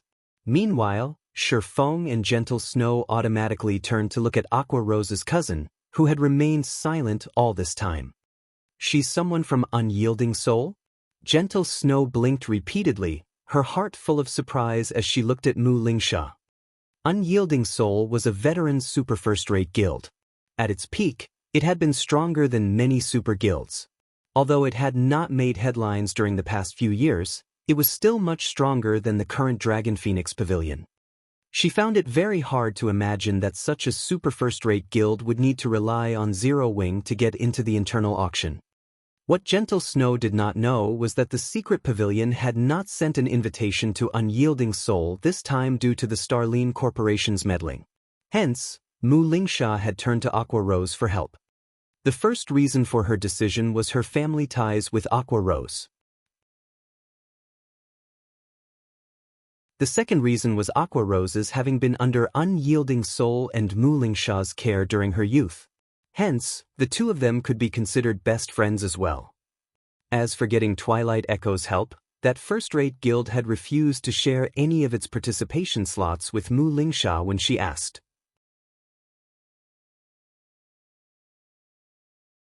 Just when Aqua Rose was feeling troubled by Mu Lingsha's request for help, Shi Feng happened to reveal that he had received an invitation, a golden invitation card at that. Since there were additional slots, Aqua Rose ended up asking for one for her cousin. Meanwhile, despite having heard Lu Xinglua's question, Mu Lingsha remained silent for a long time. Just as she was about to say something, Lu Xinglua turned his gaze to Shi Feng and Gentle Snow, who wore confused expressions on their faces. "It seems you don't know about this matter. I'll treat this as Zero Wing being ignorant and overlook your transgressions. Afterward, just notify the secret pavilion's security and have them escort Miss Mu out of the building. In compensation for your wasting a participation slot, I'll send you 1 million credits later," Lu Xinglua said. He then sent one last glance at Mu Lingsha before standing up to leave. At Lu Xinglua's words, Mu Lingsha fell into despair. In the secret pavilion's internal auction, nobody had the authority to meddle with the people brought along by other invited persons. Only the invited persons themselves were allowed to send away their companions. The Starline Corporation possessed massive influence both in the game and in the real world, as proven by the fact that the secret pavilion had not sent an invitation to Unyielding Soul this time. If even an entity as powerful as the secret pavilion had shrunk back because of the Starline Corporation, there was no need to mention what kind of response a minor existence like Zero Wing would make. Meanwhile, Aqua Rose, who was sitting beside Shi Feng, also turned pale at this turn of events. She had never thought that their actions would get discovered. Mu Lingsha was her best friend. However, Aqua Rose also owed Zero Wing a huge debt of gratitude. Caught in a dilemma, she was at a loss as to what to do. Just when Lu Xinglua's party made for the lounge's door, a voice suddenly rang out inside the room. 1 million credits? Chief Lu Shur is generous.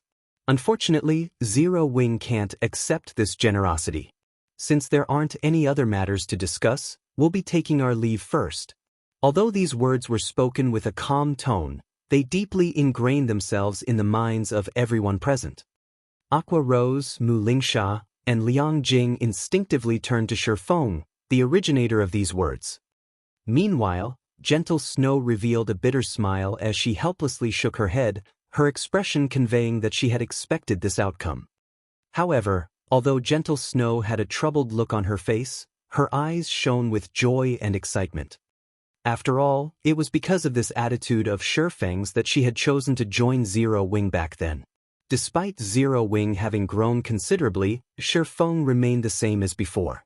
He did not change his principles just because he now had more responsibilities on his plate. Although Shifeng's decision would bring no small amount of trouble to the guild, she still strongly supported this decision. Guild leader. Aqua Rose was greatly moved as she looked at Shifeng, who currently wore a calm and indifferent expression. Meanwhile, Liang Jing's mouth was hanging wide open. Although she did not understand what exactly was going on here, she knew very clearly just how frightening the Starline Corporation was. If Shifeng were to blatantly defy Lu Xinglua, Starline's representative, he would definitely incur a disaster. Moreover, it would be a disaster that could drive even Chairman Xiao to despair. Lu Xinglua, who had just arrived at the door, suddenly stopped. Thinking he had misheard, he turned around and looked at Shifeng, who had just gotten up from the sofa, and asked, "Does this mean you are rejecting my goodwill?" Although Lu Xinglua had spoken in a very bland and calm tone, the air inside the room seemed to have frozen when he was done speaking, the atmosphere becoming somewhat stifling. The pressure he exerted with his words even made Liang Jing shudder. Lu Xinglua was only an ordinary person. However, behind him was a monumental existence. If he wanted to, he could easily crush a company like the Big Dipper Group at any time. I have taken your kindness to heart, however. Zero Wing does not need an outsider to tell it what it should or should not do, Shifeng replied coldly. After he was done speaking, he led Aqua Rose and the others out of the private lounge. A short moment later, only Lu Xinglua and the tall man standing beside him remained inside the private lounge. "Guild leader, do you need us to take action?" the tall man asked quietly. "No. This is the secret pavilion's territory. We naturally have to let the secret pavilion be the one to take action. Go and notify the secret pavilion's representative right now. Tell them that I do not wish to see Zero Wing in this auction," Lu Xinglua said, sneering as he watched the departing figures of Shifeng's group. "Understood." After hearing Lu Xinglua's words, the tall man promptly left the lounge to notify the secret pavilion.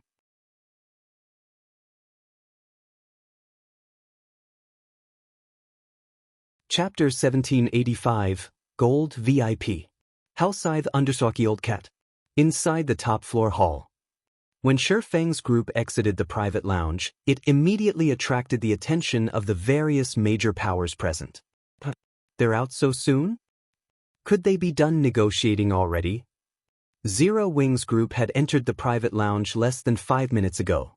Everyone could not control their curiosity at this sudden development. However, just as everyone was wondering about the results of the talks between Zero Wing and the Starline Corporation, a tall man wearing a black suit walked out of the private lounge as well. When this tall man exited the lounge, he sent a sneer at Shifeng's group before heading for Yuan Tiexin, who was entertaining the representatives of the various major powers present. What's going on? Did the negotiations fail? Everyone in the room was familiar with this tall man. After all, he was Lu Xinglua's bodyguard, who also served as his aide. Meanwhile, the bodyguard's expression was not what one would make after a successful negotiation. No matter how they looked at it, rather, it seemed more like he was ridiculing Zero Wing's group. Walking beside Shifeng, Aqua Rose noticed Lu Xinglua's bodyguard's direction, and her complexion darkened. Are they planning on using the secret pavilion to deal with us? Aqua Rose could not help frowning in worry as she watched the bodyguard getting increasingly closer to Yuan Tiexin. The Starline Corporation had already relied on its influence to stop the secret pavilion from sending an invitation to Unyielding Soul, a super first-rate guild. Getting the secret pavilion to remove Zero Wing from the auction would be even easier. If Zero Wing were to miss out on this internal auction, it would suffer a massive loss. No need to panic. Let's see how things develop first, Shi Feng said calmly as he looked at Lu Xingluo's bodyguard. If it really isn't possible, then we'll just leave. While it was indeed true that the items auctioned by the secret pavilion were extraordinary, Zero Wing was not so desperate that it would collapse just because it couldn't get them. At this time, Mu Lingsha walked up to Shi Feng. Thank you. Because of my problem, I have caused Zero Wing to provoke the Starline Corporation. I'd like to use a plot of land in Dark Knight City as compensation. The land is under my name and is located near the city's central district. Mu Lingsha thanked Shi Feng sincerely. When faced with the threats and pressure of the Starline Corporation, few would be willing to help Unyielding Soul. After all, even Twilight Echo, a veteran first-rate guild that had close ties with Unyielding Soul, had yielded to Starline's tyranny. Nonetheless, Zero Wing, a guild that had practically no relations with Unyielding Soul, had actually stood up to Starline for Unyielding Soul. Upon hearing Mu Lingsha's words, Aqua Rose and Gentle Snow turned involuntarily to look at her in surprise. They had never thought that Mu Lingsha would use a valuable plot of land located within the Dark Knight Empire's imperial capital as a token of gratitude. Nowadays, major corporations and companies around the world were investing in God's domain, boosting the prices of lands in major NPC cities as a result, especially in kingdom capitals and imperial capitals. A plot of land without high potential would still sell for a fortune. As for those with high potential, even if one offered tens of thousands of gold to purchase such a land, nobody would be willing to sell. Shi Feng found it difficult to refuse such compensation. The Dark Knight Empire's imperial capital had a player population of over 10 million. If he could set up the Candlelight trading firm on this plot of land, the trading firm would gain access to all these players. At that time, Candlelight's income would definitely increase by a significant margin. Hence, Shi Feng ended up accepting Mu Lingsha's offer.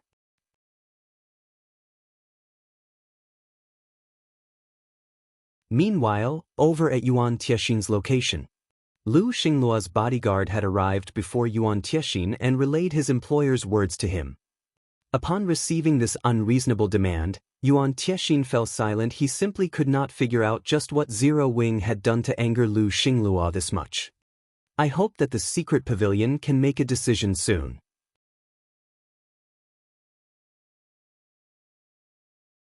The Starline Corporation dislikes having to wait, Lu Xingluo's bodyguard said in an indifferent tone. In his opinion, there was no need to consider this decision at all. The Starline Corporation was entirely out of Zero Wing's league. It would be in the secret pavilion's best interests to go along with the Starline Corporation's demands and remove Zero Wing from the auction. The nearby people who overheard the bodyguard's words were momentarily dumbfounded. They had never thought that Zero Wing would be so bold as to actually provoke the Starline Corporation. Zero Wing really is overestimating itself to go against the Starline Corporation. When Nine Dragons' Emperor received this piece of news, he could not help but laugh. Previously, he thought that Zero Wing would obtain the Starline Corporation's support. If that had happened, he would most likely be doomed. After all, Phoenix Rain would have indirectly gained a powerful helper in the fight to become the Great Pavilion Master. However, now that Zero Wing had provoked the Starline Corporation, not only did this outcome not provide Phoenix Rain with the slightest bit of help, but it would also become a huge hindrance to her becoming the Great Pavilion Master. After all, the guild elders would have to take the Starline Corporation into account when considering Phoenix Rain for the position. Meanwhile, when the various major powers attending the auction received news about this matter, they were similarly shocked. Zero Wing's foolishness had thoroughly exceeded their imagination. The guild had actually provoked the Starline Corporation for some unknown outsider. The Starline Corporation was in possession of plenty of high-level energy, which many superpowers had tried to purchase to no avail. Now that Zero Wing had become a thorn in the corporation's side, Many superpowers would probably gun for Zero Wing to curry favor with Starline. At that time, even if they failed to establish a partnership with the corporation, they should still be able to purchase some high-level energy to strengthen their own guilds. Damn it. The secret pavilion will most likely earn the Starline Corporation's favor. Zero Wing sure is pitiful. Despite this being the guild's first time at one of the secret pavilion's internal auctions, it is already going to get chased off before it can even take part in the actual auction. The representatives of the various superpowers looked at Shifeng's group with pity in their eyes.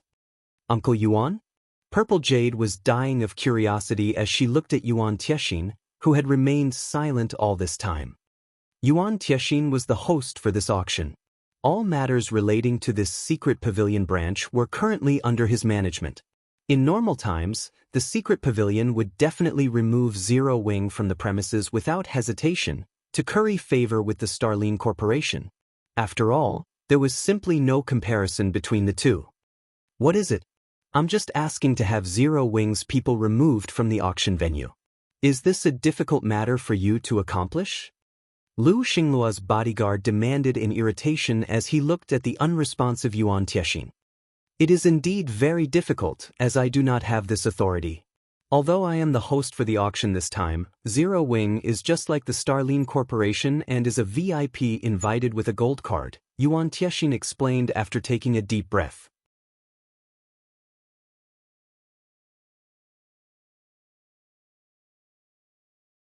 Chapter 1786, Book of Undying. Hellscythe _ Old Cat. Zero Wing received a gold card. Zero Wing's group does include 5 people. It's actually true. The various major powers, who perked up to listen in on the conversation between Yuan Tiexin and Lu Xingluo's bodyguard, couldn't help their surprise upon hearing this revelation. When the secret pavilion hosted an internal auction, it would only send 50 golden invitation cards. These gold cards would only be given to powers the secret pavilion acknowledged. The various representatives hadn't paid much attention to the number of people in Zero Wing's group. It was rare to see the powers with a gold card use all 5 of their slots. They generally only brought 2 or 3 people. Hence, the major powers that attended the secret pavilion's internal auction had stopped paying attention to how many attendees a particular power had with it. They were all quite familiar with the powers that qualified for a gold card, and even if some people arrived as a group of 5, it was likely that 2 friendly powers had decided to attend together. However, most of the eavesdropping powers were more surprised to learn that the Starline Corporation wanted Zero Wing removed than they were to learn that the secret pavilion had invited the guild as a gold VIP. So what if Zero Wing received a gold invitation? Lu Xingluo's bodyguard asked nonchalantly. Although he was Lu Xingluo's bodyguard, he was also an expert in God's domain. He knew a significant amount about the game. Had the Starline Corporation not dissuaded the secret pavilion from sending an invitation to Unyielding Soul, the guild would have received a gold card, treated like a gold VIP, yet due to the corporation's interference, hadn't the secret pavilion failed to send the super first-rate guild an invitation? Is that so? Yuan Tiexin responded with a tinge of anger in his voice. The secret pavilion will not rescind an invitation from any of its guests, regardless of if they are bronze or silver VIPs, unless they have made a mistake. If you have nothing else, please wait in the banquet hall quietly. The auction will begin soon. Not inviting someone to the auction and removing an invited person from the auction were 2 entirely different things. If word got out that the secret pavilion had removed Zero Wing from the auction at the Starline Corporation's request, who would dare do business with the secret pavilion in the future? Although the high-level energy in the Starline Corporation's possession was indeed tempting, the secret pavilion did not necessarily need the Starline Corporation to acquire high-level energy. There were still plenty of major corporations that had the resource.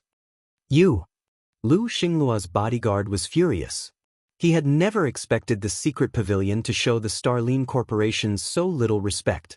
As he thought about correcting this insult, he locked eyes with Yuan Tiexin's 2 bodyguards, whose auras were no weaker than his. Clenching his teeth, he turned and left. The spectating powers were dumbfounded. None of them had dreamed that the secret pavilion would disrespect the Starline Corporation. However, the representatives from the various super first-rate guilds and super guilds weren't overly surprised about the outcome.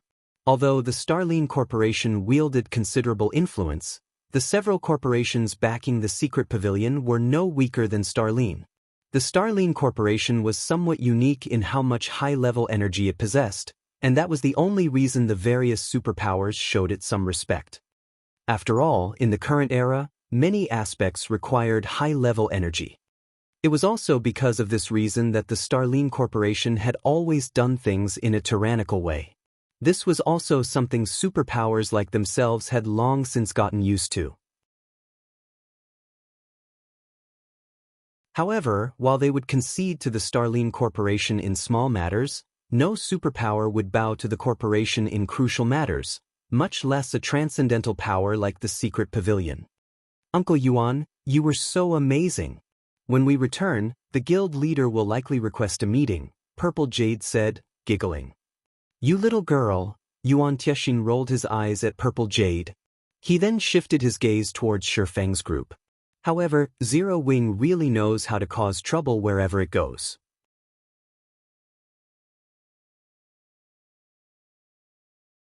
It even dares to meddle in matters between the Starline Corporation and Unyielding Soul.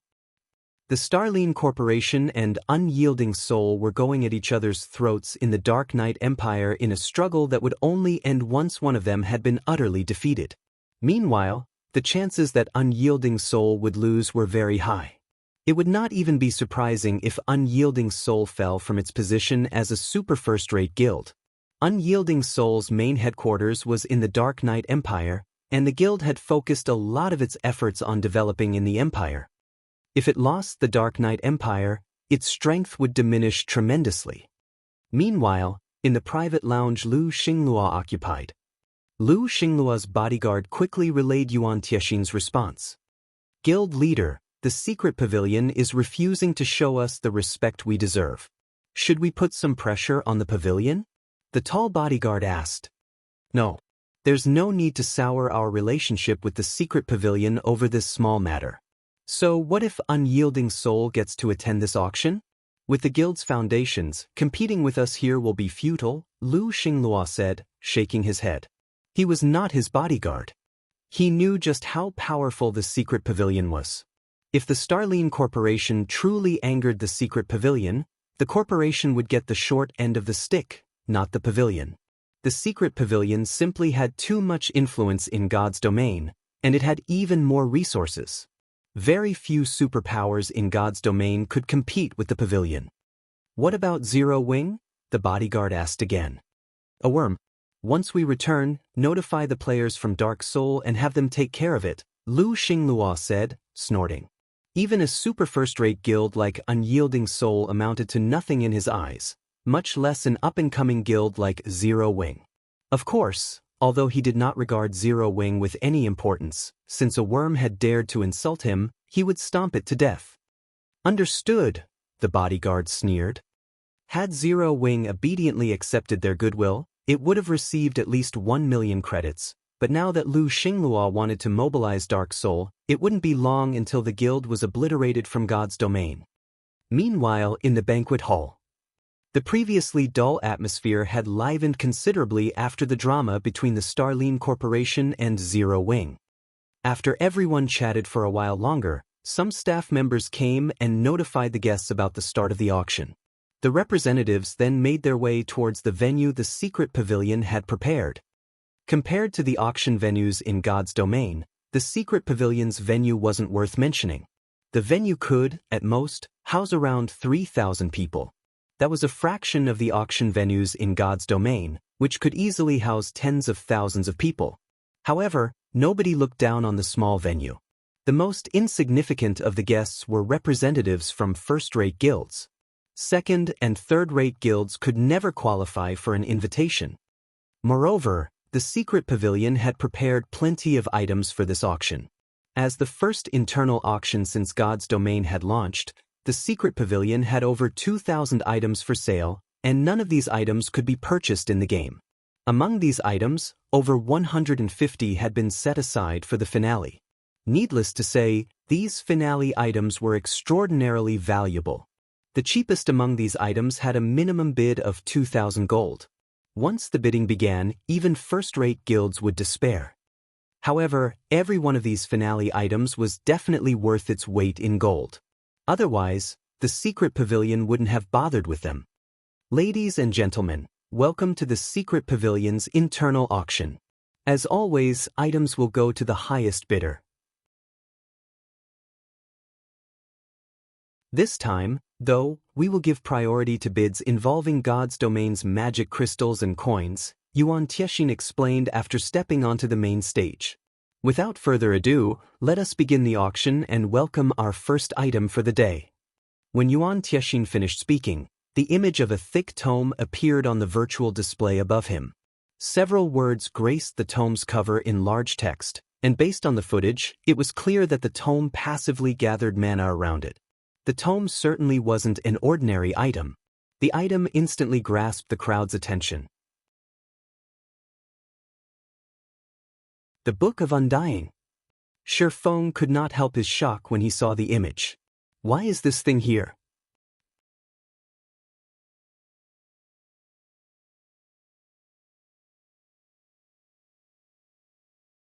Chapter 1787. Tome of Astronomical Value. Hellscythe _ Old Cat. Inside the luxurious auction hall. Upon seeing the Book of Undying, every representative's eyes shone with greed. Although they couldn't read the tome's statistics like they could in God's domain, all of these people were representatives from major powers. They all possessed great insight. As expected of the secret pavilion. The first time is already so frightening. The various major powers present could not help but discuss the Book of Undying. When Yuan Tiexin saw the crowd before him stir, he was immensely satisfied. This had been the reaction he had aimed for when he chose the Book of Undying as the first item. I believe that you all recognize the rarity of this Book of Undying. For the buyer's benefit, I won't share the specifics of this tome's attributes. I will only give a general summary. This tome is a dark gold ranked item. Even so, it is a super rare item that can resurrect the dead. This item will halve the death penalty for players it resurrects. It can also be used on NPCs. I believe you can recognize its value, Yuan Tiexin explained. After hearing the item's introduction, everyone in the venue became even more passionate to acquire the Book of Undying. The various superpowers representatives, in particular, felt their blood pressure rise considerably. The Book of Undying's ability to resurrect players was subpar at best. After all, there were plenty of tools and skills in God's domain that had the ability to alleviate the death penalty players suffered. However, it was an entirely different story if the Book of Undying could resurrect NPCs. The Book of Undying was especially valuable to superpowers that possessed powerful personal guards. Although there were other means to resurrect a personal guard, these means were not easy to accomplish. Moreover, the price one had to pay to use these means was astronomical. Hence, superpowers generally avoided risking their personal guards. However, as the Book of Undying was a dark gold item, not a one-time use item, it could be used indefinitely. In other words, with this item, one could freely resurrect their personal guards. They would not have to worry about their personal guards dying by accident. The Book of Undying was far more valuable than some ordinary epic item. I won't waste your time. The starting price is 1,000 gold, with each increment being no less than 50 gold. In addition, credit bids will not be accepted. Yuan Tiexin shouted. 1,500 gold. 2,000 gold. 2,500 gold. The price quickly soared to 5,000 gold, and the various major powers were surprised by how fast the price had risen. The bidding even troubled first-rate guilds. Although their guilds earned quite a bit of wealth every day, their daily operations required a lot of coins and resources. In preparation for the auction today, the various major powers had raised a significant amount of funding, but even so, these first-rate guilds had only prepared around 30 to 40,000 gold. They couldn't possibly throw all their money at a single item. Moreover, all of the attending powers had specific targets in mind. They all wanted to win the items that their guilds needed most. 8,000 gold. Nine Dragons Emperor, who sat in one of the second-floor rooms, increased the price by 3,000 gold, immediately silencing the various major powers in the first-floor hall. While the various powers could afford to raise the bid further, on the off chance that they won the tome, they'd have trouble winning the items they truly wanted. 10,000 gold. However, a few seconds after the 8,000 gold bid went up, Shi Feng, who occupied room number 8, raised it. Who placed that bid? You can buy epic equipment with that kind of money. It seems Zero Wing is the bidder. This is insane. This is only the first auction item. The major powers in the first-floor hall could not help but turn to look at Shi Feng's room, astonished by the man's generosity. What they didn't know, however, was that Shi Feng understood more about the Book of Undying than its current owner. He knew exactly how valuable the item was. On its own, the Book of Undying was only worth around 10,000 gold, roughly as much as an epic weapon. While the Book of Undying was capable of resurrecting NPCs, it wasn't capable of resurrecting all NPCs. The secret pavilion had failed to mention this bit of crucial information. At the end of the day, the Book of Undying for auction was only a dark gold item. Although the skill it possessed was heaven-defying, there was a limit to the skill's effects. At dark gold rank, the Book of Undying could only resurrect Tier 2 NPCs and players. It wouldn't be effective on Tier 3 and above existences. Otherwise, it wouldn't just be a dark gold item. This had been why the secret pavilion had been willing to part with the tome, putting it up for auction. The various major powers had likely guessed the tome's limitations as well, which explained why they weren't enthusiastic to purchase the item. If the Book of Undying were an epic item, the various superpowers would likely bid like madmen. No one would have been surprised to see the tome's price climb to 5 times more than its current bid. However, even though the Book of Undying was only dark gold rank, the fact that it was available was a pleasant surprise for Shi Feng. Although the tome wouldn't help him resurrect Tier 3 NPCs and above, it was enough for Shi Feng's uses right now. At the very least, he could involve Anna and Kite in combat without worrying about them dying. After Shi Feng had raised the bid for the Book of Undying to 10,000 gold, Nine Dragons Emperor gave up on the item. For him, the Book of Undying was a collector's item of sorts. Paying more for it wouldn't be worthwhile. 10,000 gold going once. 10,000 gold going twice. However, just when Yuan Tiexian was about to finalize the sale, a new bid appeared. 12,000 gold. Many people turned to the bidder in astonishment. Meanwhile, the person who had placed this new bid was none other than the Starline Corporation's Lu Xingluo.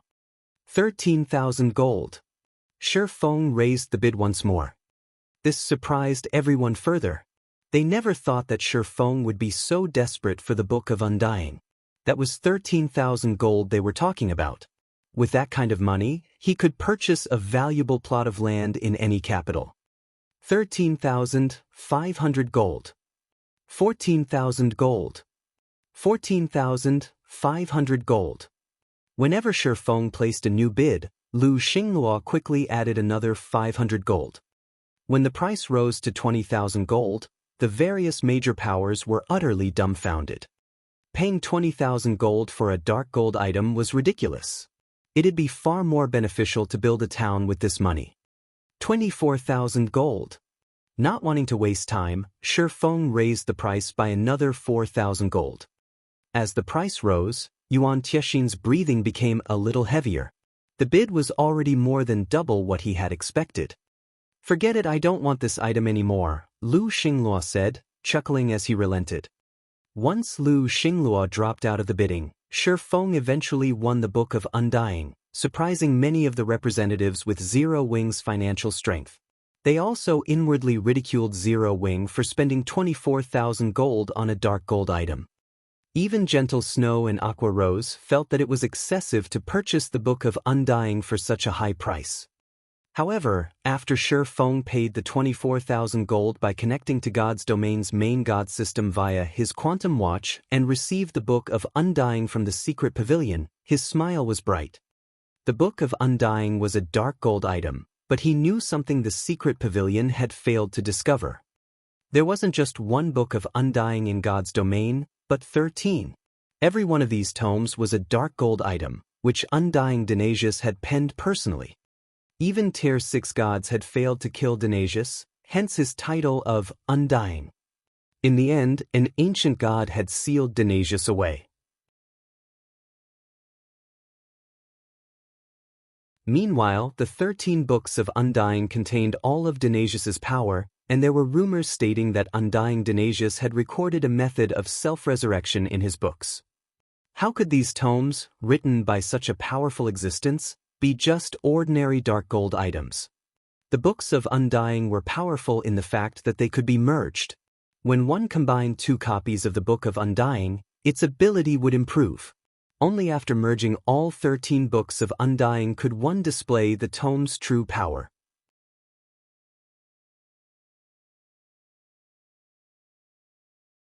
As for the complete books rank, no one had known even 10 years after God's Domain's launch. However, most people guessed that it would be a legendary item. This was because only 10 copies had ever been found, and the strongest book of Undying had only absorbed 2 other copies, reaching epic rank. As an epic item, the Book of Undying could resurrect Tier 3 NPCs. Now that a Book of Undying had appeared before him, it wouldn't do him any harm to start collecting the tomes now. On the off chance that he found 3 copies one day, he could upgrade the tome to epic rank, and it would be of great help to him. Once the Book of Undying's auction had concluded, Yuan Tiexin proceeded to introduce other auction items. However, none of the following items were nearly as valuable as that first tome. Moreover, representatives could pay for the following items with credits. Shi Feng had to admit that the secret pavilion offered a large variety of items, including 20-plus pieces of level 50 fine gold equipment and 50-plus level 50 secret silver equipment pieces that increased fire resistance. In the end, Shi Feng had spent over 7 threats gold to acquire all of them. If not for Lu Xingluo's interference, raising the price from time to time, he could have easily purchased this equipment for only 4,000 gold. By the time the ordinary items had sold, more than a day had passed. The secret pavilion then hosted a friendly competition to determine how many finale items each of the various powers could purchase. This friendly competition also gave everyone a glimpse of the various superpowers' up-and-coming experts. Finally, we'll start the bidding for our first finale item of the day, Yuan Tiexin announced, chuckling as he glanced at the second-floor rooms. I believe that many of you are familiar with this next item. On cue, several images appeared on the display above the stage. When these images had appeared, a commotion tore through the attentive crowd. Even the representatives in the second-floor rooms stared with bloodshot eyes.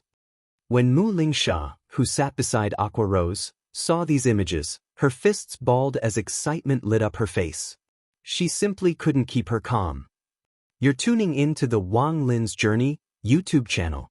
Don't forget to subscribe and join us on this journey to catch the most captivating stories.